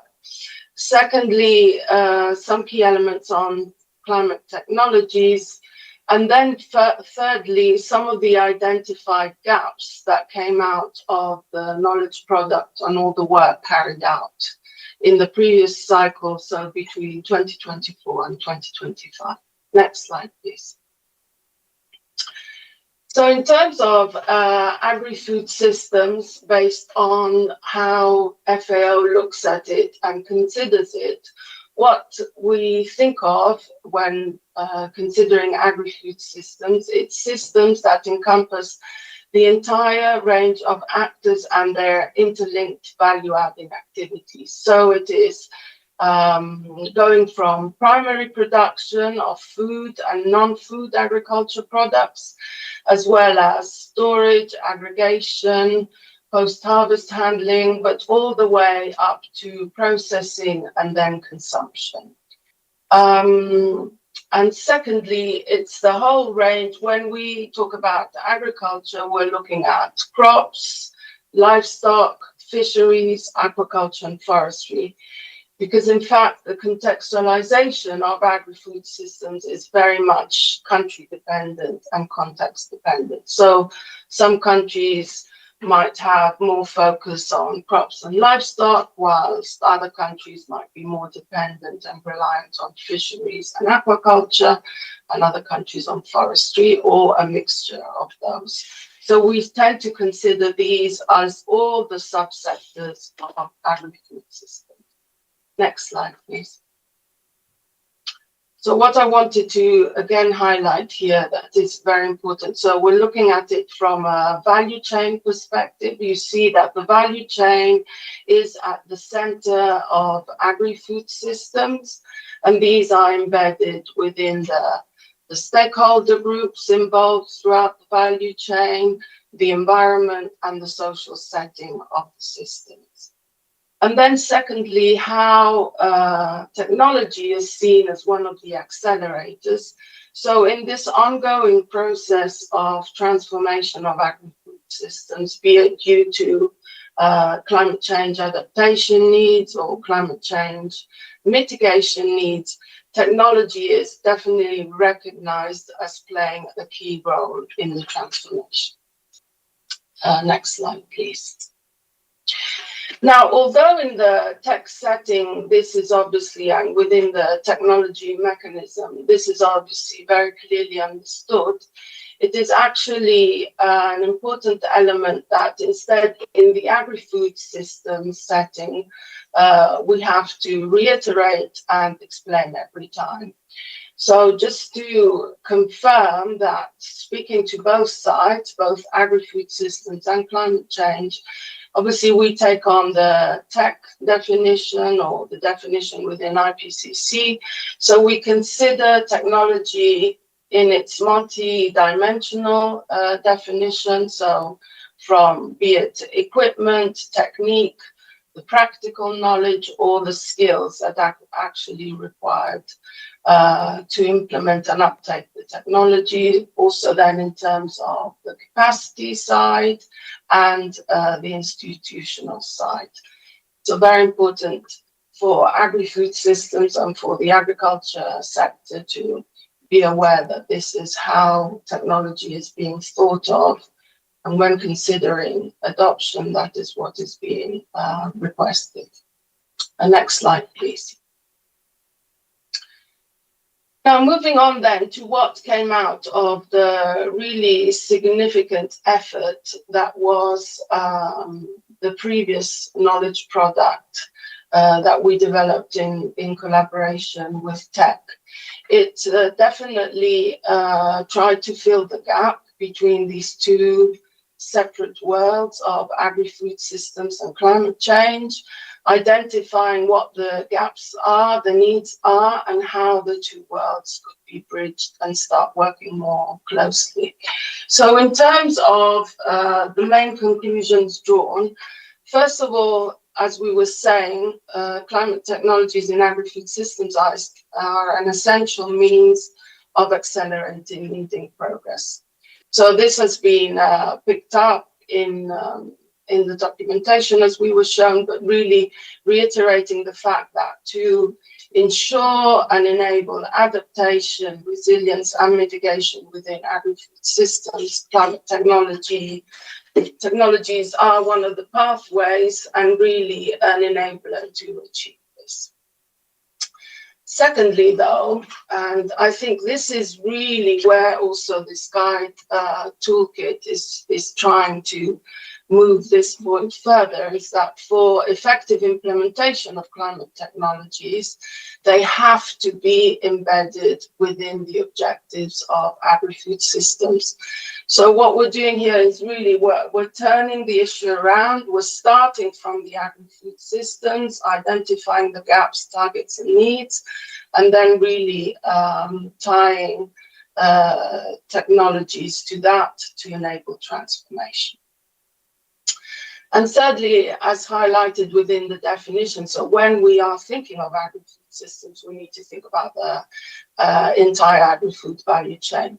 This is especially important in developing country contexts because of the needs to ensure food security and livelihood sustainability. So markets are an outlet for agri-food systems, and bringing in the value chain is a practical means of implementing that. Next slide, please. Then very much in line with the technology thinking within tech, again, highlighting the need to build capacity, and where we saw how important this work done was really to stress how capacity levels are different across countries and across the spectrum of countries that we're looking at, and that in the developing context, it's especially important that technology transfer and uptake be tied to capacity building strategies or strengthening capacity within the countries. So to ensure scaling up and effective implementation, this also has to be tied to financing and tailoring the investment to the needs, and I'll come back to this again. And finally, to conclude, so what I wanted to really stress with these slides and the different perspectives is, and this concluding point that came out of the report, and which is to really ensure that there's much closer integration across sectors. As we said in previous meetings, agriculture and the details and needs of agriculture are very well understood within that sector. Climate change objectives, be it adaptation, mitigation, resilience, again, are very clearly understood within that world. It's the two worlds that need to come closer together. Next slide, please. So, as was very much stressed in the report and in the relevant chapters, all the work done to date is an entry point and building blocks for both for the previous product and for the next product that we will now be discussing. So it builds on previous assessment methodologies and structures, but really brings it much more to the agri-food systems context and to agri-food systems value chains. And secondly, and very important for the toolkit guide, it really has to, so it would be the implementation would be very country-specific, context-specific, and I'll go into what that means. Next slide, please. So what I also wanted to stress and to show how then this will be reflected. So as you see, this is a representation of the value chain and the 5 blocks that are identified throughout the value chain. So this supports the logic and the thinking. It obviously gets very much tailored again to the country context and to the specificities of value chain. So for example, a livestock value chain would have some different aspects to a fisheries value chain and a crops value chain and so on. But as a general approach, you have the production first stage, then aggregation and storage, processing, marketing, and consumption going along the whole value chain. But what you see is that at each stage of the value chain, technology needs are identified. So this becomes then specific to the country, specific to the value chain being analyzed, the stakeholders involved, and then you would identify the needs at each stage. So at the end of the work, you would actually have a bundle of technologies and identify the specific gaps in technology needs at the specific points to then finally enable, be it processing, be it market access, be it consumption. Next slide, please. So just to sum up some of the insights from this work, and then some of the insights that have been gathered throughout the review process, especially in the GST. So what was flagged was persistent finance capacity and institutional barriers, as explained, to support uptake. But this was, again, picked up even in the GST, so very much aligned with what came out of the global stock take, in which what was highlighted was insufficient progress and call for urgent acceleration of climate action through scaled-up technology deployment, transfer, and innovation, recognizing agri-food systems as central. So even in that process of review, the need for acceleration of technology transfer and agri-food systems for adaptation, resilience, and food security was highlighted. And TIP also called for country-driven technology priorities. So to ensure that it can be tied to the context and the needs of the country. So next slide. So moving then to what all of this means, the aim here is to translate it into this short document. So I wanted to stress, first of all, the vision here is for it to be a short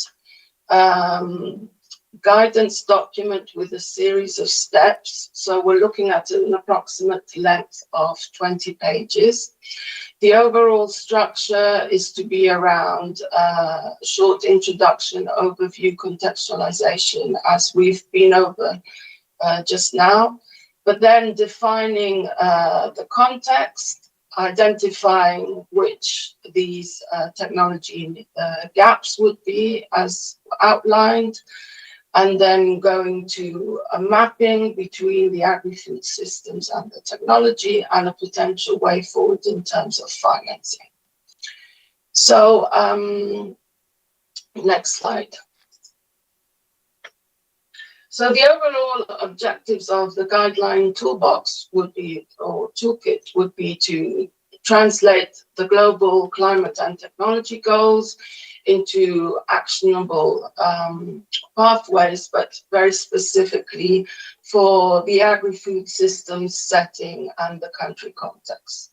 So what it provides is a structured step-by-step approach, so going from the agri-food system to the value chain, to the market, to the technology, and then to the investment envelopes. So bridging from technology to concrete implementation and financing, and ensuring that it's tailored to the national specifics of agri-food systems. Next slide, please. So as I was stressing here, the starting point is the agri-food system. It's not the technology and it's not the climate change, but it would then be embedded in there. So starting from the agri-food system context of the country, what the country would need to do is identify the key sectors that are relevant to the country context, but also it can possibly be areas that they want to transition into, or the areas that they see they need to transform. So it would identify priority products and food security constraints. And here, what I would like to stress again, that is the thinking within this toolkit, is that it's about putting the process in specific steps and highlighting and making sure that different blocks come together, but it's not about developing new analysis. So the idea here is that this would probably already be done by the country, or that it would be actors that not necessarily come together more on a routine basis, or even bringing those elements of ongoing work or of policy within the country together. And then pairing it up again with climate change This can be either targets, impacts, so obviously from an adaptation point of view, it would be adaptation needs within the country. From a mitigation point of view, it would be targets, if that is the specific focus. So it would speak to both NAPs and NDCs, but again, very much focused on the agri-food context. And then meshing in both the agriculture strategy targets and the climate policy frameworks. So next slide. This goes back to what I was explaining previously. So contextualizing it to the country would identify, for example, they might have specific interest. As I was saying in the previous tech meeting, you know, countries might want to diversify out of specific value chains, be it rice, and diversify into value chains like cashew nut, mango, as we were talking about previously, the implications of that, the needs of that, or into livestock fisheries and so forth. And really mapping out what those needs are and what that means in terms of access gaps for technologies. Next slide, please. This is then linked to market demand in the sense that there might be a market in place for the specific product that's being investigated or not. So what we also see on the ground very often, that there's a lot of discussion around technology and technology uptake, but then when you come to the value chain and the market analysis of that, there's no market. So actually, the technology push or drive is so detached from what the existent market opportunities are that then the technology would actually make no sense unless it's not paired up with some level of market engagement and market analysis. So looking at also the prices for the products and so on. And then looking into the broader stakeholder analysis and defining the priorities. So once all of this has been outlined, what we would have is a broad, a full matrix of the different options, and then this would also be mapped out into what's already been financed within the country, and looking at instead where the gaps are, but always bringing it back to the agri-food system and the technology options. Next slide, please. So yes, just to flag here that what we're considering is in the annex to have linking to all existing tools that are out there. So really the annex being a reference of all the possible tools, possible reference material. So really anything that you would like to flag to us that can go into that would be very useful resource materials. And then anything in terms of main messages, ongoing work that should be picked up on. But just to close on that, this is very much about the approach, not about doing new analysis, but really flagging the requirements within agri-food systems context. Thank you very much. Thank you, Irene. Maybe just to close off in terms of what would require from the tech meeting, we have guiding questions there that would appreciate the meeting to take note and look into. And in terms of what we would like to see is on the strategic framing and scope.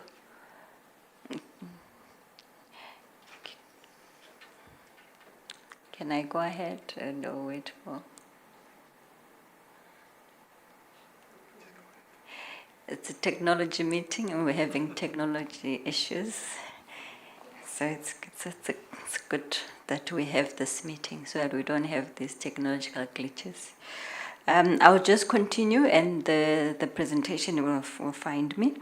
On operational clarity and value added, what we really would like to see is, are there steps that would benefit from further clarification, simplification, or consolidation? In terms of the financing and enabling conditions, I mean, as Irene had spoken to, does the investment readiness framing adequately respond to barriers identified prior to tech work? On cross-cutting consideration, agenda, youth, indigenous people knowledge, and other equity consideration appropriately reflected at this stage. So this would be something in terms of the next steps. What we would like to see is the preparation of the first draft, which would be open-ended for the activity group to consider feedback and revise the toolkit. And then we would review the toolkit, identify 2 countries, and seek feedback on practical relevance and value add. Thank you, Chair and Vice Chair. Over to you. Thank you, Pemi and Irene, for this really interesting proposal. So now I would like to open the floor to discussion from the TEC members, and we have the guiding questions on the screen. So please do feel free to address these guiding questions, and any other comments are also welcome.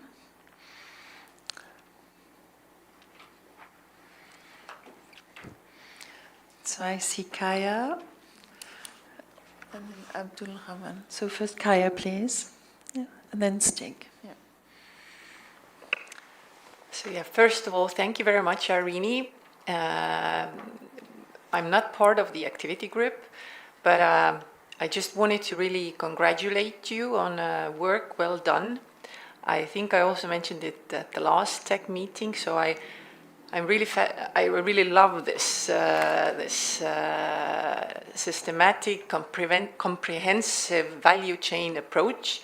It's very systematic. It takes really into account the broadly the sector. So not only focusing on small technologies or small parts of this value chain. So I would really encourage tech to take example of this work done and specifically the methodology used, that we could maybe also adopt it in other studying and analyzing other sectors, not only leaving it to the agriculture, but also looking at more broadly. So I actually don't have any input to the questions, but I just wanted to congratulate you and then really make this example explicit that we could really use it further, because it's very, very comprehensive and takes a broad picture. Thank you.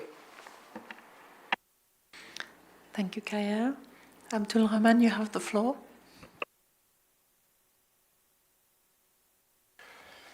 Thank you, Vice Chair.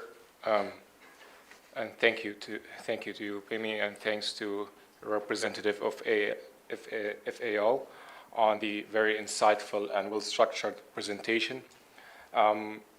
I come from a region that is very arid and lacks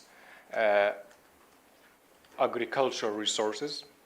The region that I come from, and that the seat that represents, is we do experience water scarcity, which has a direct impact on the agricultural system, and also which brings us to the issue of relying on imports of food, which also brings us to another competing priority, which is localizing the food production. So what we have is a competing priority here in this regard between water scarcity and the localization of food production. So on this regard, on this presentation and the outline, I would appreciate taking into account water scarcity as one key factor that increased the vulnerability under the section that shows that. Also, a question to the representative of FAO: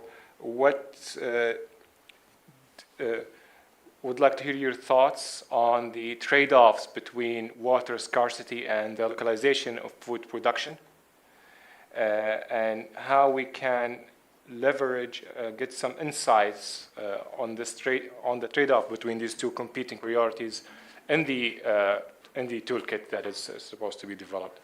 Thank you, and I'll stop here. Thank you, Abdelrahman, for that question. Next is Stig. Thank you, and thank you, Irene, for this presentation.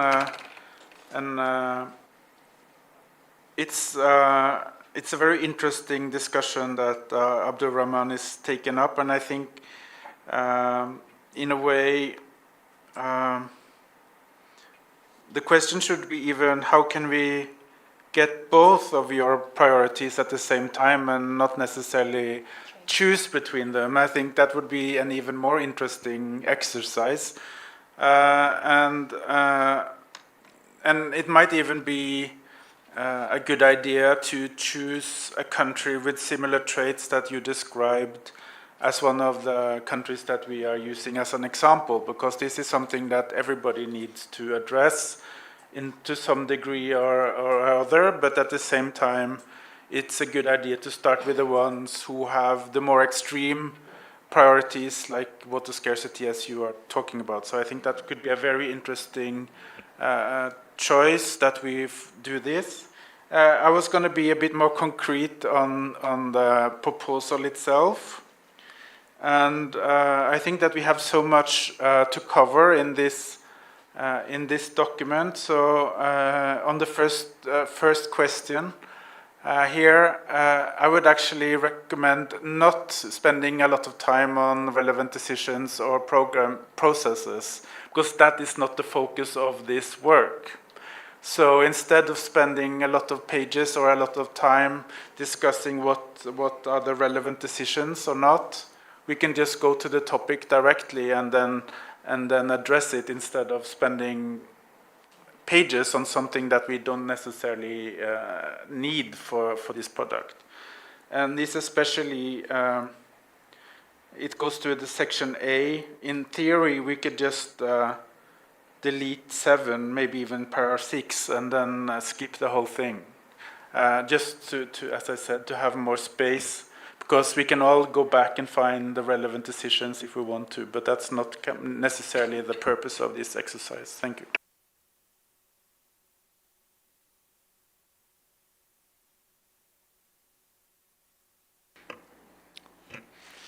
Yes, I see Sarah's flag. Sarah, you have the floor. Thank you very much, and thank you for the presentation and clarifications from the activity group. I was wondering if you could perhaps share a bit more information on who would be the target group and the audience for this toolkit.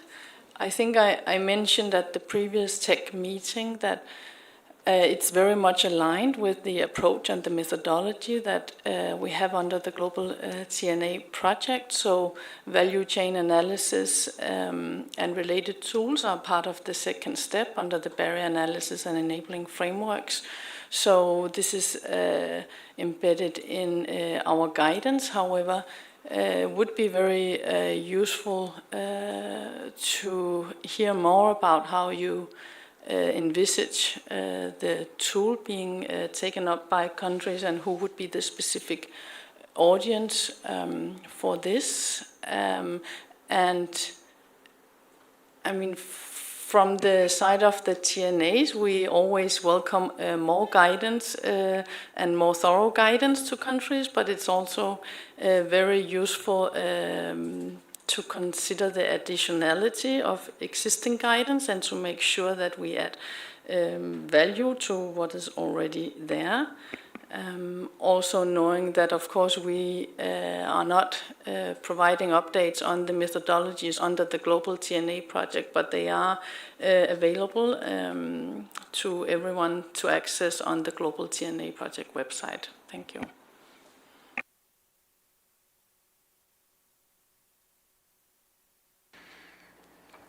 Thank you, Sarah. Kaya? Maybe just one more thing that I just remembered, that you also talked about on the slide, not really much related with that, but on the slide about capacity building. So I was thinking whether it's really related with capacity, which is how much, or is it related with capabilities, so developing capabilities, so how well you do something, or what are the skills, the competences. So maybe this is just one clarifying thing, but it's a minor thing, so we don't need to discuss it for long. Thank you.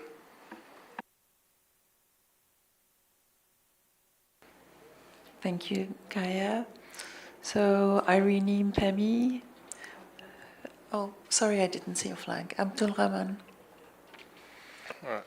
Just coming back, thank you again, Vice Chair. Just to clarify one point, yes, I agree with you, Steg. The two matters of water scarcity and food production are of equal importance, with no doubt. The point that I was making is relevant, that from a value chain perspective, a sheer focus on food production, in some cases, in a region with no water abundance, would exhaust water resources. So here is where it says competing priorities between the two things. Which one would offset the other? Given that water as a resource is not only for agriculture, it's used also for other means as well. It could be the industry, it could be the cooling, it could be a lot of other means. That is why from our region we see it as a very competing priorities. The two of equal importance, but when we look at it from a value chain perspective, there are trade-offs in that. And thank you.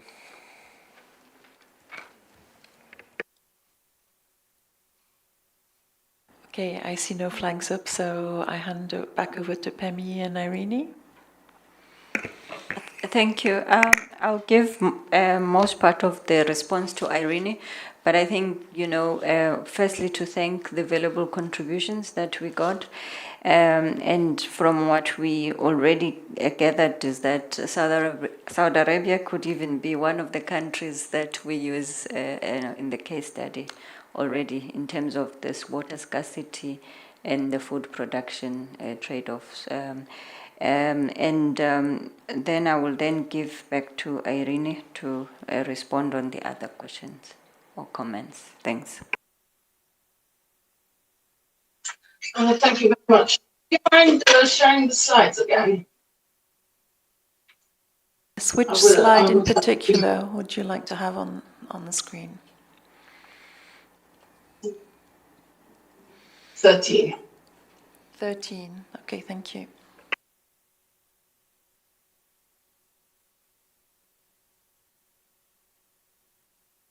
Oh, sorry, because you've got the previous slides about.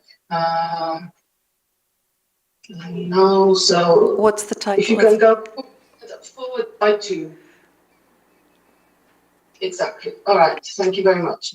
So I'll use this to try and address several of your questions that are related. So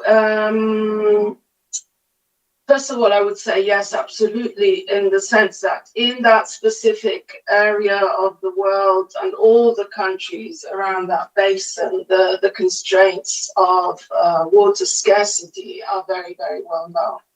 In fact, in the region, it's one of the main discussion points. So, point very well taken. And I think whenever you discuss agriculture in those countries and in the region, it's always about agriculture and water. But what I would like to stress is, first of all, when I say agri-food system context, that's exactly it. So it would be the country and the stakeholders around that would define it. So if we're looking at that specific setting, it's about how the agri-food system and how agriculture is currently working. You said that a lot of food is imported, which is generally the case, but are they looking at trying to develop some of the production locally? What are the water constraints in that respect? Are you looking at very efficient water systems? So is it hydroponics and trying to produce some of agriculture products through that way? Is it for specific scope because you want to produce some food locally, therefore possibly at higher prices? And that would all come into the discussion. Obviously, if you're looking at other areas of the world, so to take up the point, maybe looking at two very different cases, I think would also add a lot of value, but not maybe taking two extreme cases. So this would be one case in which the water food dynamics are very important, but I think it would also be very useful to look at maybe a sub-Saharan country context where also food security is paramount, the potential is large, but then technology and also energy constraints are very high. So maybe a level of spectrum and diversity in that.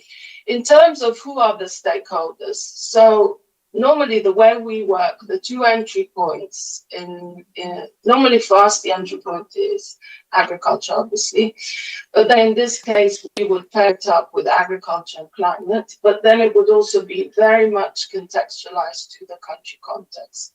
So for example, if one country has high interest and stakes in livestock and crops, livestock at times can be a different ministry, so then it would be crops and livestock and everything related to that. So for example, is livestock encroaching in specific areas, then there's issues of environmental protection, is that under forestry? So again, it always comes back to the context, to the agri-food system needs of the country, and it would then be the country driving it. But we really need that broad spectrum of interlocutors. With coming to your point about trade-offs between water and food, it's not something that we would be in a position to decide. It's with the sovereignty of the country, obviously. But what this process would try and do is really bring the various dimensions of the issue, allowing them to make a more informed and evidence-based decisions. Because then, for example, your issue about agriculture potentially absorbing all the water needs, I think that would be exactly it. So it would be looking at the water. So if from a food security point of view and independence, you might want to increase food production, that would then have knock effects on water, knock effects in terms of less water available for another sector, and what those implications are.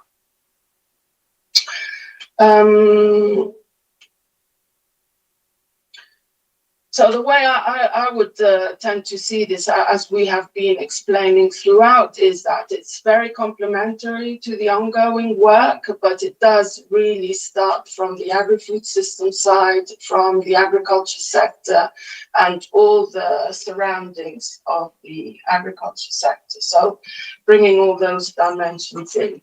So we very much agree with seeing that it adds value. I would tend to again stress that throughout everything that we've been reviewing and seeing, we do not see this level of detail on agri-food systems. We see the complementarity, adding value, but we have not seen analysis or, going to this level of detail so far. So thank you to everybody for the questions, and we agree. Thanks.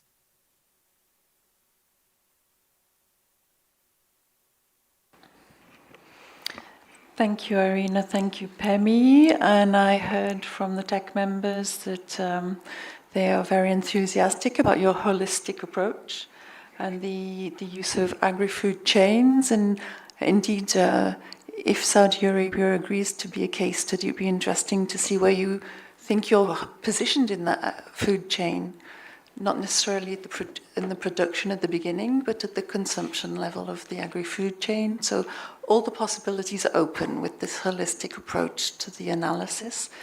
And so I think there's a lot of potential there. So thank you for the comments. Thank you to Pemi and Irene for taking notes of the comments. And sorry, Abdul Rahman. Yes, you have.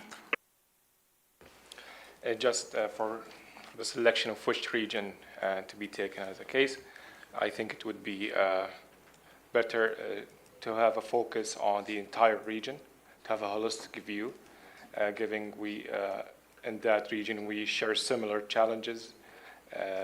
It's not only in Saudi Arabia, it's Saudi, the GCC, the Sub-Sahara area, also as she rightfully mentioned.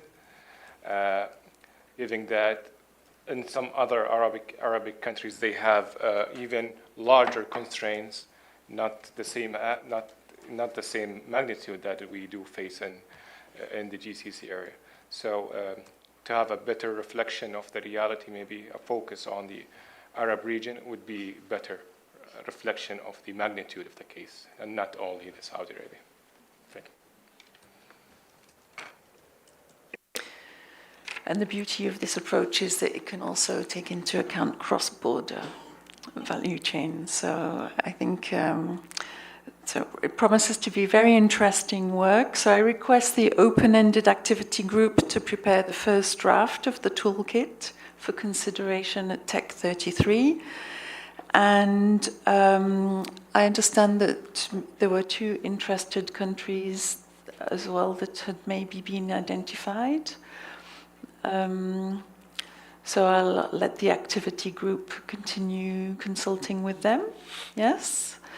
And also to consider engagement with the CTCN and the UN UNEP-CCC. So that closes that item. And now, so as I said, we've reshuffled the agenda very slightly, and we're going to go now to the item on gender mainstreaming. No? Is there a new change? No, that's correct. That's correct. Is the person who's going to speak ready? So, yes. I think I'm now employed by the Secretariat. Yeah? Okay, so we have agreement that now we will turn to agenda item 9, gender mainstreaming. So as per activity D4.1 of the rolling work plan, the TEC is to continually collaborate and engage with the UNFCCC gender team on mainstreaming gender in its work, with support from the TEC activity group on gender that includes TEC gender focal points. So today we will hear from the TEC gender focal points on latest updates and insights from mainstreaming gender in our work. And we will also hear from the UNFCCC gender team on latest developments from the intergovernmental work on gender relevant to the work of the TEC. So I would now like to hand the floor to the TEC gender focal points. So Pemi, you have the floor. Thank you very much, Vice Chair. Firstly, I would like to start by saying that Olena and I, as the gender focal points, are happy to be able to continue in our roles as gender focal points for 2026.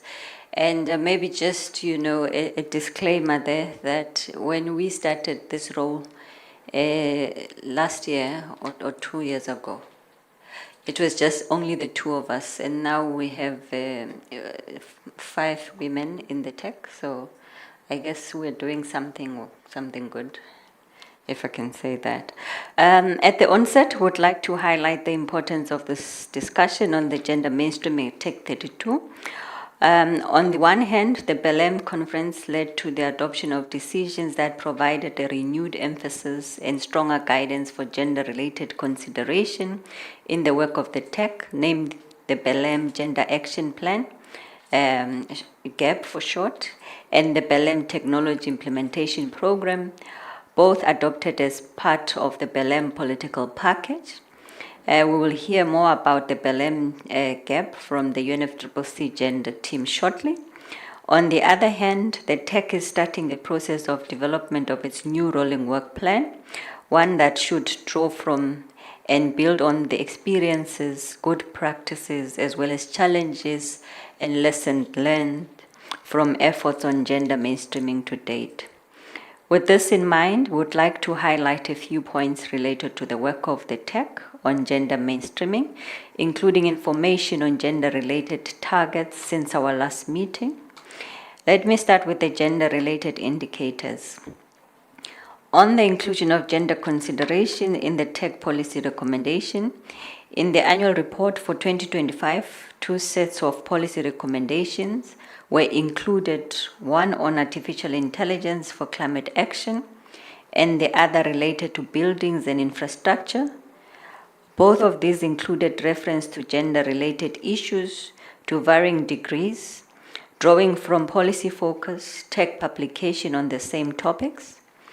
It is worth noting that gender-related consideration were also referenced in all other TEC publications last year, which includes the work on the TNA guidebook on renewable energy with aspects of just transition and practical guide related to support for the TNA process.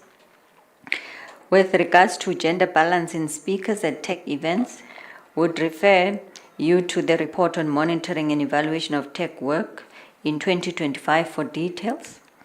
As a general observation, mainstreaming gender balance in speaker in events remains a challenge of the TEC. There are other efforts that highlight the continued commitments of the TEC to mainstreaming gender consideration in its work. For example, with support from the UNFCCC gender team, we continue the practice to include gender refresher as part of the induction process for new TEC members. Joining the committee in 2026, this is an activity that the TEC has been doing for many years now, and it highlighted under the Belém Gender Action Plan. We also continue to benefit from the expertise of women and gender constituency across all TEC activity groups under the rolling work plan for 2023-2027.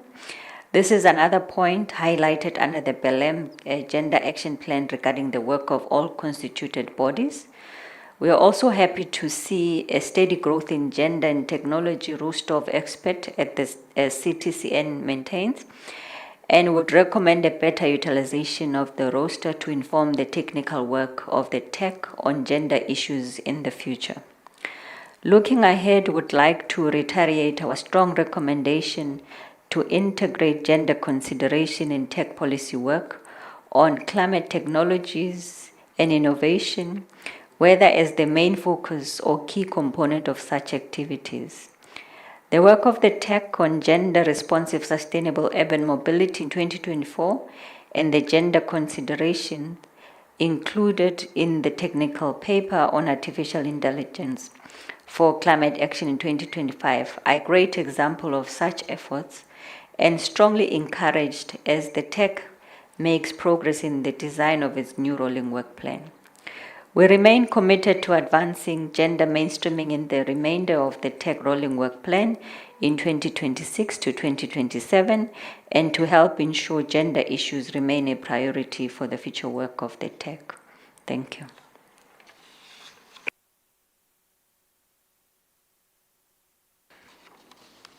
Thank you, Pemi. So we really appreciate the work of the TEC gender focal points in ensuring the committee will continually improve its efforts for gender mainstreaming in its current and future work. So the TEC is also very appreciative of the close engagement with the UNFCCC gender team, who are with us today online to share relevant updates and information on intergovernmental work related to gender and climate change that may be of relevance to TEC. So we have Fleur online with us from the UNFCCC gender team. Fleur, can you hear us?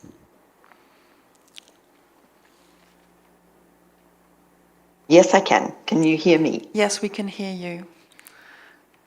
Welcome, Fleur. Thank you for joining us online today. You have the floor. Thank you very much, and thank you for the introduction and for the invitation for us to present today. Next slide. Due to recent developments, we are at a particularly exciting moment for gender and climate change in our process. As has been mentioned, we have the BLM Gender Action Plan, but before that, at COP29, parties extended the Enhanced Lima Work Programme on Gender for 10 years. Having a work program that extends for a full decade shows parties' strong commitment for advancing discussions on gender and climate in a structured and considered manner. In this decision, parties acknowledge the continuing need for gender mainstreaming through all relevant targets and goals in activities under the Convention as an important contribution to increasing effectiveness, fairness, and sustainability. At COP30, parties adopted the 9-year BLM Gender Action Plan to be implemented from now through to 2034. The BLM GAP is a launchpad for accelerated progress. It represents the shared recognition of parties and implementing partners of the role of gender equality in making climate policy and action more effective by being more inclusive, from safer participation in decision-making processes to enhanced technological solutions, innovative finance, and more comprehensive and nuanced data. Next slide. While the Lima Work Programme on Gender establishes the direction of travel for the work on gender and climate change until 2034, the BLM Gender Action Plan, or GAP, provides the details on how to do this in practice. It is designed to drive sustained long-term gender-responsive climate policy and action over the next 9 years, with a midterm review scheduled for 2029. The BLM GAP operationalizes the Lima Work Programme through 5 priority areas that had already been established by the previous work programme and GAP. These are capacity building, knowledge management and communication, priority area A, priority area B on gender balance, women's participation and leadership, priority area C on coherence across the UNFCCC process, but also more broadly across the UN system. And that includes the work of the constituted bodies. And priority area D on gender responsive implementation and means of implementation, and means of implementation here includes obviously technology. And priority area E on monitoring and reporting. The BLM GAP sets out 27 activities and 98 deliverables across these priority areas, which are designed to deliver impact at every level from local to international over those 9 years. While the BLM GAP maintains the same priority areas of work, it brings important innovations throughout these areas, both in terms of content and in the way in which the actions are structured. It brings a stronger focus on implementation through more staged, concrete and measurable activities and deliverables with the aim of increasing impact. It also significantly expands the actors identified as essential to its implementation at every level. So in that sense, it contains specific invitations to constituted bodies, and for the first time, it specifically mentions national designated entities under the CTCN and the TEC.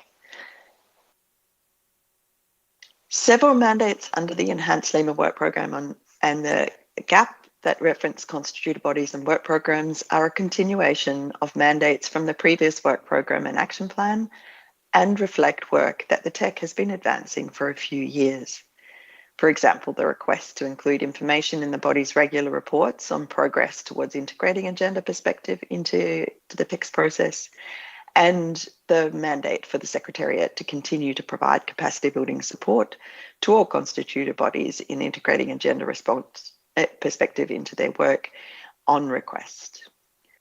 Constitutive bodies are further invited to submit views for the midterm review of the GAP and to take action to enhance the implementation of the BELEM GAP in accordance with their own mandates.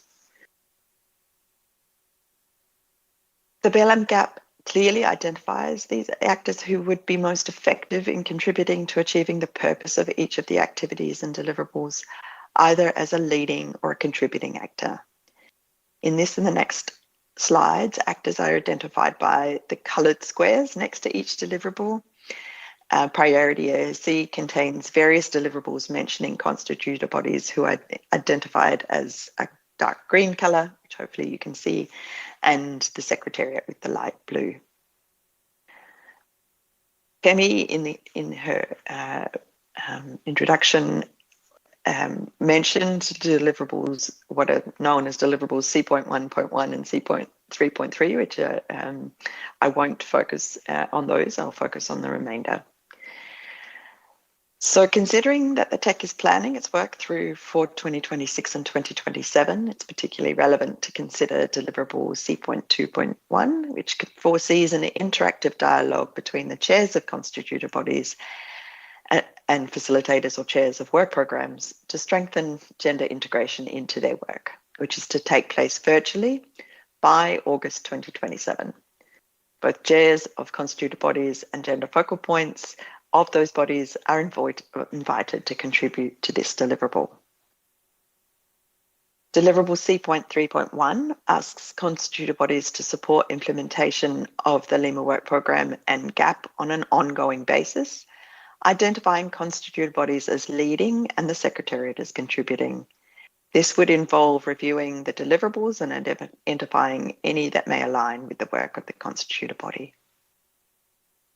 Finally, deliverable C.3.2 invites constituted bodies to consider gender-related inputs when providing submissions under other constituted body processes. This expands on a deliverable from the previous GAP, which focuses on integrating gender-related aspects into the inputs to the Standing Committee on Finance and the guidance to the operating entities of the financial mechanism. During negotiations for the new GAP, parties chose to broaden the scope beyond inputs to the SCF, expanding the language to cover inputs to any relevant constituted body or work program process wherein inputting constituted body may include gender-related aspects as part of their submission. Obviously, this remains voluntary. Each body retains the prerogative to determine where such inputs are relevant to their work. I'd be happy to come back to this point later if there are any questions, or on any of this if there are questions. Activity D.2 under the priority area of implementation and means of implementation focuses on promoting the implementation of gender-responsive technological solutions for addressing climate change. It invites parties, relevant organisations and constituted bodies on an ongoing basis to lead workshops, capacity building initiatives and webinars that enhance women's and girls' full, meaningful and equal participation and leadership in science, technology, research and development at all levels, from planning and implementation to the evaluation process. As this is an ongoing deliverable, these events and initiatives may take place at any point between now and 2034. This is an open invitation for constituted bodies, parties and relevant organisations to identify opportunities within their own priorities and work plans to organise activities with this focus, and to then ensure that this is communicated through, for example, their regular reports. In addition, particularly relevant for the near term is deliverable 2.2, which invites the national designated entities under the CTCN and the TEC to contribute to a dialogue at SB 66 in 2027 on upscaling and promoting gender responsive technological solutions. Priority Area D includes some other mandates for constituted bodies, either in a leading or contributing role relating to dialogues and other events on gender-responsive climate finance. While the invitation is open to all constituted bodies, it is up to each body to identify if and how these specific mandates may be relevant to their work considering the thematic focus. We remain available as the gender team to work collaboratively with the tech and our colleagues as you continue to advance the amazing work that the committee has been doing on gender through your structured approach. In the slide deck that the team will share with you, you will also find 2 slides regarding the key activities on gender happening during 2026, in case you are interested in learning more. And on the screen, there are some ways to stay engaged with our team. And I'll take this opportunity with my other hat on, which is that of supporting parties in the work on action for climate empowerment under the Convention and Paris Agreement. It would be remiss of me, while I have your attention, not to mention that at SB64 in June, the SBI will start the midterm review of the Glasgow Work Programme on Action for Climate Empowerment. So climate education and public awareness, training, public participation, access to information and international cooperation on all of those things, with a view to adoption of a new action plan at COP31. This is an opportunity for further engagement and to address any gaps and challenges that would benefit from international cooperation through a new ACE action plan. Looking forward to answering any questions you may have now or later on either gender or ACE. Thank you. Thank you very much, Fleur. It was a really interesting presentation of one of the other important deliverables of BELEM, the Gender Action Plan. So colleagues, our expected action for this item is to take note of the information provided. But before concluding our discussion, I would like to pause and ask if members or observers have any reflections or would like to pose any questions to the speakers.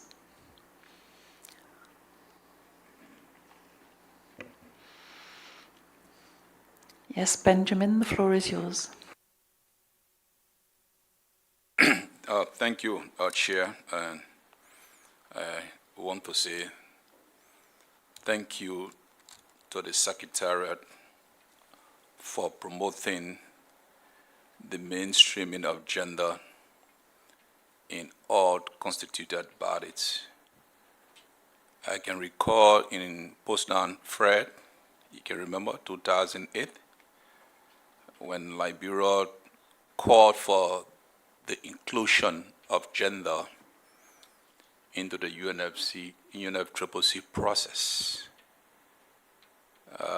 When we made that call, it was received with mixed feelings, and we maintain that climate change is affecting vulnerable groups, vulnerable societies, and women are hardly being impacted.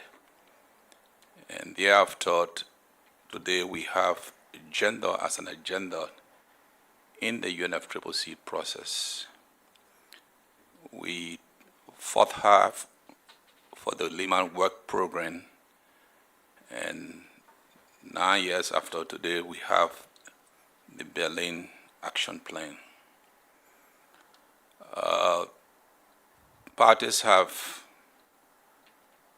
Some parties have completed a gender and climate change action plan. So what we could do is to continue to forge for a dialogue, bringing all parties on board so that these parties can have the opportunity to share their experiences in terms of mainstreaming gender at the national level. So my advice, my contribution is for us to continue to provide the relevant information in terms of how do we mainstream the issue of gender in the process, and more in particular as it relates to technology mechanism. Again, we want to say thank you to PEMI, thank you to the UNFCCC, and also to CDC, and all efforts being made in terms of mainstreaming gender into the process. Thank you.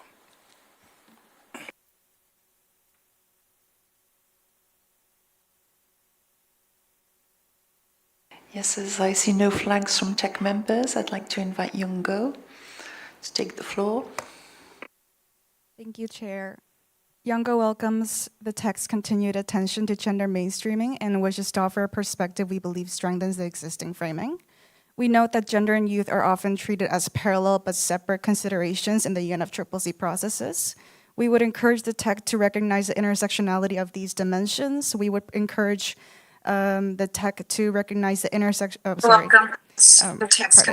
Particularly in the context of climate technology, young women and girls are disproportionately underrepresented in technology development and decision-making spaces while simultaneously bearing heightened vulnerability to climate impacts. And addressing gender in technology access therefore requires attending to age, geography, and institutional access as compounding factors, not only to representation within the tech's own processes.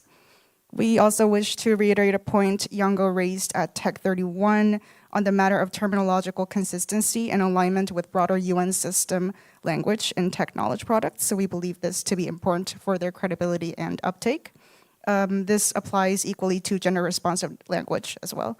Where tech publications use gender-related terminology, we encourage the committee to ensure this is consistent with established UNFCCC and UN system frameworks, including the BALEM Gender Action Plan adopted at COP30, which invites constituted bodies to integrate a gender perspective and report on it in their annual reports.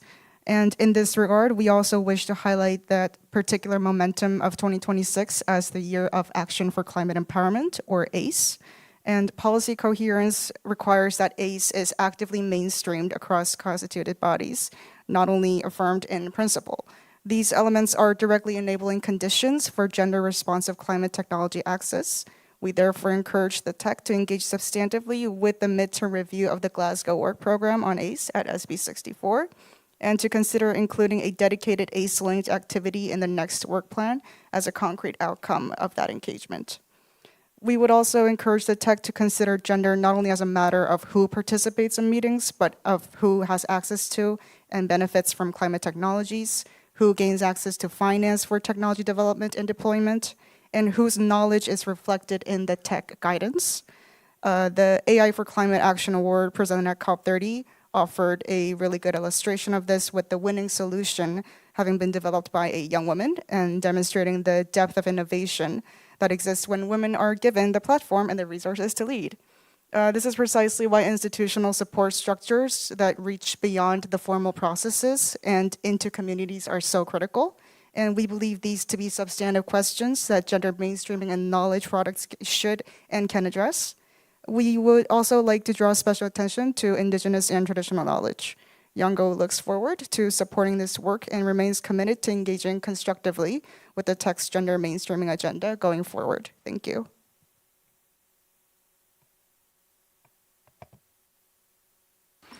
Thank you. We also have online the Women and Gender constituency. Can you hear us? Thanks, Celine. I'll take it. Hi, everyone. Kathy here from For the Life on behalf of the Women and Gender constituency. And as always, a huge thanks to the Tech and Gender Secretariat teams and Tech members, in particular, Pemi and Olena, for all your efforts since the last Tech meeting.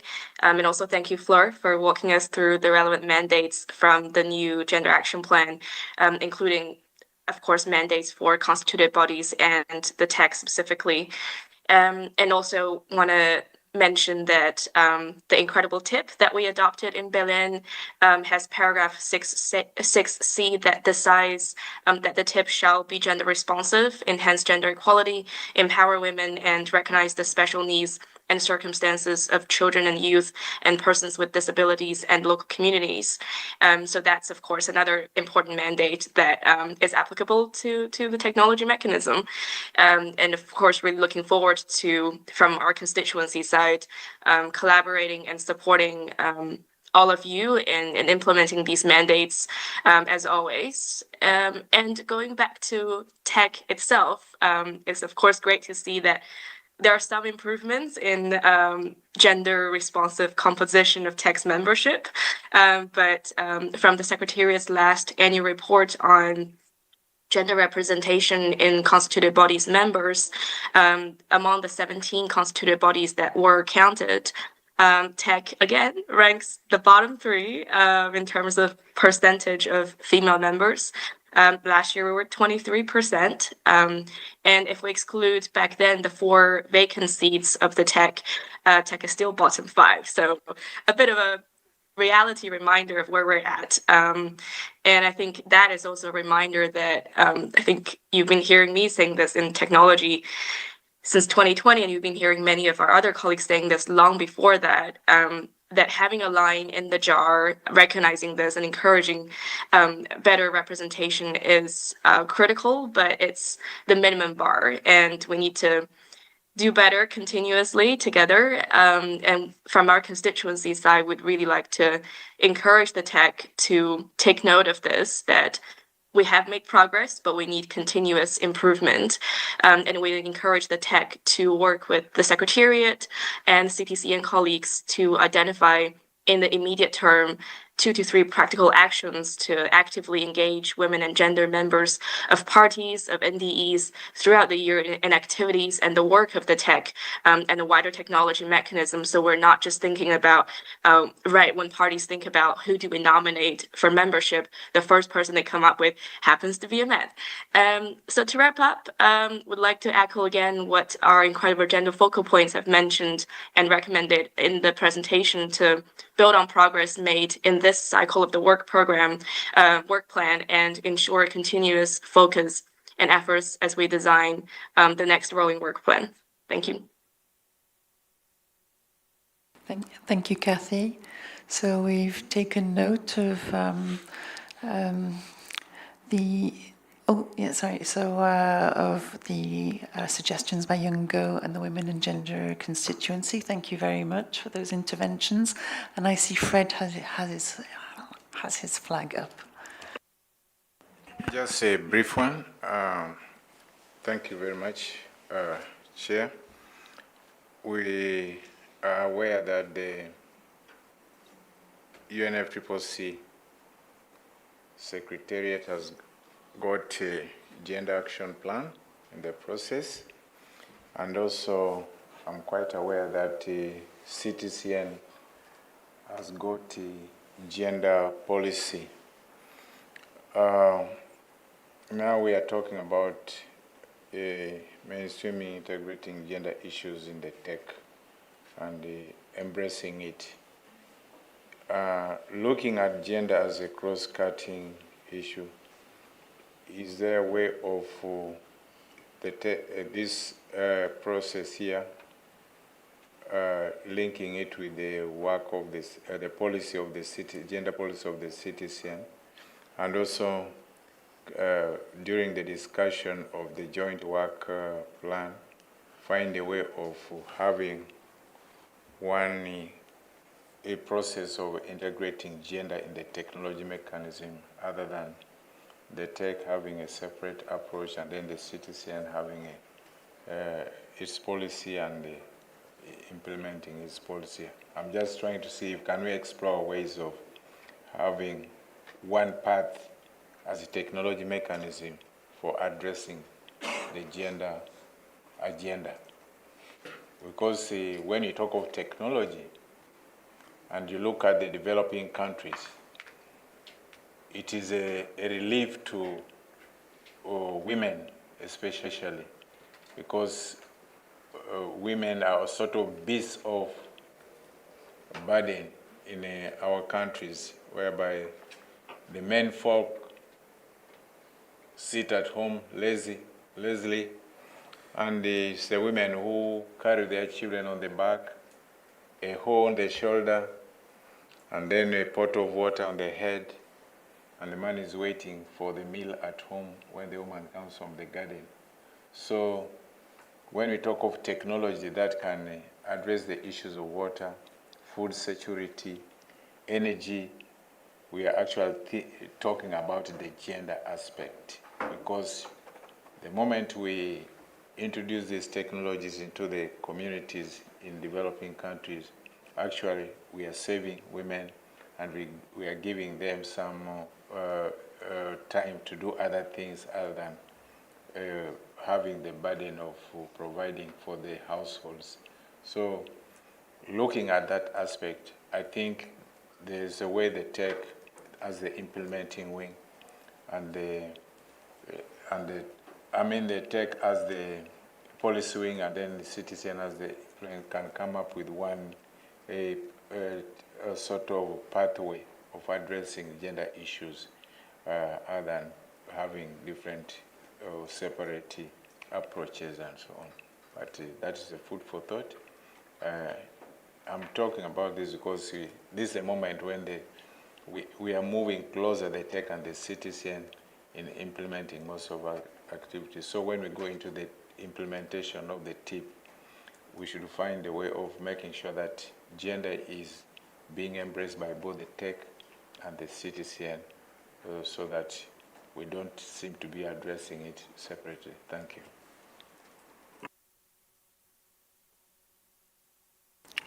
Thank you, Fred, for that very constructive proposal on how to work more efficiently. Are there any more comments or proposals from the tech members? No? So in that case, I would like to conclude this item by thanking all the speakers for the valuable information and exchanges on this matter. We have taken note of these and look forward to continued collaboration and engagement with the UNFCCC Gender Team and other stakeholders in advancing our respective and common mandates around gender mainstreaming. So colleagues, now we will move to the item on incubators and accelerators. Yes? Okay. Yes, Fred?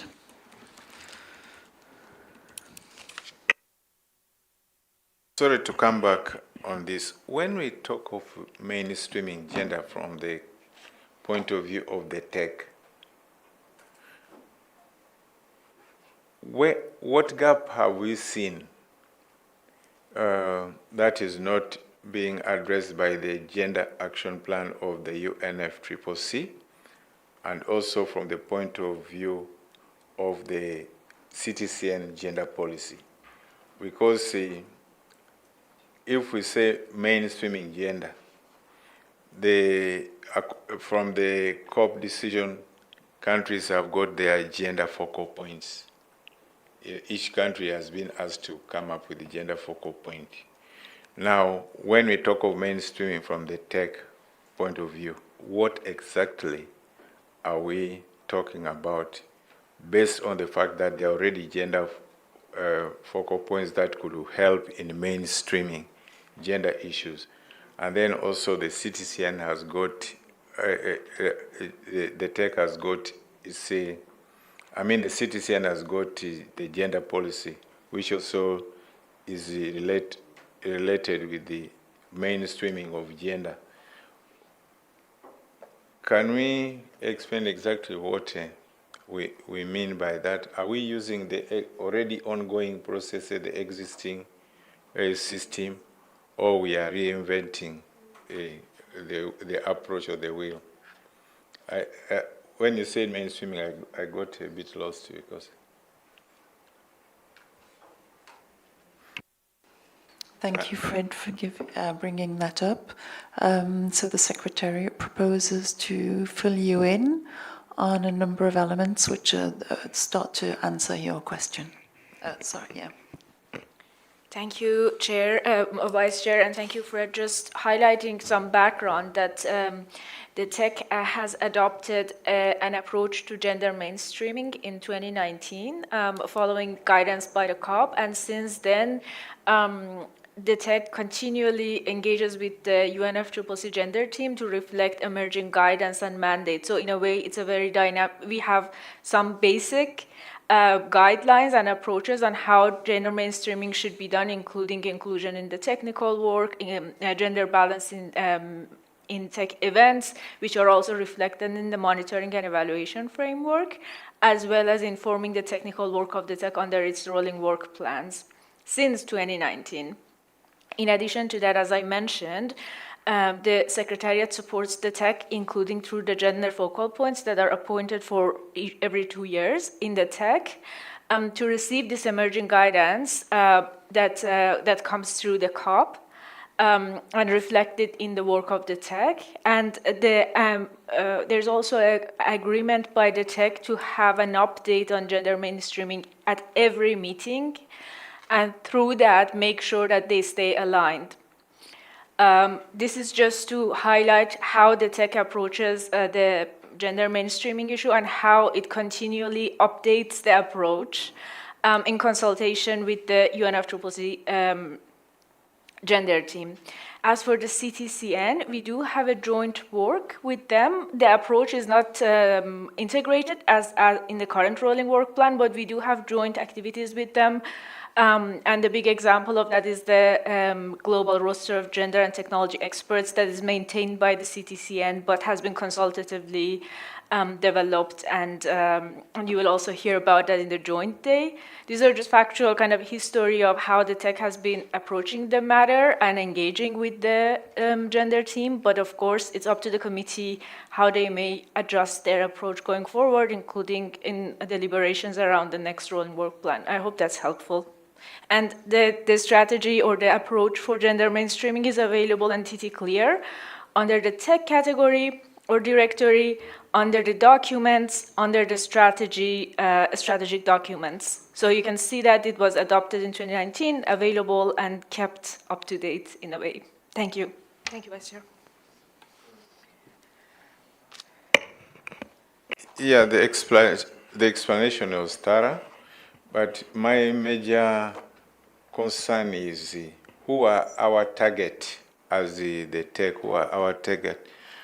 When you look at the current gender focal points, they have targets in their respective countries and so on.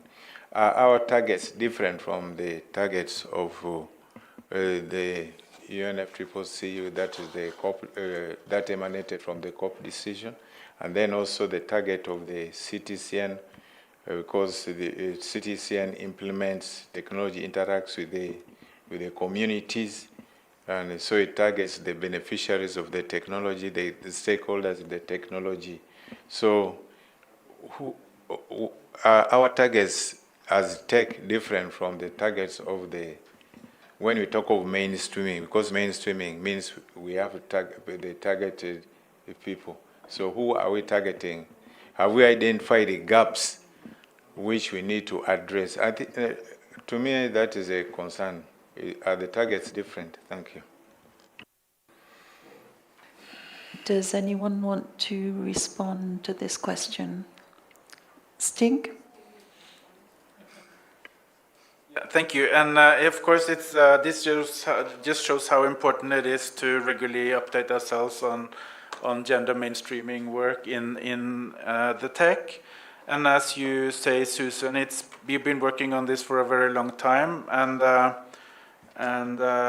you also said it, so I'm repeating what you said. We have targets, clear targets, in our M&E system. So there's where you will find the clear targets.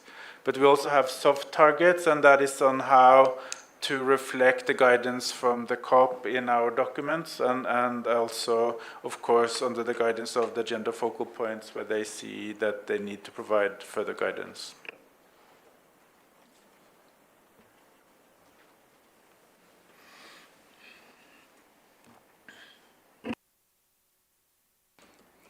I see no more flags up. So I'm concluding maybe that there's a lot of interest on this issue, and that the activity group will have grown by the end of today. I mean, there may have been volunteers before the 1500 hours deadline today to join the gender activity group. So yes, interesting conversations to be had in the coming months. And thank you again for this interesting session. And so I'm going to close it. No, Fred. Yes. This one is a simple question, because I heard from Pemi that she's happy many women have joined the group. Do they welcome men in that group? You can be the next gender focal point. I take the responsibility of the liberty of extending the deadline. If you want to volunteer to be in this activity group, please do it, even though the deadline has passed. I'm sure the Secretariat will forgive me. I hope the Secretariat will forgive me for that. And with that, I close for the second time this item and propose we now move on to item 4A3, incubators and accelerators. So as per activity A2.2 of the rolling work plan, in 2026, the TEC is to prepare a knowledge product on climate technology incubators and accelerators in developing countries in partnership with UNIDO. As you may recall, at TEC 31, the TEC considered a draft concept note for the knowledge product and provided guidance for its development, including on the selection criteria for the incubators and accelerators to be mapped and studied as part of this work. So today we will consider the draft knowledge product contained in document TEC 2026-32-6. We will also hear insights on the initial findings from the work thus far, and this information will be presented by UNIDO. Okay, we will also hear from the activity group co-leads, an overview of related efforts undertaken to date in support of this work, as well as planned next steps for further development of the knowledge product. So I would like to give the floor first to Kaya, followed by Omar Ogadim from UNIDO, who serves as expert consultant supporting this work and is joining us online today. So Kaya, the floor is yours. Thank you. Thank you very much, Vice Chair. And also thank you very much for Susan for supporting us with her expertise and knowledge on the topic as well. Yes, you can go to that's the right slide. So starting with, as per activity A 2.2, incubators and accelerators under the TEC rolling work plan for 2023-2027. So this year in 2026, the TEC is to prepare a knowledge product focusing on climate technology incubators and accelerators in developing countries, including key messages and policy recommendations. So with the guidance from the last TEC meeting, from TEC 31, including also the criteria for the selection of these incubators and accelerators to be mapped, and with support from UNIDO, we initiated the technical work after the previous TEC meeting. At COP30, with support from the Secretariat, the planned work under this activity was shared with the activity group 28 on innovation, climate, entrepreneurship, and small and micro businesses under the COP30 action agenda. With support from an expert consultant, an initial compilation of the climate technology incubators and accelerators, so a list of the accelerators and incubators, as well as the draft outline of the knowledge product was prepared, to which the activity group also provided their first feedback. To complement and refine the initial list of incubators and accelerators, and also the draft outline, we also engaged partners that had expressed interest in contributing to this work, namely GCF, FAO, CTCN, and the Activity Group 28 under the COP30 action agenda. Based on the feedback received and the selection criteria agreed by the TEC, 30 incubators and accelerators were selected for the mapping and the analysis.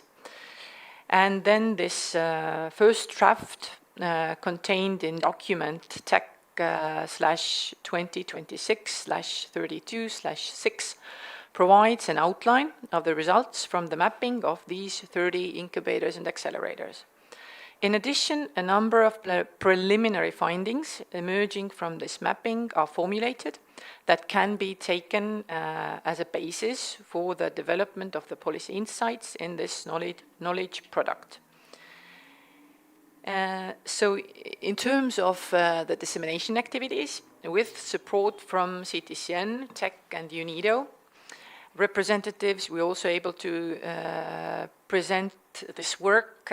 So we were able to present this work at the African NDA Forum that took place last month.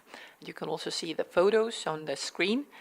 And as part of the capacity building program, a roundtable discussion was convened to gather insights on opportunities and challenges for integrating incubators and accelerators in national climate planning and programming in Africa. Insights from this discussion are also included in the preliminary findings that will be shortly presented by Omar. And now, next slide.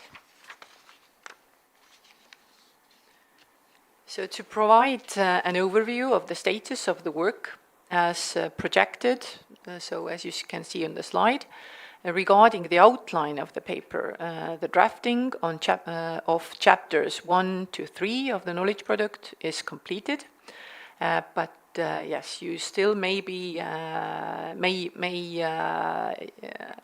give feedback, and considering this feedback, it will be refined following this meeting. Now also to form the foundation of chapters 4 and 5 related to policy insights on conducive enabling environments and financing modalities for the design and operation of climate technology incubators and accelerators in developing countries. A set of preliminary findings are articulated, which will be presented in today's discussion for consideration and further guidance by the TEC. Now going further, as of chapter 6, and to develop chapter 6 that aims to identify practical pathways for the development of funding proposal that incorporates incubators and accelerators and seeks to build effective ecosystems for startups.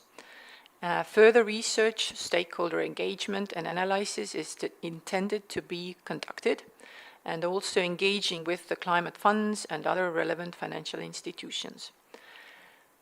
In addition, for further analysis and articulation of findings from this work, a number of interviews are planned to take place with a range of stakeholders involved in the value chain of climate technology incubators and accelerators in developing countries, including governments, donors, investors, implementation partners, and innovators. On the basis of the discussion today, so that we will have in the following minutes, and in collaboration with UNIDO, we will continue the development of the draft knowledge product with the aim to present the final draft at the next TEC meeting, including key messages and policy recommendations. And with no further delay, I am very happy to invite Omar to present the overview of the knowledge product, and after that I will also outline the proposed next steps in more detail. So Omar, the floor is yours. Thank you. Thank you, Kaida. Good afternoon, TEC members and observers. I'm pleased to present the overview of the draft knowledge product and preliminary findings. I don't see the slide. Can I have the first slide on chapter 1, please? So the slide is projected. Let us try and understand why you're not seeing it. We can see you and the slide. Okay, no problem. I will. Do you see the slide now? For the next slide. Okay, I don't see it, but I have it on my desk, so there is no problem. Okay. Okay, so the chapter 1 is focused on introduction, context, and methodology. So we have first block. Now I see it. Thank you. So the first block is focused on the background, where we build from the previous studies and works by Tech and National System of Innovation and INA, Incubator and Accelerator. So the knowledge product aims to advance the understanding of the design and operation of climate technology INA in developing countries. The second block explains the objective of this knowledge product. So it's to provide an overview of a diverse range of climate technology INA in developing countries, identify practical pathway for the development of funding proposal, and incorporate INA and seek to build effective ecosystem for startups, and to offer policy insight from the development and operation of INA, including with regard to conducive enabling environment and policy modalities. This block is focused on the scope and methodology. So it explained that this paper focuses on describing how climate technology INA functions across a range of developing country context, drawing on insight from a curated set of real-world examples. And finally, we explain also the structure of the paper. Next slide, please. Okay, the chapter 2 is focused on the definition, function, and evolution of climate technology incubators and accelerator. So we have a definition that was based on the previous work, of course. So climate technology INA are specialized actors or institutions that enable early stage innovator, researchers, and emerging ventures to advance climate-relevant technology from ideas to adoption. In developing country context, where innovation ecosystem often remains thin, fragmented, or constrained by limited access to finance, INA provide broad-ranging support to entrepreneurs, helping them to develop business know-how, market connection, and technical capacity, and providing guidance on sources and procedure for access to finance. So we have identified incubators, accelerator, and hybrid models. So we have 3 types of INA. Incubators are focused on TRL, usually focused on TRL 1 to 4, until 5 to 9. So incubators are long-term, they propose long-term programs supporting ideas, research to prototype development, and early stage business formation. They are time-bound, course-based program, 6 to 16 weeks, focus on validation, pilot preparation, investment readiness, and early commercialization. And we have an hybrid model type that combine incubation and accelerator within a single institutional structure. Hybrids are particularly important in developing countries where seen early stage pipeline and venture require continuity across multiple TRL stage. Next slide, please. Thank you. So the chapter 3 focus on the mapping that we have done on 13 incubator and accelerator. So that among the 18 INA analyzed among the INA, 18 analyzed are based in one country, 4 in Asia, 4 in Eastern Europe, 3 in Africa, 3 in Latin America, 2 in MENA region, 1 in Caribbean, and 1 in Pacific.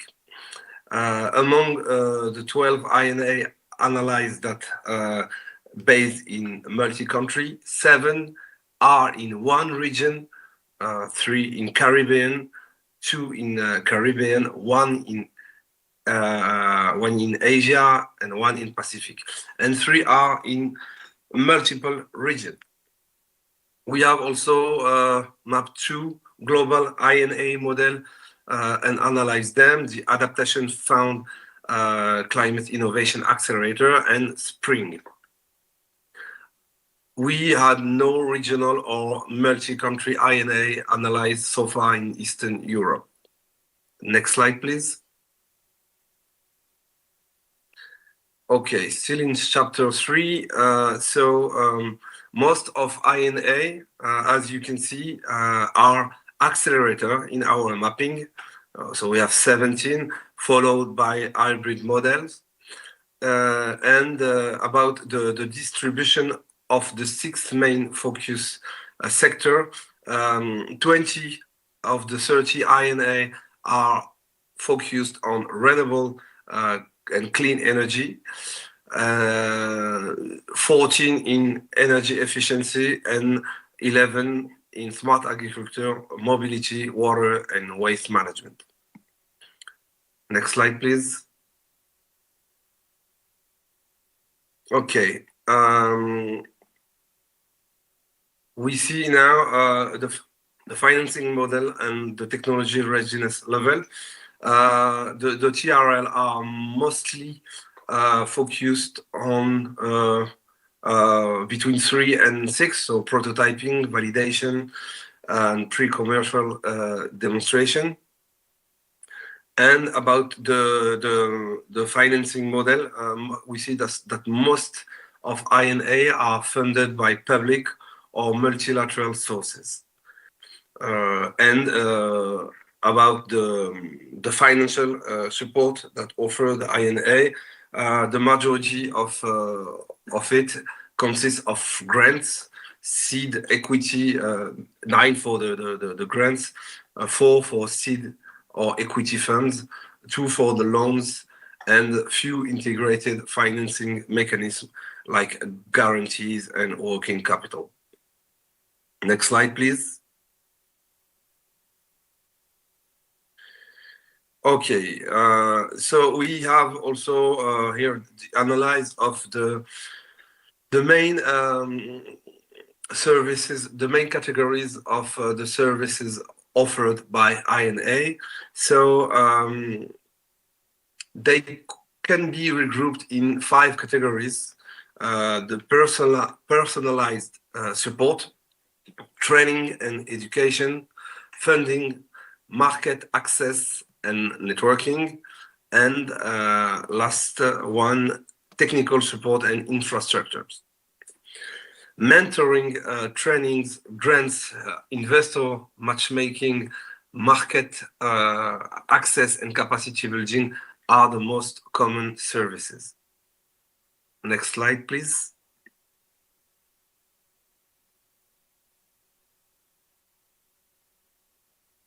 Next slide. So now we will present the preliminary findings. So we will begin with the ones on conducive enabling environment. So systemic constraints continue to limit the performance and scalability of climate technology INA, including due to fragmented national and sectoral innovation system, INA functioning as standalone project. Public-private partnerships, including through innovation hubs and center of excellence, can play an important role as connecting platform among INA, government, funders, universities, and youth.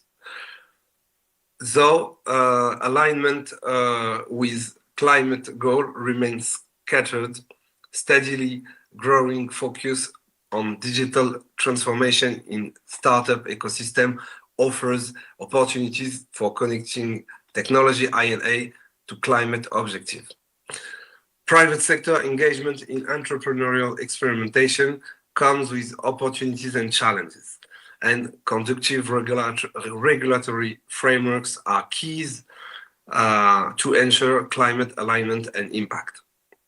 Stronger institutional orchestration and alignment with NDC, NAP, and TNA are necessary to transform fragmented entrepreneurial ecosystem into cohesive national pipelines for climate innovation and action.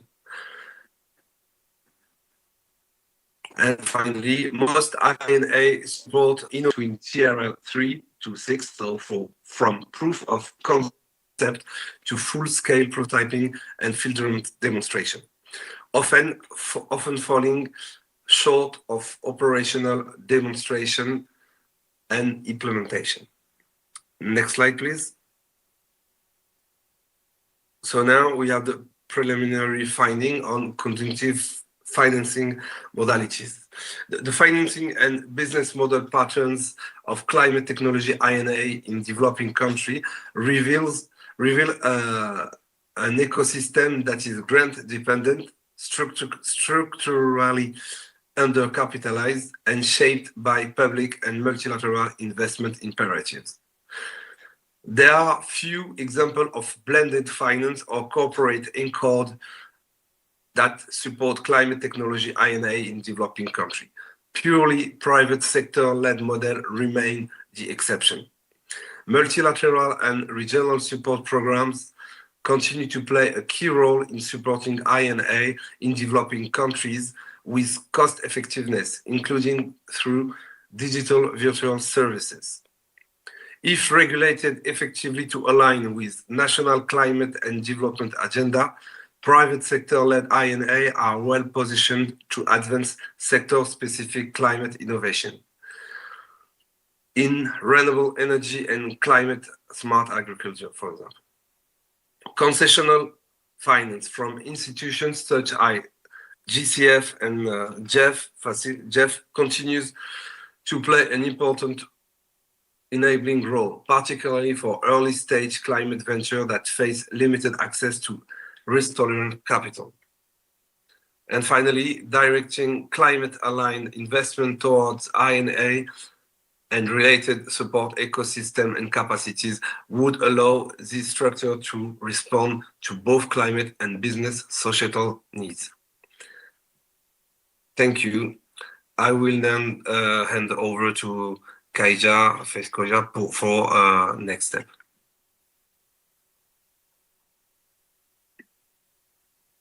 Thank you very much, Omar, for your for the presentation and for your valuable input and help with this work. So before going to the feedback section or feedback part, where we invite all TEC members and the observers to provide their feedback, I would like to briefly outline the plans for the next steps. So as you can see on the slide, to inform and enrich this process, we will focus on 3 groups of interlinked activities.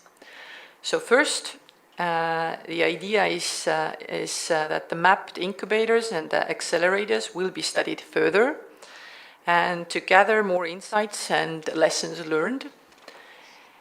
Second, the available literature and reports will be studied, as well as the portfolio of the support providers to climate technology incubators and accelerators, in order to develop policy insight on conducive enabling environments and financing modalities, to identify practical pathways for embedding incubators and accelerators into climate change projects, funding proposals. And third, further interviews and validation activities are planned to discuss and refine the policy recommendations emerging from this. So, and in addition to these 3 groups of next steps, of course, we welcome inputs and insights from interested contributors to inform and enrich this work. in the coming months. So the Secretariat can be contacted to facilitate exchanges with the activity group. And there is also the email, so if anyone is interested to contribute. Next slide. Yes, so on this slide you can find a summary of the proposed next steps, which are tentatively planned.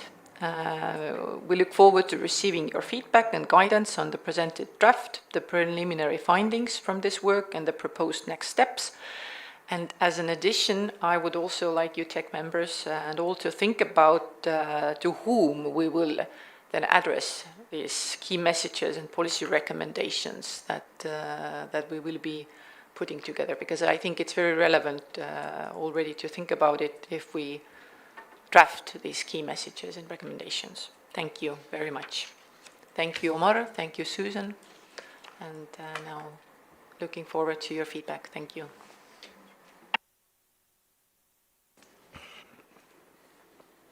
Thank you, Kaya. And thank you, Omar. So the floor is now open for the tech members for any questions.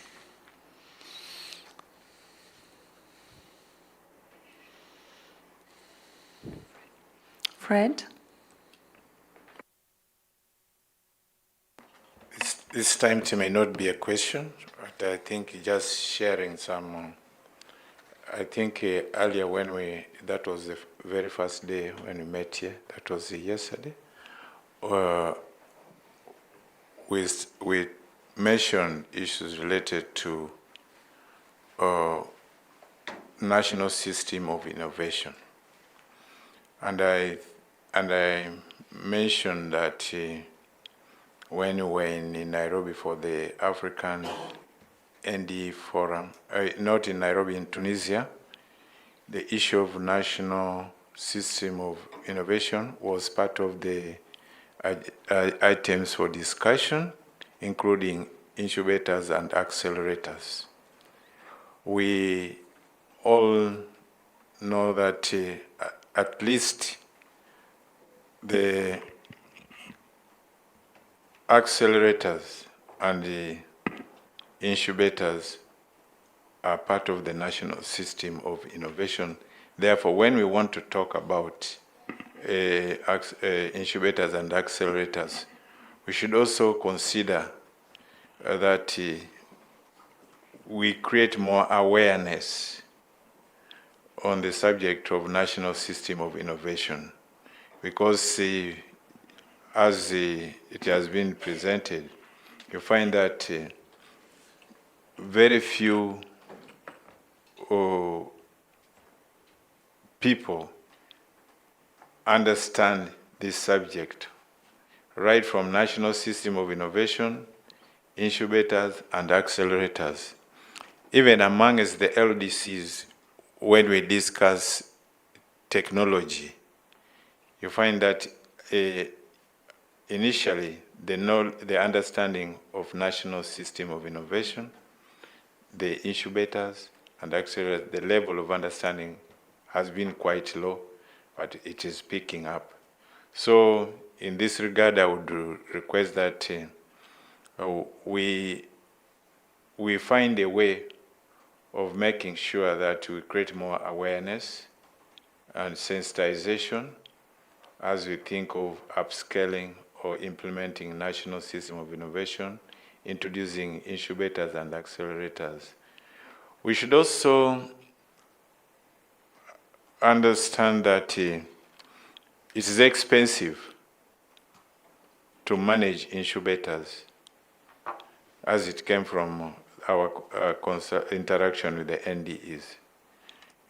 Those who have had it, they have it at institutional levels, like research institutions, the universities. They have it for a particular, let's say, college, for example, College of Food and Nutrition in Makerere University has got incubator program that supports even the private innovators, including the students who are there to advance their innovation. So it's also important to know that it's not easy to manage. It is quite expensive. And then also the technical capacity, as it was communicated to us amongst the NDEs, that they do not have the technical capacities in their respective countries. And I think the presentation showed how scattered these incubators are all over the world. So what are now the challenges that we have as the tech? I think, I don't know whether it would be asking too much, but it would be appropriate for every country to have a national system of innovation. And from there we can address the issues of incubator programs and then accelerator programs.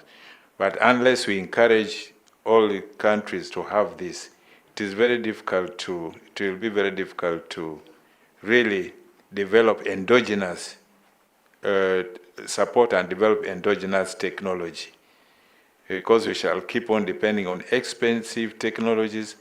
And if you look at the efforts that we have had through the CTC and the tech, we are always talking about technologies from developed countries and so on. But we also should have endogenous technology that we can own, that we can that is cheap, affordable, and it can sustain our needs and so on. Then we also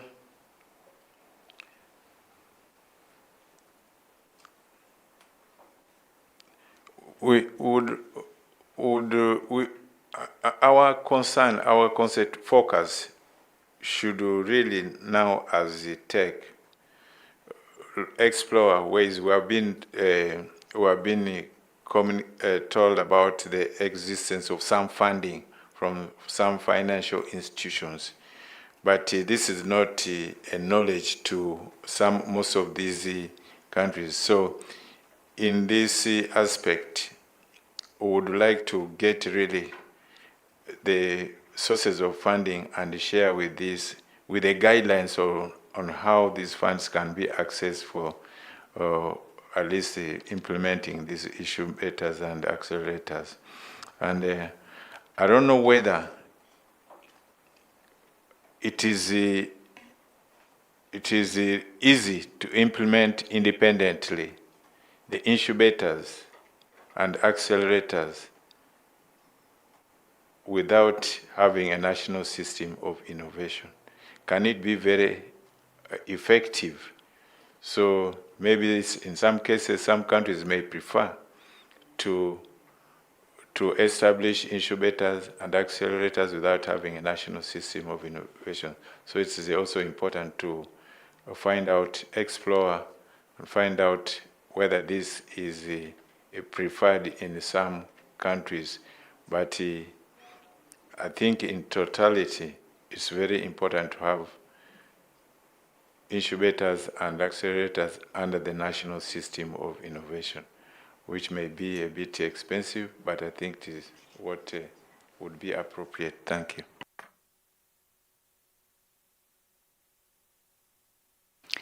Thank you, Fred. Next on our list is Abdul Rahman.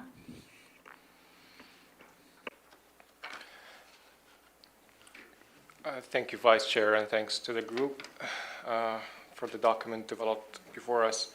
I really look forward to see how it's going to end. It's very insightful, informative, and look forward to the final outcome. Just a very minor comment on the mapping that has been done. I see there is a map that indicates what are the observed models, and one of the models is what is called a donor-backed early-stage incubation structure. And when I look at the subcomponents of that, it's basically what it speaks to bilateral development partners, multilateral organizations, public agencies, grant financing, these finance modalities are not donations. And when we say donations, it speaks to charity, but a fund that is coming from a multilateral development bank or a partner or any multilateral organization, that is not a donation. So I would ask to maybe slightly adjust the title of this model to reflect what it actually means. If maybe another model could be considered as philanthropic financing, if you want to speak to charity funding. But the subcomponents of this model, it speaks to maybe what is called, generally speaking, development finance model, public multilateral finance, and of the likes. Thank you.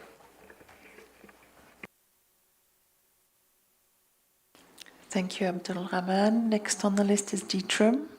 Thanks. Yeah, I just want to refer to what Fred said. So I also see the synergies between what we do under the National System of Innovations and the incubators and accelerators, which are also like referring to national systems of innovation. So I'm or suggesting that we explore these synergies, especially in the countries which were identified. So I think we're 6 countries here that we look at least that we maybe have look into that maybe some of the accelerators and accelerators can also work into this tool which we're working under the NSI. So that would be my suggestion. Yeah. Thank you, Dietram. Then I have Benjamin. Benjamin, you have the floor. Yeah, thank you, Madam Chair. We are talking about finding a solution in addressing the global climate crisis. It is all about to think globally and to act locally. And the reality for developing countries is that there is a challenge in terms of institutional framework, in terms of adequate support, in terms of governance. And this is something that we should think about. At least we have UNIDO and other implementing partners that assess the GCF, the JEF funding. If they can help us to look in, to deep dive, what are the policies that in these developing countries that has to do with national system of innovations? And if there is no policy, can it help us in terms of coming up, with a policy? And at the same time to help in terms of establishing incubators and accelerators, because it's all about working through a multilateral process to solve the climate crisis. In my country,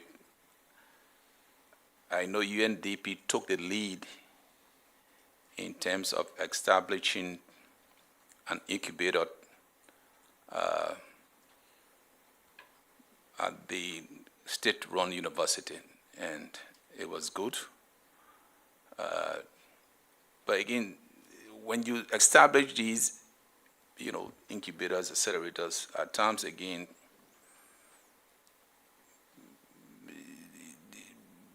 the national ownership, because when the donor funds happens to, dry out of, there's a tendency what you have established, it collapses. Then we're back to zero. So there's a need for that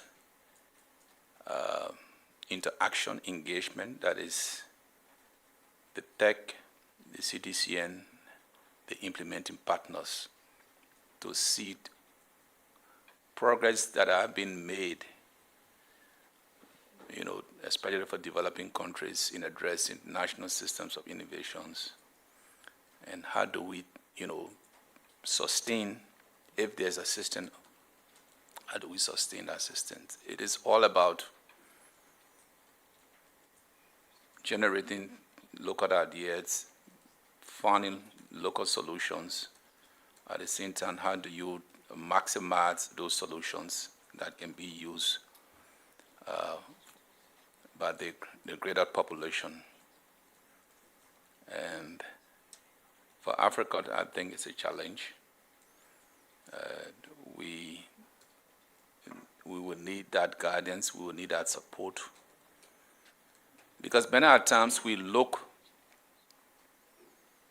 beyond the continent for assistance. And I strongly believe that many times what we are looking for, the solution is just with us. But we just need that guidance. We just need that little assistance so that we cannot continue to look far away when we know that we have major resources that can help us in solving the climate crisis, looking at our own local context. So there's a need for that engagement, that is the CTC and the implementing partners, the tech, to know where we are, how we can get there, and what are the needed things that will help us to get there. Thank you.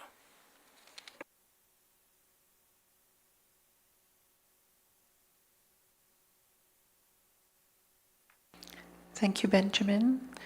And as I see no tech members requesting the floor, I'll ask Emily, please, to take the floor.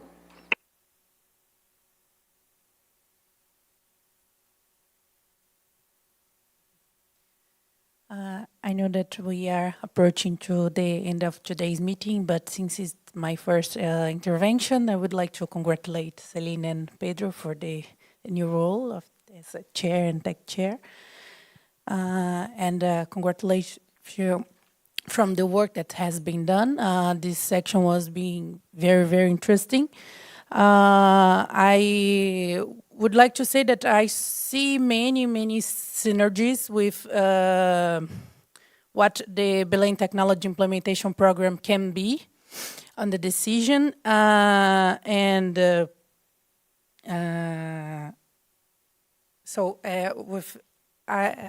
would like, I think in the recommendation sections, it would be interesting to see how this work, this tech work, could benefit from the finds, or how could the BTIP could benefit from these finds, the finds of this study, and also how to connect with the existing infrastructure, especially because, as Fred said, the infrastructure is very expensive. And it would be very interesting to see the recommendations or the messages and on how the decision that was made and the COP30 and the BTIP could benefit from this study and the next steps on how to implement the program and connect with what has been made. Thank you.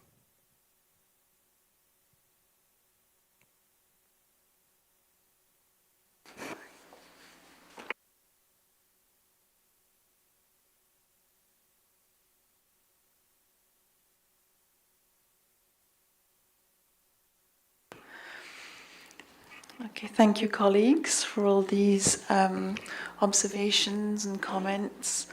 Unfortunately, in the interests of time, I am... Okay, I see Kaya. Actually, what the time constraint, and I think everyone will understand this, is that our IT colleagues have to leave at a certain hour. So it's once they leave, the meeting has to stop.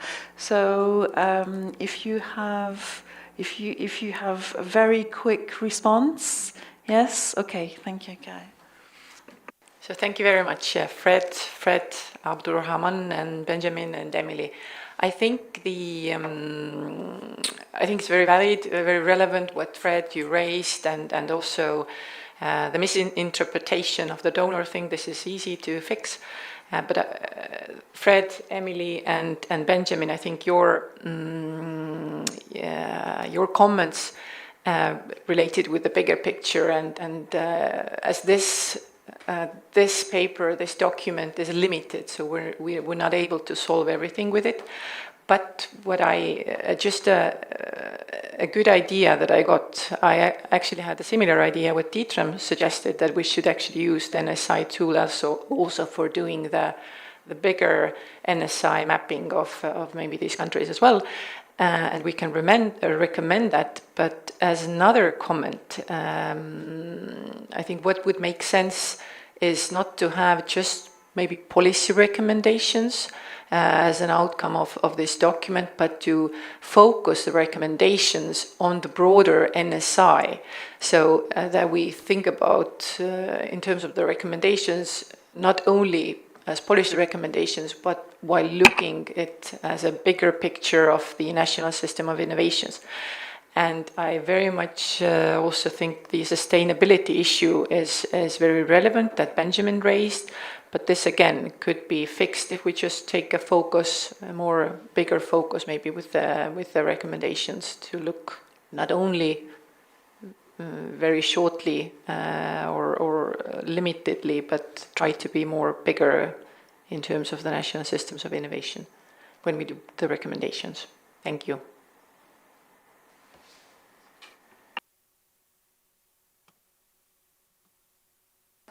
Thank you, Kaja. And thank you for being short as well. So sorry to put the pressure on time, but we have one other item to cover before we close this evening. So I would like to conclude this agenda item. So thank you very much, colleagues, for your consideration and valuable inputs. To conclude the discussions, so the TEC requests the activity group in collaboration with UNIDO to further work on the draft knowledge product on the basis of the guidance provided at this meeting, with a view to presenting the final draft, including key messages and recommendations from this work at TEC 33. Okay, thank you. So, unfortunately, we have very little time for our last item, but we have two colleagues online, and so we've chosen to keep this item for this evening. And so we're going to have to be very efficient in our discussions and presentations. So, I would like now to turn to item 4A5 of the agenda, digital technologies, artificial intelligence. So as per activity A4.1 of the rolling work plan, the TEC is to explore the role of artificial intelligence and applied machine learning as an enabler of climate solutions. So I would like to thank the Korean International Cooperation Agency for their generous support in helping advance our work on digital technologies. At TEC 31, the TEC agreed to prepare a draft policy brief based on the draft concept note and comments provided by TEC members at the meeting for consideration at TEC 32. The TEC also agreed to prepare a draft knowledge product on practical means to support AI implementation for transformative climate solutions based on the proposal and comments provided by TEC members at the meeting for consideration at TEC 32. Furthermore, The TEC requested the activity group on digital technologies to explore a contribution to the knowledge product on NDCs and digital technologies that ITU will produce in 2026 and to provide an update on this work at TEC 32. So I would like to refer TEC members to document TEC 2026/32/8, draft policy brief on opportunities, risks and challenges of AI for climate action. So I'd like now to give the floor to Ruth Schmidt, who serves as an expert consultant with the Secretariat and supported the preparation of this draft policy brief under the guidance of the TEC activity group.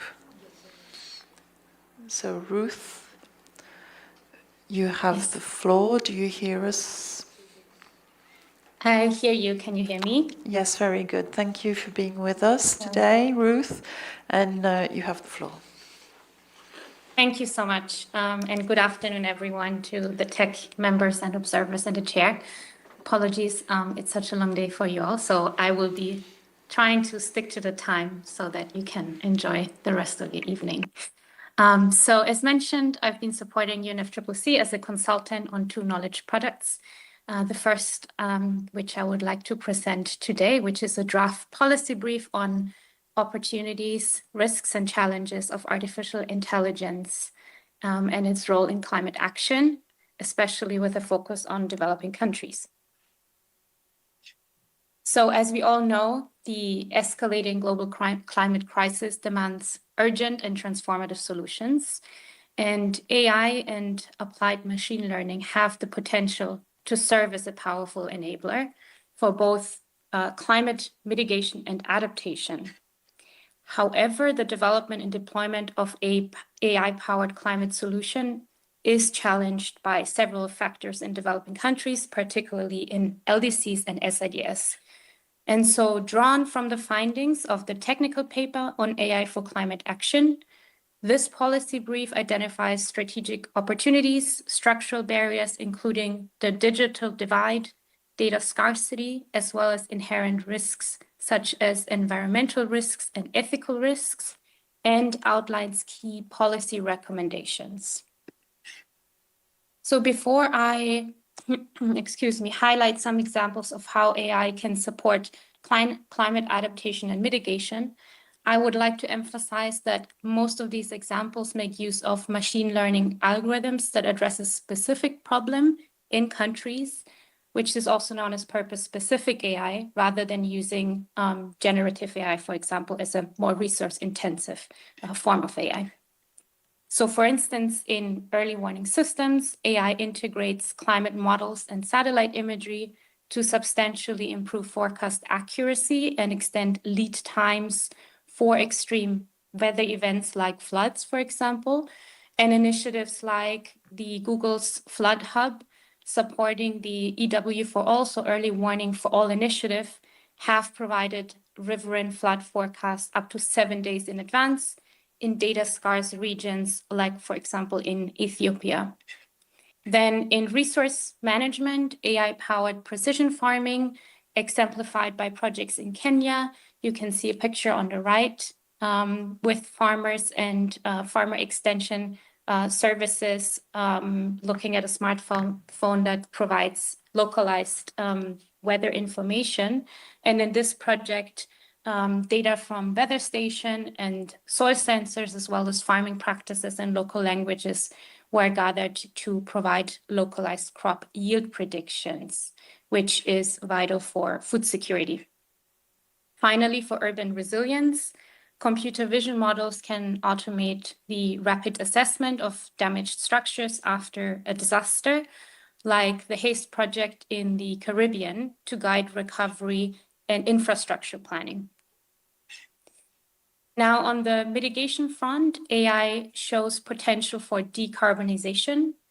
In the energy sector, AI-driven systems can reduce energy waste and maintain grid stability, which is necessary to scale clean energy sources. For example, the Lambo electrification app in Uganda uses machine learning and geospatial data to identify suitable renewable energy sites. supporting low carbon transitions, as can be seen also on the image here on the right.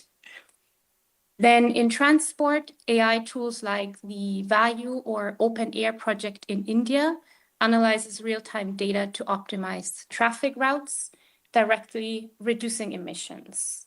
And lastly, AI supports conservation by using remote sensing to map and protect vital ecosystems like mangrove forests and tropical forests, or identify early signs of deforestation, as seen with the Previsia project in the Brazilian Amazon. Now, the effective deployment of AI is contingent on navigating significant risks. The first is the digital divide or compute divide, where many developing countries lack the necessary infrastructure, including electricity, internet, and computing power. And on top of that, face data scarcity, which hinders the development of reliable and context-aware AI models. Second, the environmental footprint is a major concern, especially advanced models like generative AI or large language models are resource intensive, consuming substantial energy and water during training and deployment, and risking offset of climate benefits. Finally, ethical risks are critical. Algorithmic biases rooted in unrepresentative data can perpetuate inequalities. And so robust governance frameworks are needed to ensure transparency, accountability, and guard against the misuse of AI, such as accelerating fossil fuel extraction or spreading climate misinformation. Now I'm coming to the policy priorities that have been identified for responsible AI deployment, focusing on systemic changes in policy and partnerships.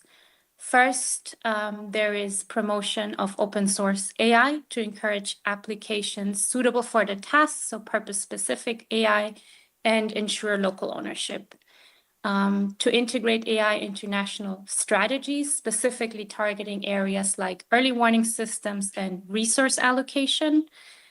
Third, to strengthen global partnerships, which involves fostering international cooperation and providing capacity building programs for local stakeholders to facilitate responsible and context-specific AI adoption.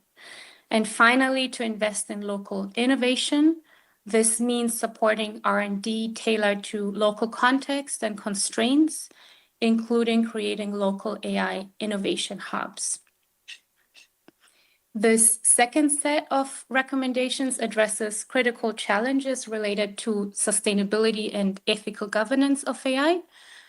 First, the reduction of the environmental footprint, which requires implementing energy-efficient algorithms, such as small language models, and adopting renewable energy for AI infrastructure. Second, to bridge the digital divide requires investing in infrastructure development and capacity building initiatives for equitable access. Third, strengthen ethical governance, which means robust data governance frameworks are crucial to ensure privacy and security, and to address algorithmic biases and use inclusive design to prevent discrimination, including gender bias. Lastly, and importantly, to incorporate traditional and indigenous knowledge into datasets and AI model development, which is fundamental to building cultural relevant and and trust, especially for effective last mile delivery of people-centered early warning systems, for example. In conclusion, we can say that AI is not a silver bullet, but it offers a powerful tool to support climate action.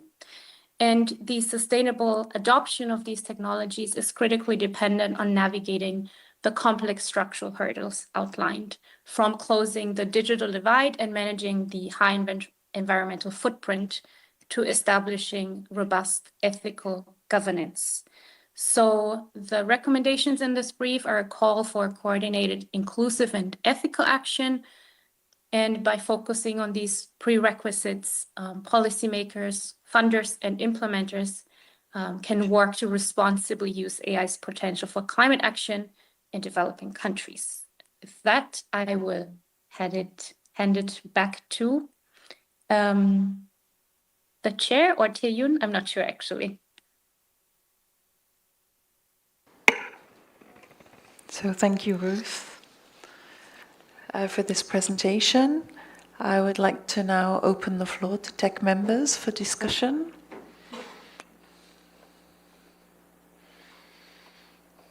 So I see Abdul Rahman's flag up. You have the floor. Thank you, Vice Chair, and thank you for the working group on the presentation that has been shared and on the document that is developed. I would like to start that the document before us and on the subject of AI, we see a lot of very, very interesting things and very good things that we hope to see them continue. But on the other hand, I will share for the sake of time, I'll go ahead and share the concerns that that our seat may not note or accept this document as the way it presents. So overall, my comments would focus, there's a need for a balanced and inclusive language to better reflection of national circumstances and sovereignty as well. We need clear consistency with the Convention and its Paris Agreement, more neutral treatment of energy sources and pathways, and the avoidance of overly prescriptive language. We would like to place particular emphasis on one key concern, namely the language on AI misuse related to fossil fuel and other resources and other sources to be extracted or exploited. In our view, this wording is especially problematic because it is targeted, politically sensitive, and punitive. It does not sufficiently respect national sovereignty, naturally determined pathways, or energy security and affordability considerations. We believe this point should be treated with particular care as it goes beyond the appropriate scope of the general policy brief and risk prejudging legitimate national choices. Another matter, we would like to see that any reference to data that is accompanied with a caveat on respecting confidentiality, intellectual property, and national sovereignty as well. These general points in mind, but I will also deep dive on some other matters. On page 4, with reference to advanced climate simulation and prediction, the wording here may overstate the current role and certainty of AI climate predictions. Climate predictions remain highly complex and should not be presented in a way that implies that AI alone can reliably deliver such outcome. We would request using more language such as supporting climate simulation, projections, and related analytical processes to better reflect the complementarity role of AI. Also on the same page, we would ask to revise the reference to Paris Agreement goals, to the Convention and the Paris Agreement goals, as the Paris Agreement should not be treated separately from the broader UNFCCC framework. On the term ethical, this might not be clear in this context. We understand that the term ethics are nuanced in different contexts. This is a very nuanced matter, and there is no universally agreed framework on AI ethics and its uses as well. Therefore, it is not clear which ethical framework is being referred to. A more appropriate formulation would be needed in this matter as well. On the 7th page of the document, we would ask to revise and to reflect the role of energy access as a foundational barrier. In particular, it would be useful to insert a reference to the lack of access to a reliable and affordable energy. This is key underlying constraint affecting computing power, connectivity, and the broader deployment of AI tools in many developing countries. My very last comment, and we may share our detailed comments later with the Secretariat, is we would ask to revise the recommendation to adapt renewable energy sources for AI infrastructure, because this may imply preference to one energy pathway over another. We cannot accept language that favors a specific energy source. A more neutral formulation would be improve the energy efficiency and sustainability of AI infrastructure in line with national circumstances and available resources. Or maybe we could replace it with low emission energy. I just would like to simply conclude, you cannot power AI infrastructure with all the renewable sources. This is not technically viable. And thank you, I'll stop here. Thank you, Abdelrahman. Can we ask you please to send us your comments by email so we're sure to get them exactly right? Okay, thank you. Now I see Fred's flag up and then Stig. So Fred, you have the floor. Thank you. I would like to also thank the team that worked on this document. And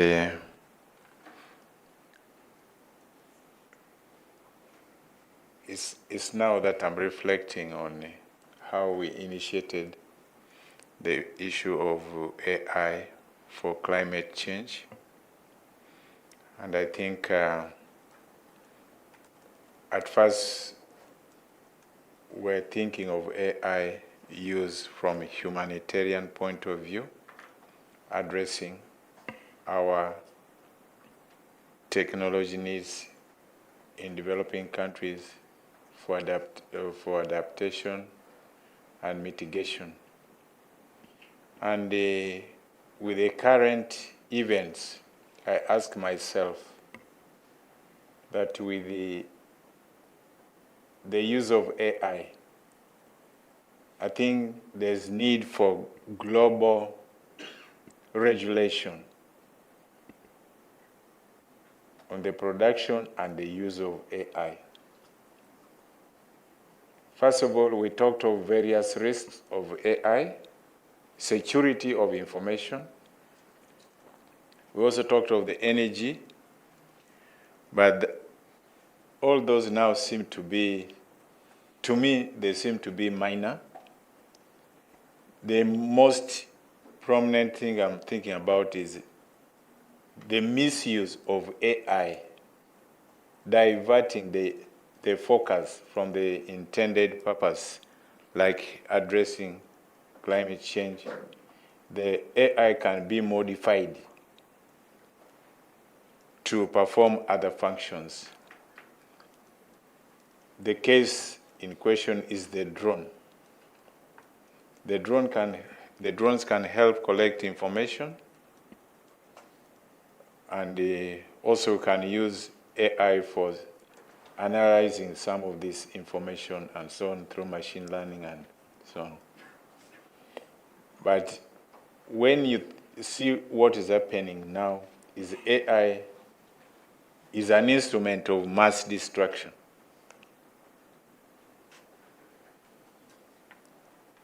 And we should not take it for granted that the AI which is used for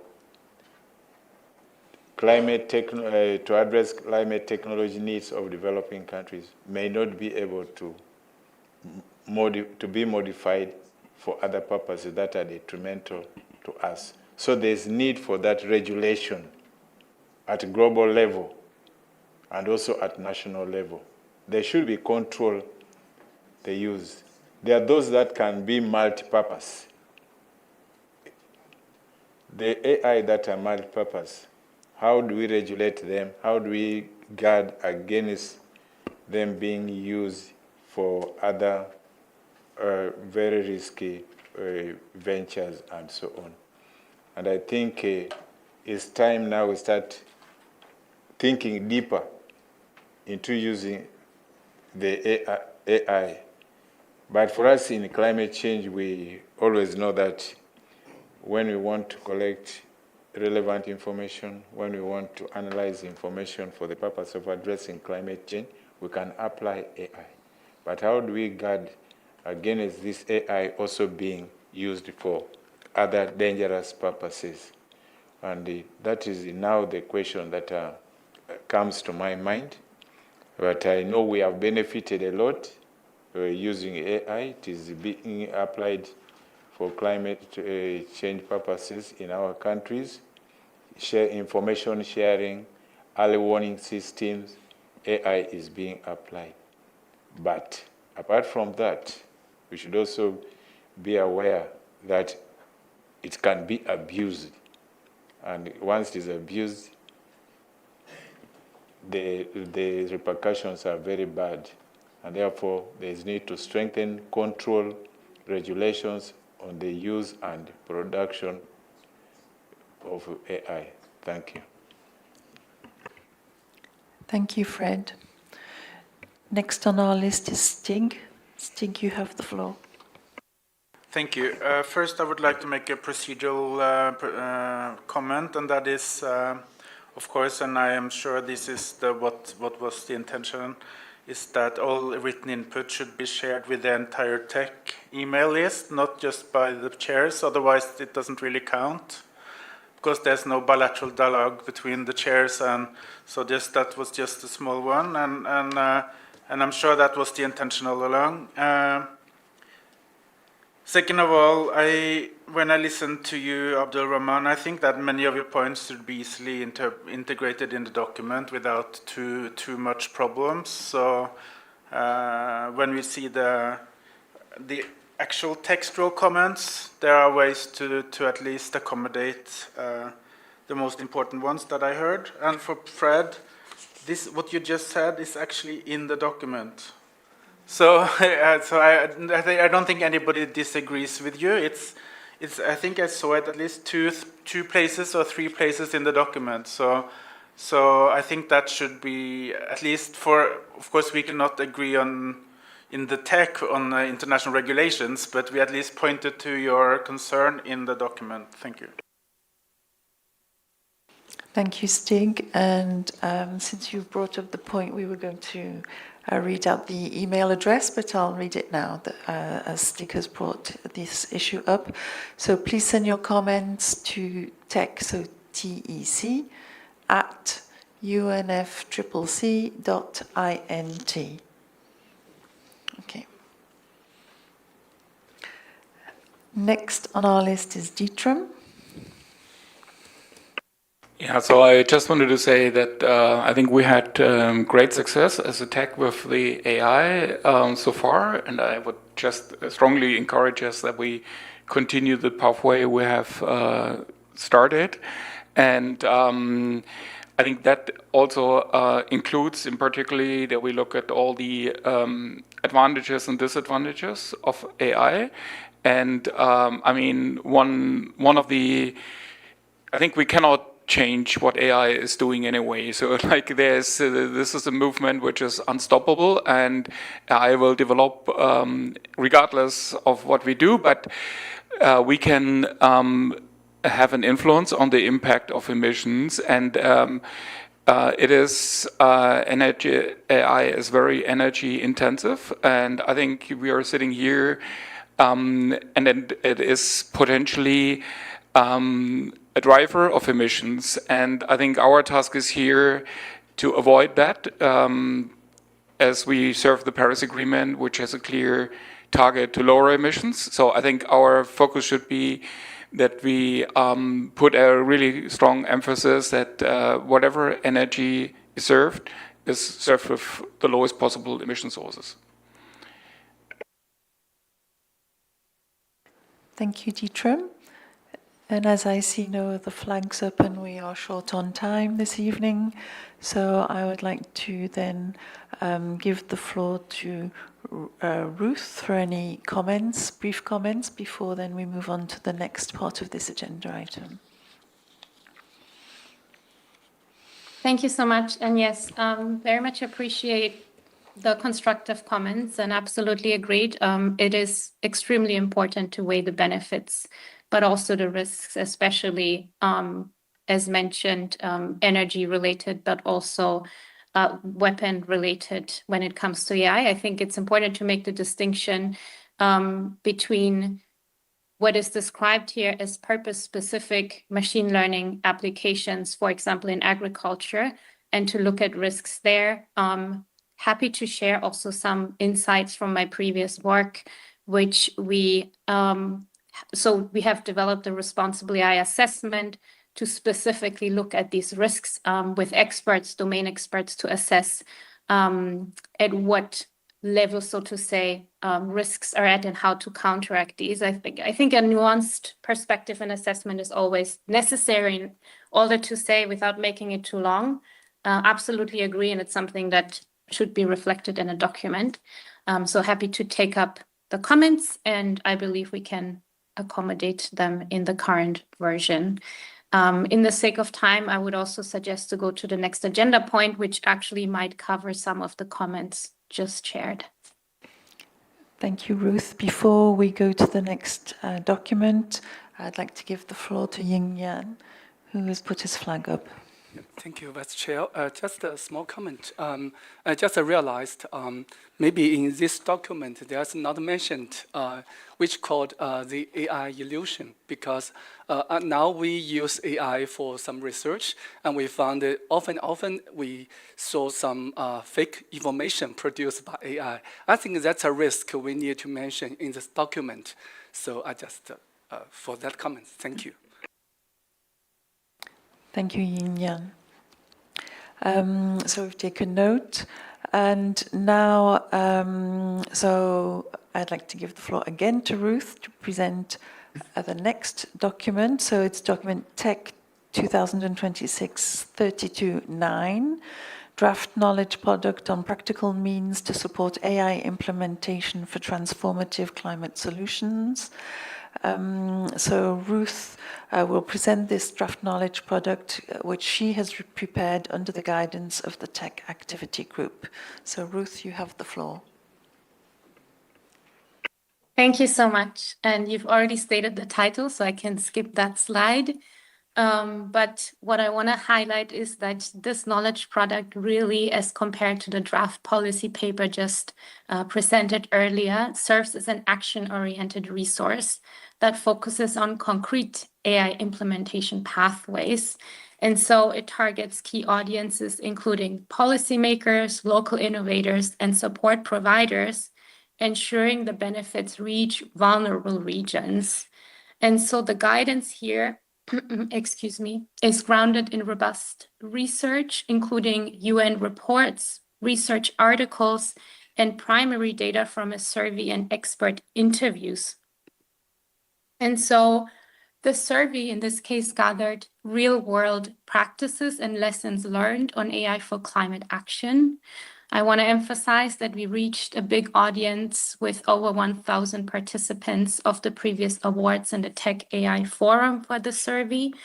And this yielded over 350 total responses, with 70% from developing countries across the African continent, Asia Pacific, Latin America, and the Caribbean, representing groups like government, innovators, and NGOs.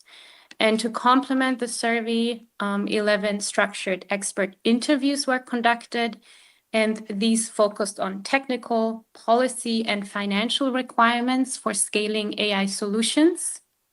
And our interviewees were climate tech entrepreneurs, researchers, and local AI practitioners from countries including Brazil, India, and Kenya, and more. So, most importantly, the report identifies a profound AI divide, severely limiting deployment in developing countries. And so the lack of high-performance compute, or HPC for short, and reliable internet connectivity often forces a dependence on external cloud providers, which risks vendor lock-in and the erosion of digital sovereignty. The survey data confirms this with, as you can see on the right, 43% of respondents rating AI computing infrastructure in developing countries as very poor or below average. And 83% of respondents in Latin America and the Caribbean report poor to moderate compute access. Coupled with this, data is the main scaling barrier. The lack of high quality, local, and relevant data makes it challenging to train accurate models for specific challenges like local flood forecasting. And finally, the already mentioned energy-intensive nature of AI's training and operation conflicts with core climate goals, which demands the adoption of green data center standards. Now, successful AI deployment depends on 3 interconnected pillars: infrastructure, data, and skills. Data must be locally relevant to prevent bias and ensure accuracy, and this requires open source frameworks. We also must address the critical lack of high-performance compute and reliable connectivity. The survey confirms this again with 33% rating internet connectivity as poor or very poor. Finally, there is a dual need for deep technical expertise and institutional and governance expertise to ensure systems are developed responsibly.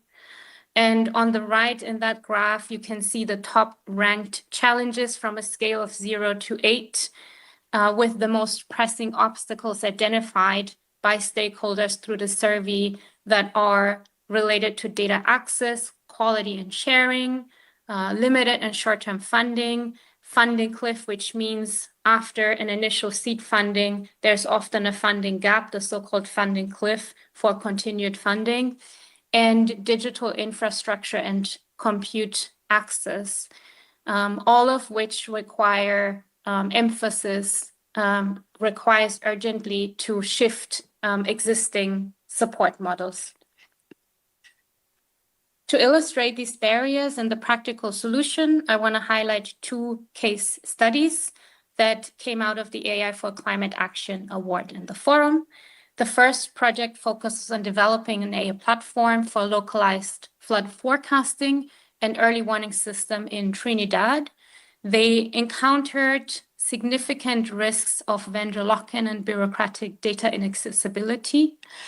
And the key lesson learned here is that community co-design and slow and a phased approach are essential for building local trust and long-term adoption.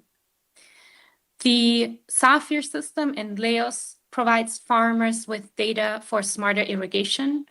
The core challenges were difficulty collecting high-quality local data and a critical lack of local AI technical skills. The key lesson being that sustainability is non-negotiable and requires intensive long-term training of local experts. Moving to open source models is also critical to avoid dependence on external expertise and ensure local ownership. Now, to overcome these structural barriers, innovative deployment models are needed. And these include, first and foremost, as 58% of respondents used model innovation hubs and centers of excellence, providing a platform for interdisciplinary collaboration and academic networks. Second, open source AI and digital public goods, or DPGs, which is about offering reusable so-called AI building blocks to lower entry barriers and accelerate innovation. The key to success here hinges on localization, linguistic inclusivity, and community stewardship. As a third model, regional computing facilities were mentioned as a crucial way to act as a bridge for policy translation and facilitate local ownership and co-design. So investing in sovereign compute infrastructure helps address the AI infrastructure divide. Now coming to the funding cliff and overcoming initial seed funding stages to a more sustainable finance model. Support providers identify overcoming the funding cliff as their most urgent task, meaning we need to transition from short-term grants to catalytic and blended finance. And so sustainable scaling, for example, requires embedding AI into public-private partnerships with clear outcome metrics. And these financial models emphasize that local ownership and robust financial structures are fundamental to long-term success. Finally, policy sandboxes can create regulatory certainty and a so-called bankable asset for private investment when government policy is absent.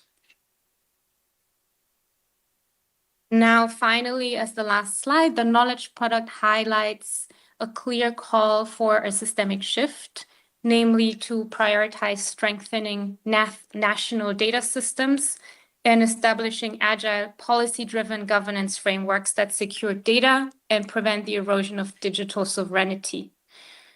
There's also the need for blended finance and venture building models for long-term impact.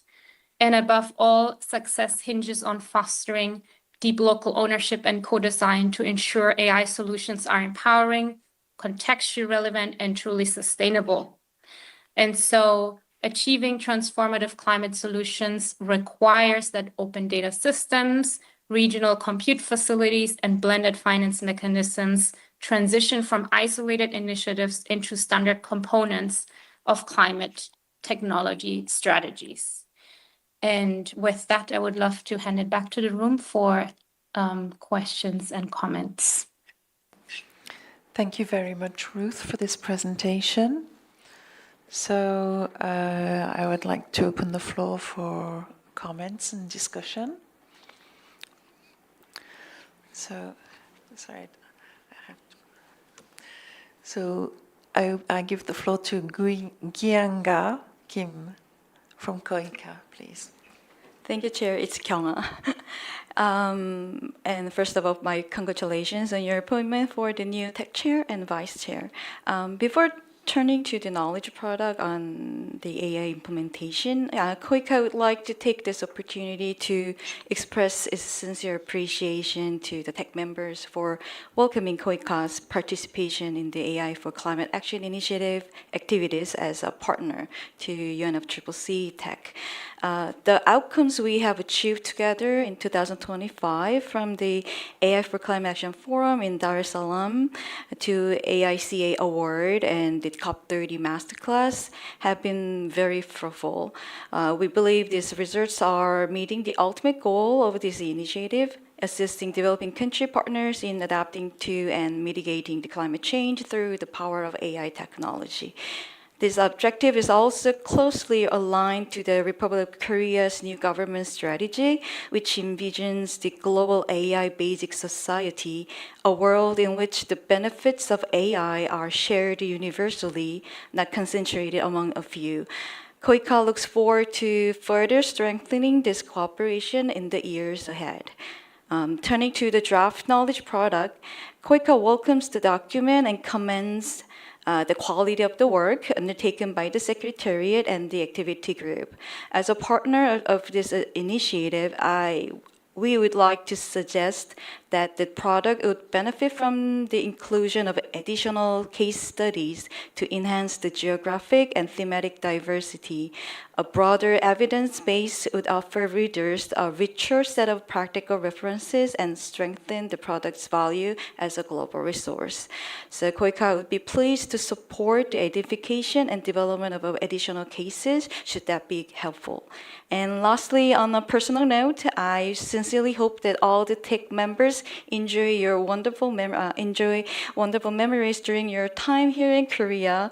Especially April is the best time of the year, and including those of you who will be also joining us at the AI event in Yosu, UNFCCC Climate Week next week. So we are delighted to welcome you there.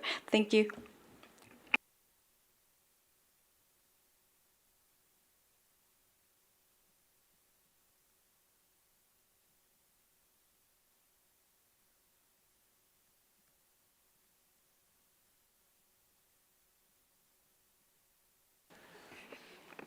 Thank you very much for your intervention in that proposal.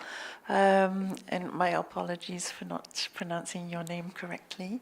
We were discussing with the Secretariat that if any other members have proposals of case studies that they wish to contribute at this point in time to this document, please do send these proposals to the tech email address I gave before, so tech@unfccc.int. So, Abdul Rahman, I see you have your flag up. You have the floor. Thank you, Vice Chair. Just to have a question, and I might come back based on the response to that question. The question is to our colleague. I've seen the mention of green data centers. So just the question is, what constitutes a green data center?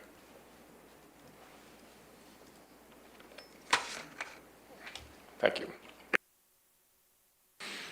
Thank you. I don't see any other flags up. So, Ruth, can I give you the floor? Sure. Yes. Thank you for your comment. And well, I guess it is linked to your previous comment, right? I mean, generally, green data centers are defined by energy coming from renewable resources and also align with responsible use of water and other resources. There's green data standards developed by UNESCO, which I don't know in detail, but happy to share them and look them up.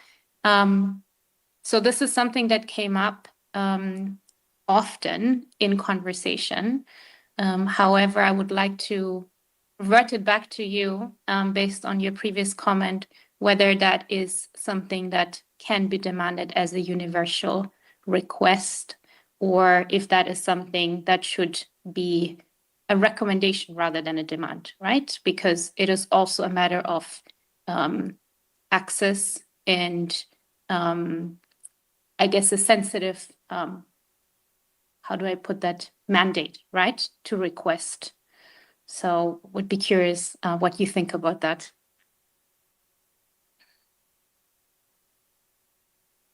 So, Abdul Rahman, if you want to respond.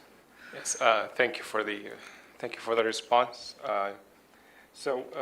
Yes, I clearly understand you that it's coming a lot nowadays. The mention of green data centers, and to my understanding, what constitutes a green data center, it depends on really what constitutes green or sustainable, depending on what are the regulations in place in that specific jurisdiction where the data center that would be constructed or developed. For example, in so many regions, a green data center, it could be deemed green based on fulfilling some requirements, getting a renewable energy certificate. It could be by any other means. We have to note that many data centers that could be deemed green based on it's connected to a grid. This grid pushes power from different sources, be it renewable and be it non-renewables as well. So it is on very practical terms, we cannot say it's completely green. So it differs from this different region. So if we are going to recommend we cannot mandate this absolutely to anyone, but if there's a recommendation to that, we need to put some caveats along the way, and on what constitutes green based on what is constituted green in the jurisdiction on national regulations on that matter. Thank you. Mm-hmm. Thank you, and well noted. Stig, I see you have your flag up. Yeah, thanks. I'm sorry to be the party pooper here, but it suddenly dawned on me that we have not had quorum all day, and I just wanted to know, how do we actually deal with the fact that we are not allowed to make decisions unless we have quorum? So does the things that we have agreed on today is not valid, or how will we validate everything we have done yesterday and today, given that we don't have quorum? That would be very useful to know. Thank you. So thank you for that question. It may take time for us to deliberate on this. Please bear with us. Yeah.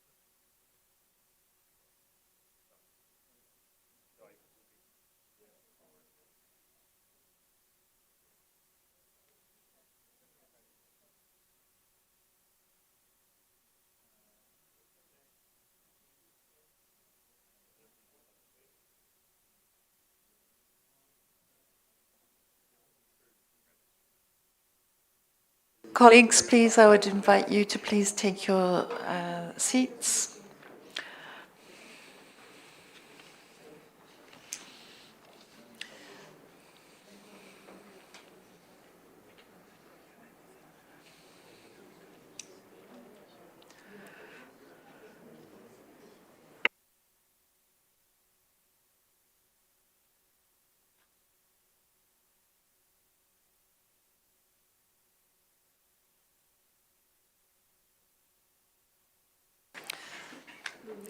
So we have looked carefully at this important issue of quorum. And so first of all, I would like to inform you all that yesterday we had the full quorum all day. And today the difficulties in having quorum have come from online participation that hasn't happened. So people who are registered to participate online but haven't connected up to the meeting. So the rules are to have quorum, we need 2/3 of the members from non-Annex 1 countries, so that's 8 members, and 2/3 of the members from Annex 1 countries, so that's 6 members. So the 6 members from the Annex 1 countries have been present, but unfortunately we haven't always had 8 members from the non-Annex 1 countries, and so we had the 8 non-Annex 1 members yesterday, as I said. So yesterday we had quorum, and what we propose for today's situation is that we recognize that any decisions were made in a situation where there was not quorum. So tomorrow we will strive to have quorum again. We will reach out this evening to the people concerned. And tomorrow, when we have quorum, we will go through again the decisions that were made today. And in that way, we will be respecting the rules about quorum. Is that a satisfactory explanation of the situation? Yes? Okay. So if there are no comments or questions, we have very few minutes remaining, and we have we closed this issue? Yes, sorry.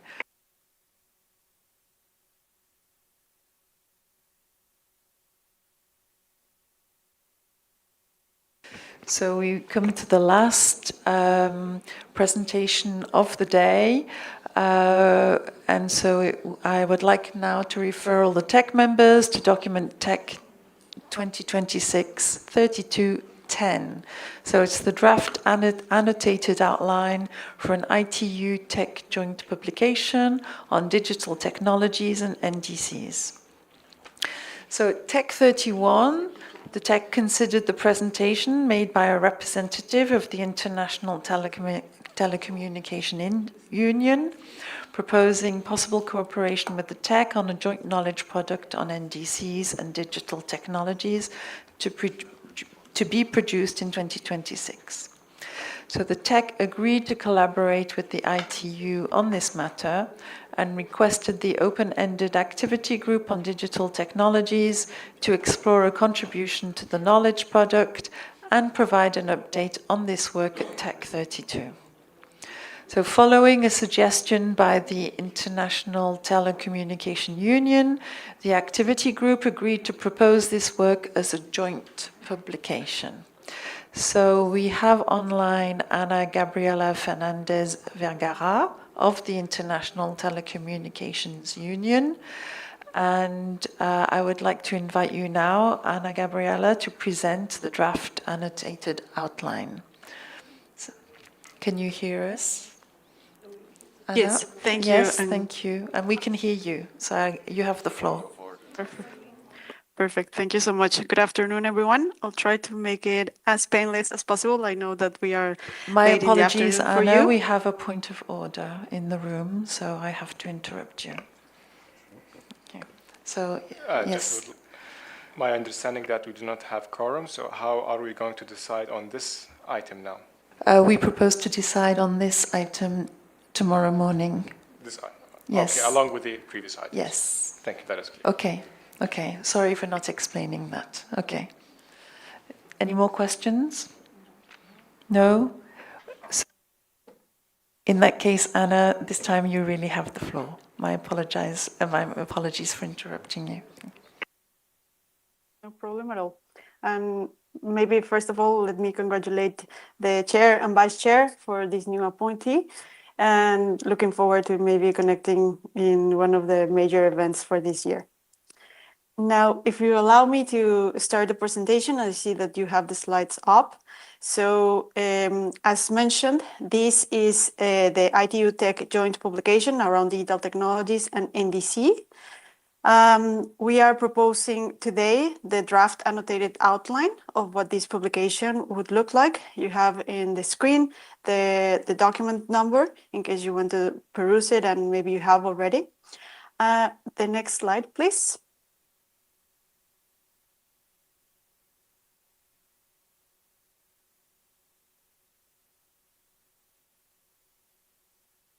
Don't see it changing. Thank you. Perfect. So let me start perhaps with the report structure that we are proposing today. As any other major publication, we are proposing to have an executive summary that can be easily digested for the key findings of this report, followed by the introductory sections, which include an introduction, then the definitions that are being used for this report, and then the methodology for how we came about these results. So that is covering which NDCs are being analyzed in this report, but also how can we label them and where the criteria for any kind of categorization is being based on. Then there are 3 substantive chapters. The first one is actually going into the key elements that we want to analyze in this report, which is basically the references to digital technologies for climate action. So anytime that a party to the Paris Agreement has referenced a digital solution to be implemented in a specific sector or across different sectors, it has been captured in this report, and so it would be reflected in this chapter. Then the second chapter that would also constitute, let's say, the substantive elements of this report refers to how the digital sector is being reflected in NDCs. Now, we have done a preliminary analysis last year that was presented as a policy brief, and in that we found that there is not a consistent treatment of the digital sector in NDCs, so this is what we expect to find in this report as well. Then the third chapter refers to the notable use cases that we would like to include as examples of what different countries are aiming to utilize as digital solutions for achieving their 2035 targets. Accompanying that, we would include, of course, annexes. So that is, let's say, a list of all the NDCs that were captured, then also the keywords that were used in the methodology, and this type of technical annexes that might be relevant for comparison later on, or for anyone that would be consulting this report. Finally, a reference chapter. If we can move to the next slide, please. I'll go into the few details of the 3 substantive chapters so that you have a better understanding of what we're planning to do, and we're already conducting this research. The first one, which is, as I said, the most important one, refers to the digital technology references. So the key figures that we aim to capture is in the total NDCs that we are analyzing, which is above 140 NDCs. How many of those are actually planning to utilize digital solutions? So far, our indication is that there is a very high number of these digital solutions that are being captured in NDCs, especially among developing countries. And so I don't want to maybe give a specific number at this point, but this would be one of the major key figures that we would include in the report, and also compare it with the baseline. The baseline would come from previous reports. One of those, of course, comes from CTCN and TEC, that did a previous analysis of this for the previous cycle of NDCs. So it would be a comparison with that baseline, along with one previous analysis from the World Bank. In addition to this, we're also considering which are the most commonly referenced digital solutions. So that goes from MRBs, but other decision support tools and data platforms or early warning systems. Then we also go into others that are less common, but that are emerging, such as AI applications, or for example, digital tools in loss and damage. Along with this, we are planning to make distinctions, let's say, for mitigation and adaptation references, so that we have a better understanding of what countries are planning, then the sectors in which the digital solutions appear, and if they're planning it on their specific governance or local levels. Now, before moving forward, just want to clarify that this is a very descriptive analysis. We are not planning on making evaluations about what we find. And actually, you might notice that we are not even proposing to have a recommendation section for this report, which of course is open to the suggestions of all TEC members, but this is what we are planning at the moment. Next slide, please.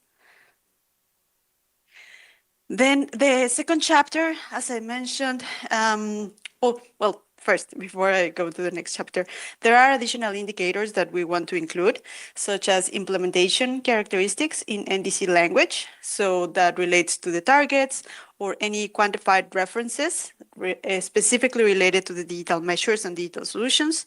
If they are planning for specific costs or budgets that would be required, along with enablers and supporting mechanisms, such as, again, references to financing instruments or technology transfer language. One important additional element that we are planning to include is to actually analyze how digital solutions are linked to the conditionality of targets. So we have seen that in some cases, countries are actually including these digital solutions just under conditional targets. And so we thought that it might be very interesting to shed some light over how digital technologies are being captured and if it's related somehow with conditionality of targets. Then in terms of inclusion and social dimensions, we're also planning to analyze how these digital solutions are related to just transition mentions or gender considerations, for example. Now, very concretely, on the second chapter that I mentioned, we want to understand if there are any references specifically for the digital sector in the NDC. So just for context, ITU has a lot of work trying to promote transparency around the energy consumption and GHG emissions of the digital sector. So we want to understand if this is present also in NDCs. We understand that they have a different nature, but we want to still keep it as one of the areas of focus for the report. The next slide, please. Now, the use cases that we would like to include are a very short introduction to these use cases. We're planning to capture at least 4 or 5 that could have regional diversity, also sector variancy, and that they reflect the different intervention types that countries are planning for these digital solutions. You have in the screen the structure that we're thinking, so that we have a context, let's say the initial situation or the context for the country, and why they are planning this specific digital intervention. Then the opportunities that they have identified for that solution. And then moving into specifically what is the description of that solution, if they have already implemented it, what are the results that they have obtained. And then in terms of post-analysis, we want to learn from that what were the challenges and if there are lessons learned from that. Now, I've also included the indicative long list of the countries that we are considering for these use cases. We will have some interviews with them once we, let's say, shorten this list. This is based on early expressions of interest or other key partners that have suggested these countries, or we have identified that they have specific digital solutions that might be interesting and relevant for this report. But we are very open to just suggestions. Please, next slide, final slide, actually. So as next steps, we are proposing that we receive your interventions and your suggestions today. We incorporate them into, let's say, the draft that we have, so that we look at a final draft before Tech 33, in which we will have the full report for your analysis and comments and, hopefully your approval. We want to have your inputs in terms of the structure, the category choices that we are proposing, and then any use case selection. Now, one important element that we wanted to bring to your attention today is that there are some major milestones this year that we would like to take opportunity of to give visibility to this work. So, for example, in the June bond conferences, we would like to have an event so that we could have, let's say, this report mentioned as part of the upcoming outputs of this collaboration. But also one important one is the AI for Good Summit. So I can say that this is a landmark event on AI that ITU has the privilege of organizing and hosting each year, usually in July.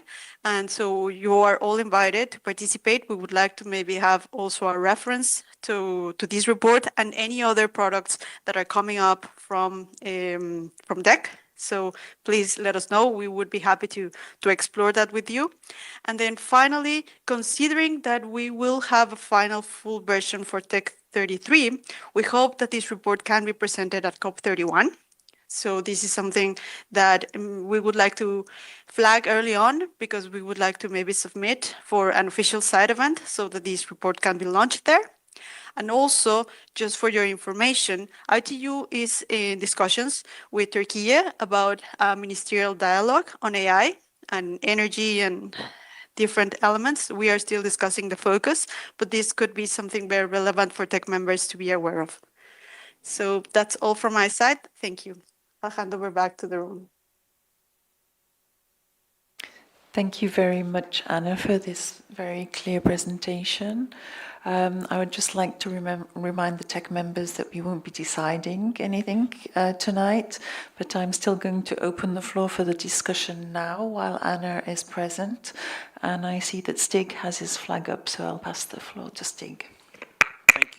Thank you, and thank you, Anna, for this very interesting analysis, and I think this will be an interesting product. The only kind of the big question I have, and I thought we resolved it at the last meeting, but I cannot see what we agreed last meeting reflected in the document, is that your analysis seemed to be based on both the NDC and the ICTU and not only on the NDCs.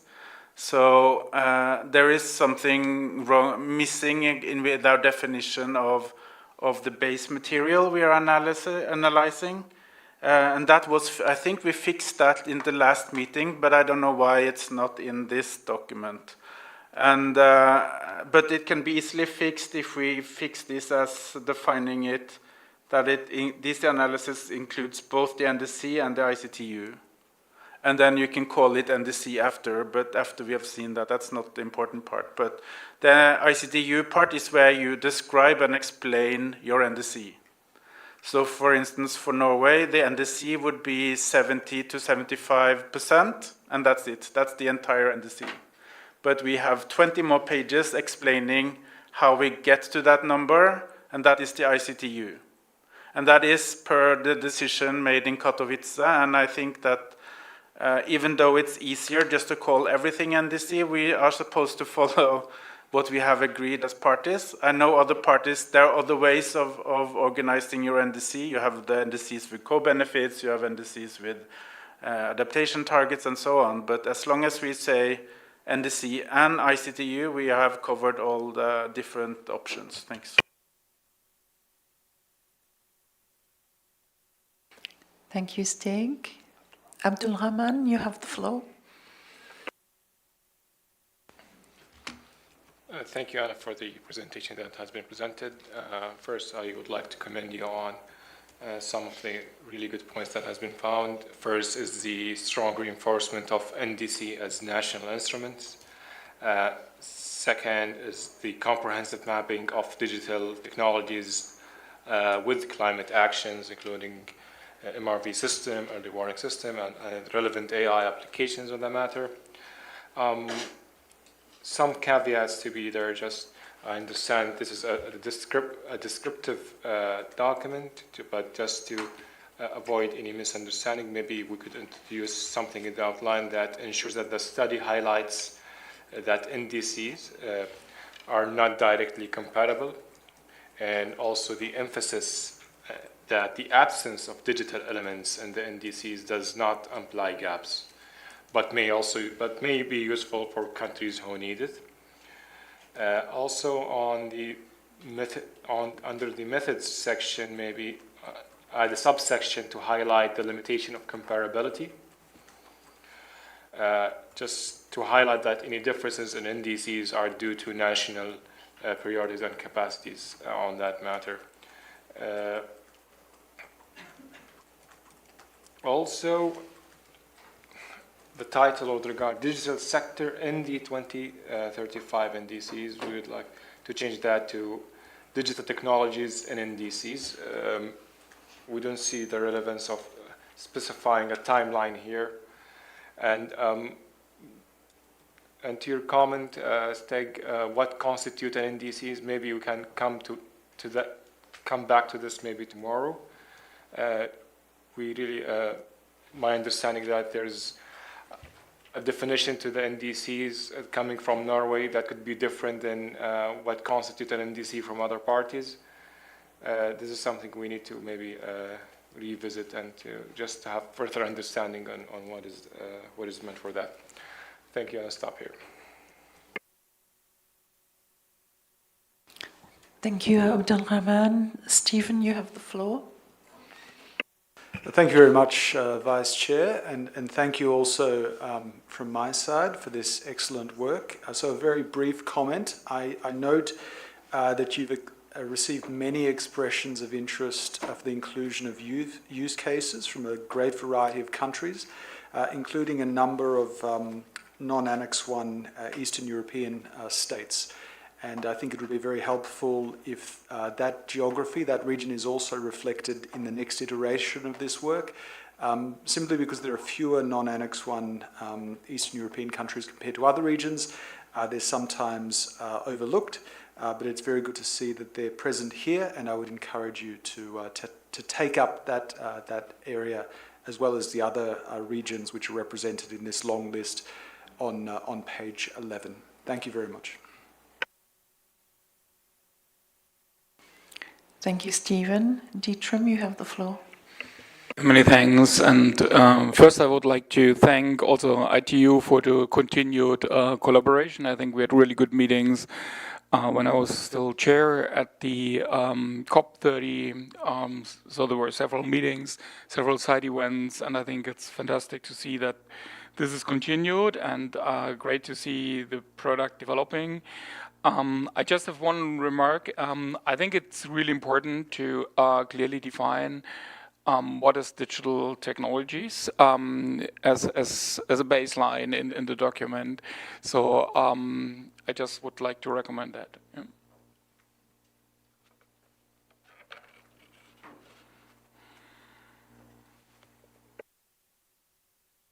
Thank you, Dietram. I don't see any other flags up. So I don't know, Anna, if you want to come back on these comments. Yes, thank you very much. So thank you everyone for these very helpful and substantive comments. I appreciate where all of you are coming from. So in terms of whether or not we should consider additional documents or different conceptions of NDCs, the different agreements of what has been agreed in terms of the scope and what is included, I would really appreciate, or if based on the discussions that you have tomorrow, you can also inform us of whether or not we should extend it to, for example, the ICTU Norway document, or in any other cases that it's relevant. So we look forward to hearing what you decide on that point. We are flexible in in any case, so we can accommodate the decision of the TEC members. For the other points, I think that they are very reasonable and straightforward, so we're happy to take them forward in terms of the distinction that they are not comparable, that is easily fixed into the methodology section, and that it shouldn't be understood as a gap if they are not mentioning digital solutions. Also on keeping Eastern Europe use cases, one at least in the final short list, that's also well noted, and the definition of digital technologies as Ditram was just mentioning.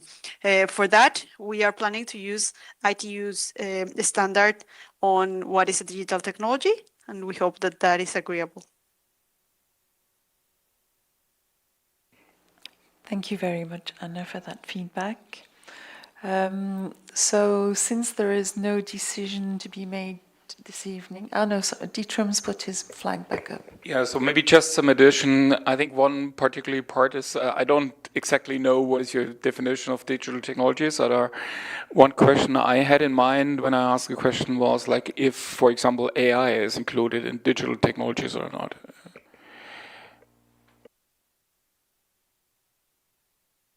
Yes, so the definition that we are using definitely covers AI. It's a broad definition and understanding of digital technologies. I'm happy to maybe share the link to the standard that has all the different or the most extensive definition. But overall, it is definitely one of the most important elements of this report, because indeed, depending on the country and their understanding of NDCs and the priorities, you can see that there is some level of interpretation that needs to go into this report in order to classify whether specific uses are digital solutions or not, or digital technologies. So for example, if we go into data uses, then it becomes a bit controversial if we should be counting that as a digital technology or not, and as a digital solution. So yeah, if anyone else is interested in having a further discussion on this, we are happy to hope to organize something. Thank you, Anna. So we've come to the end of our discussions, and we're almost ready to close the meeting, but there's a very important issue that needs to be addressed in your presence, and so I shall now give the floor to the Secretariat. Thank you. So the chairs have requested the Secretariat to organize the traditional tech dinner. So we're planning that for tomorrow evening. We'll be sending out an email just to get confirmation that you would be able to attend. It would be around 6 o'clock. I hope that is doable for us. I hope we finish by then. It's a Korean style restaurant, and we hope there will be, and there should be both options for vegetarian and non-vegetarians there. So yeah, so we'll send the email. Please, if you're planning to attend, please let us know by 10 a.m. tomorrow so that we can inform the restaurant, since we are a larger group. Thank you. Yeah, and the very, very last word is that tomorrow, as you may have realized, we have a very, very packed agenda, and we want also to be on time for our dinner. So I kindly ask us to be punctual and start tomorrow at 9 a.m. And also we are already making efforts to make sure that we have the quorum and we can take all the decisions throughout the day tomorrow. Thank you very much, and see you tomorrow.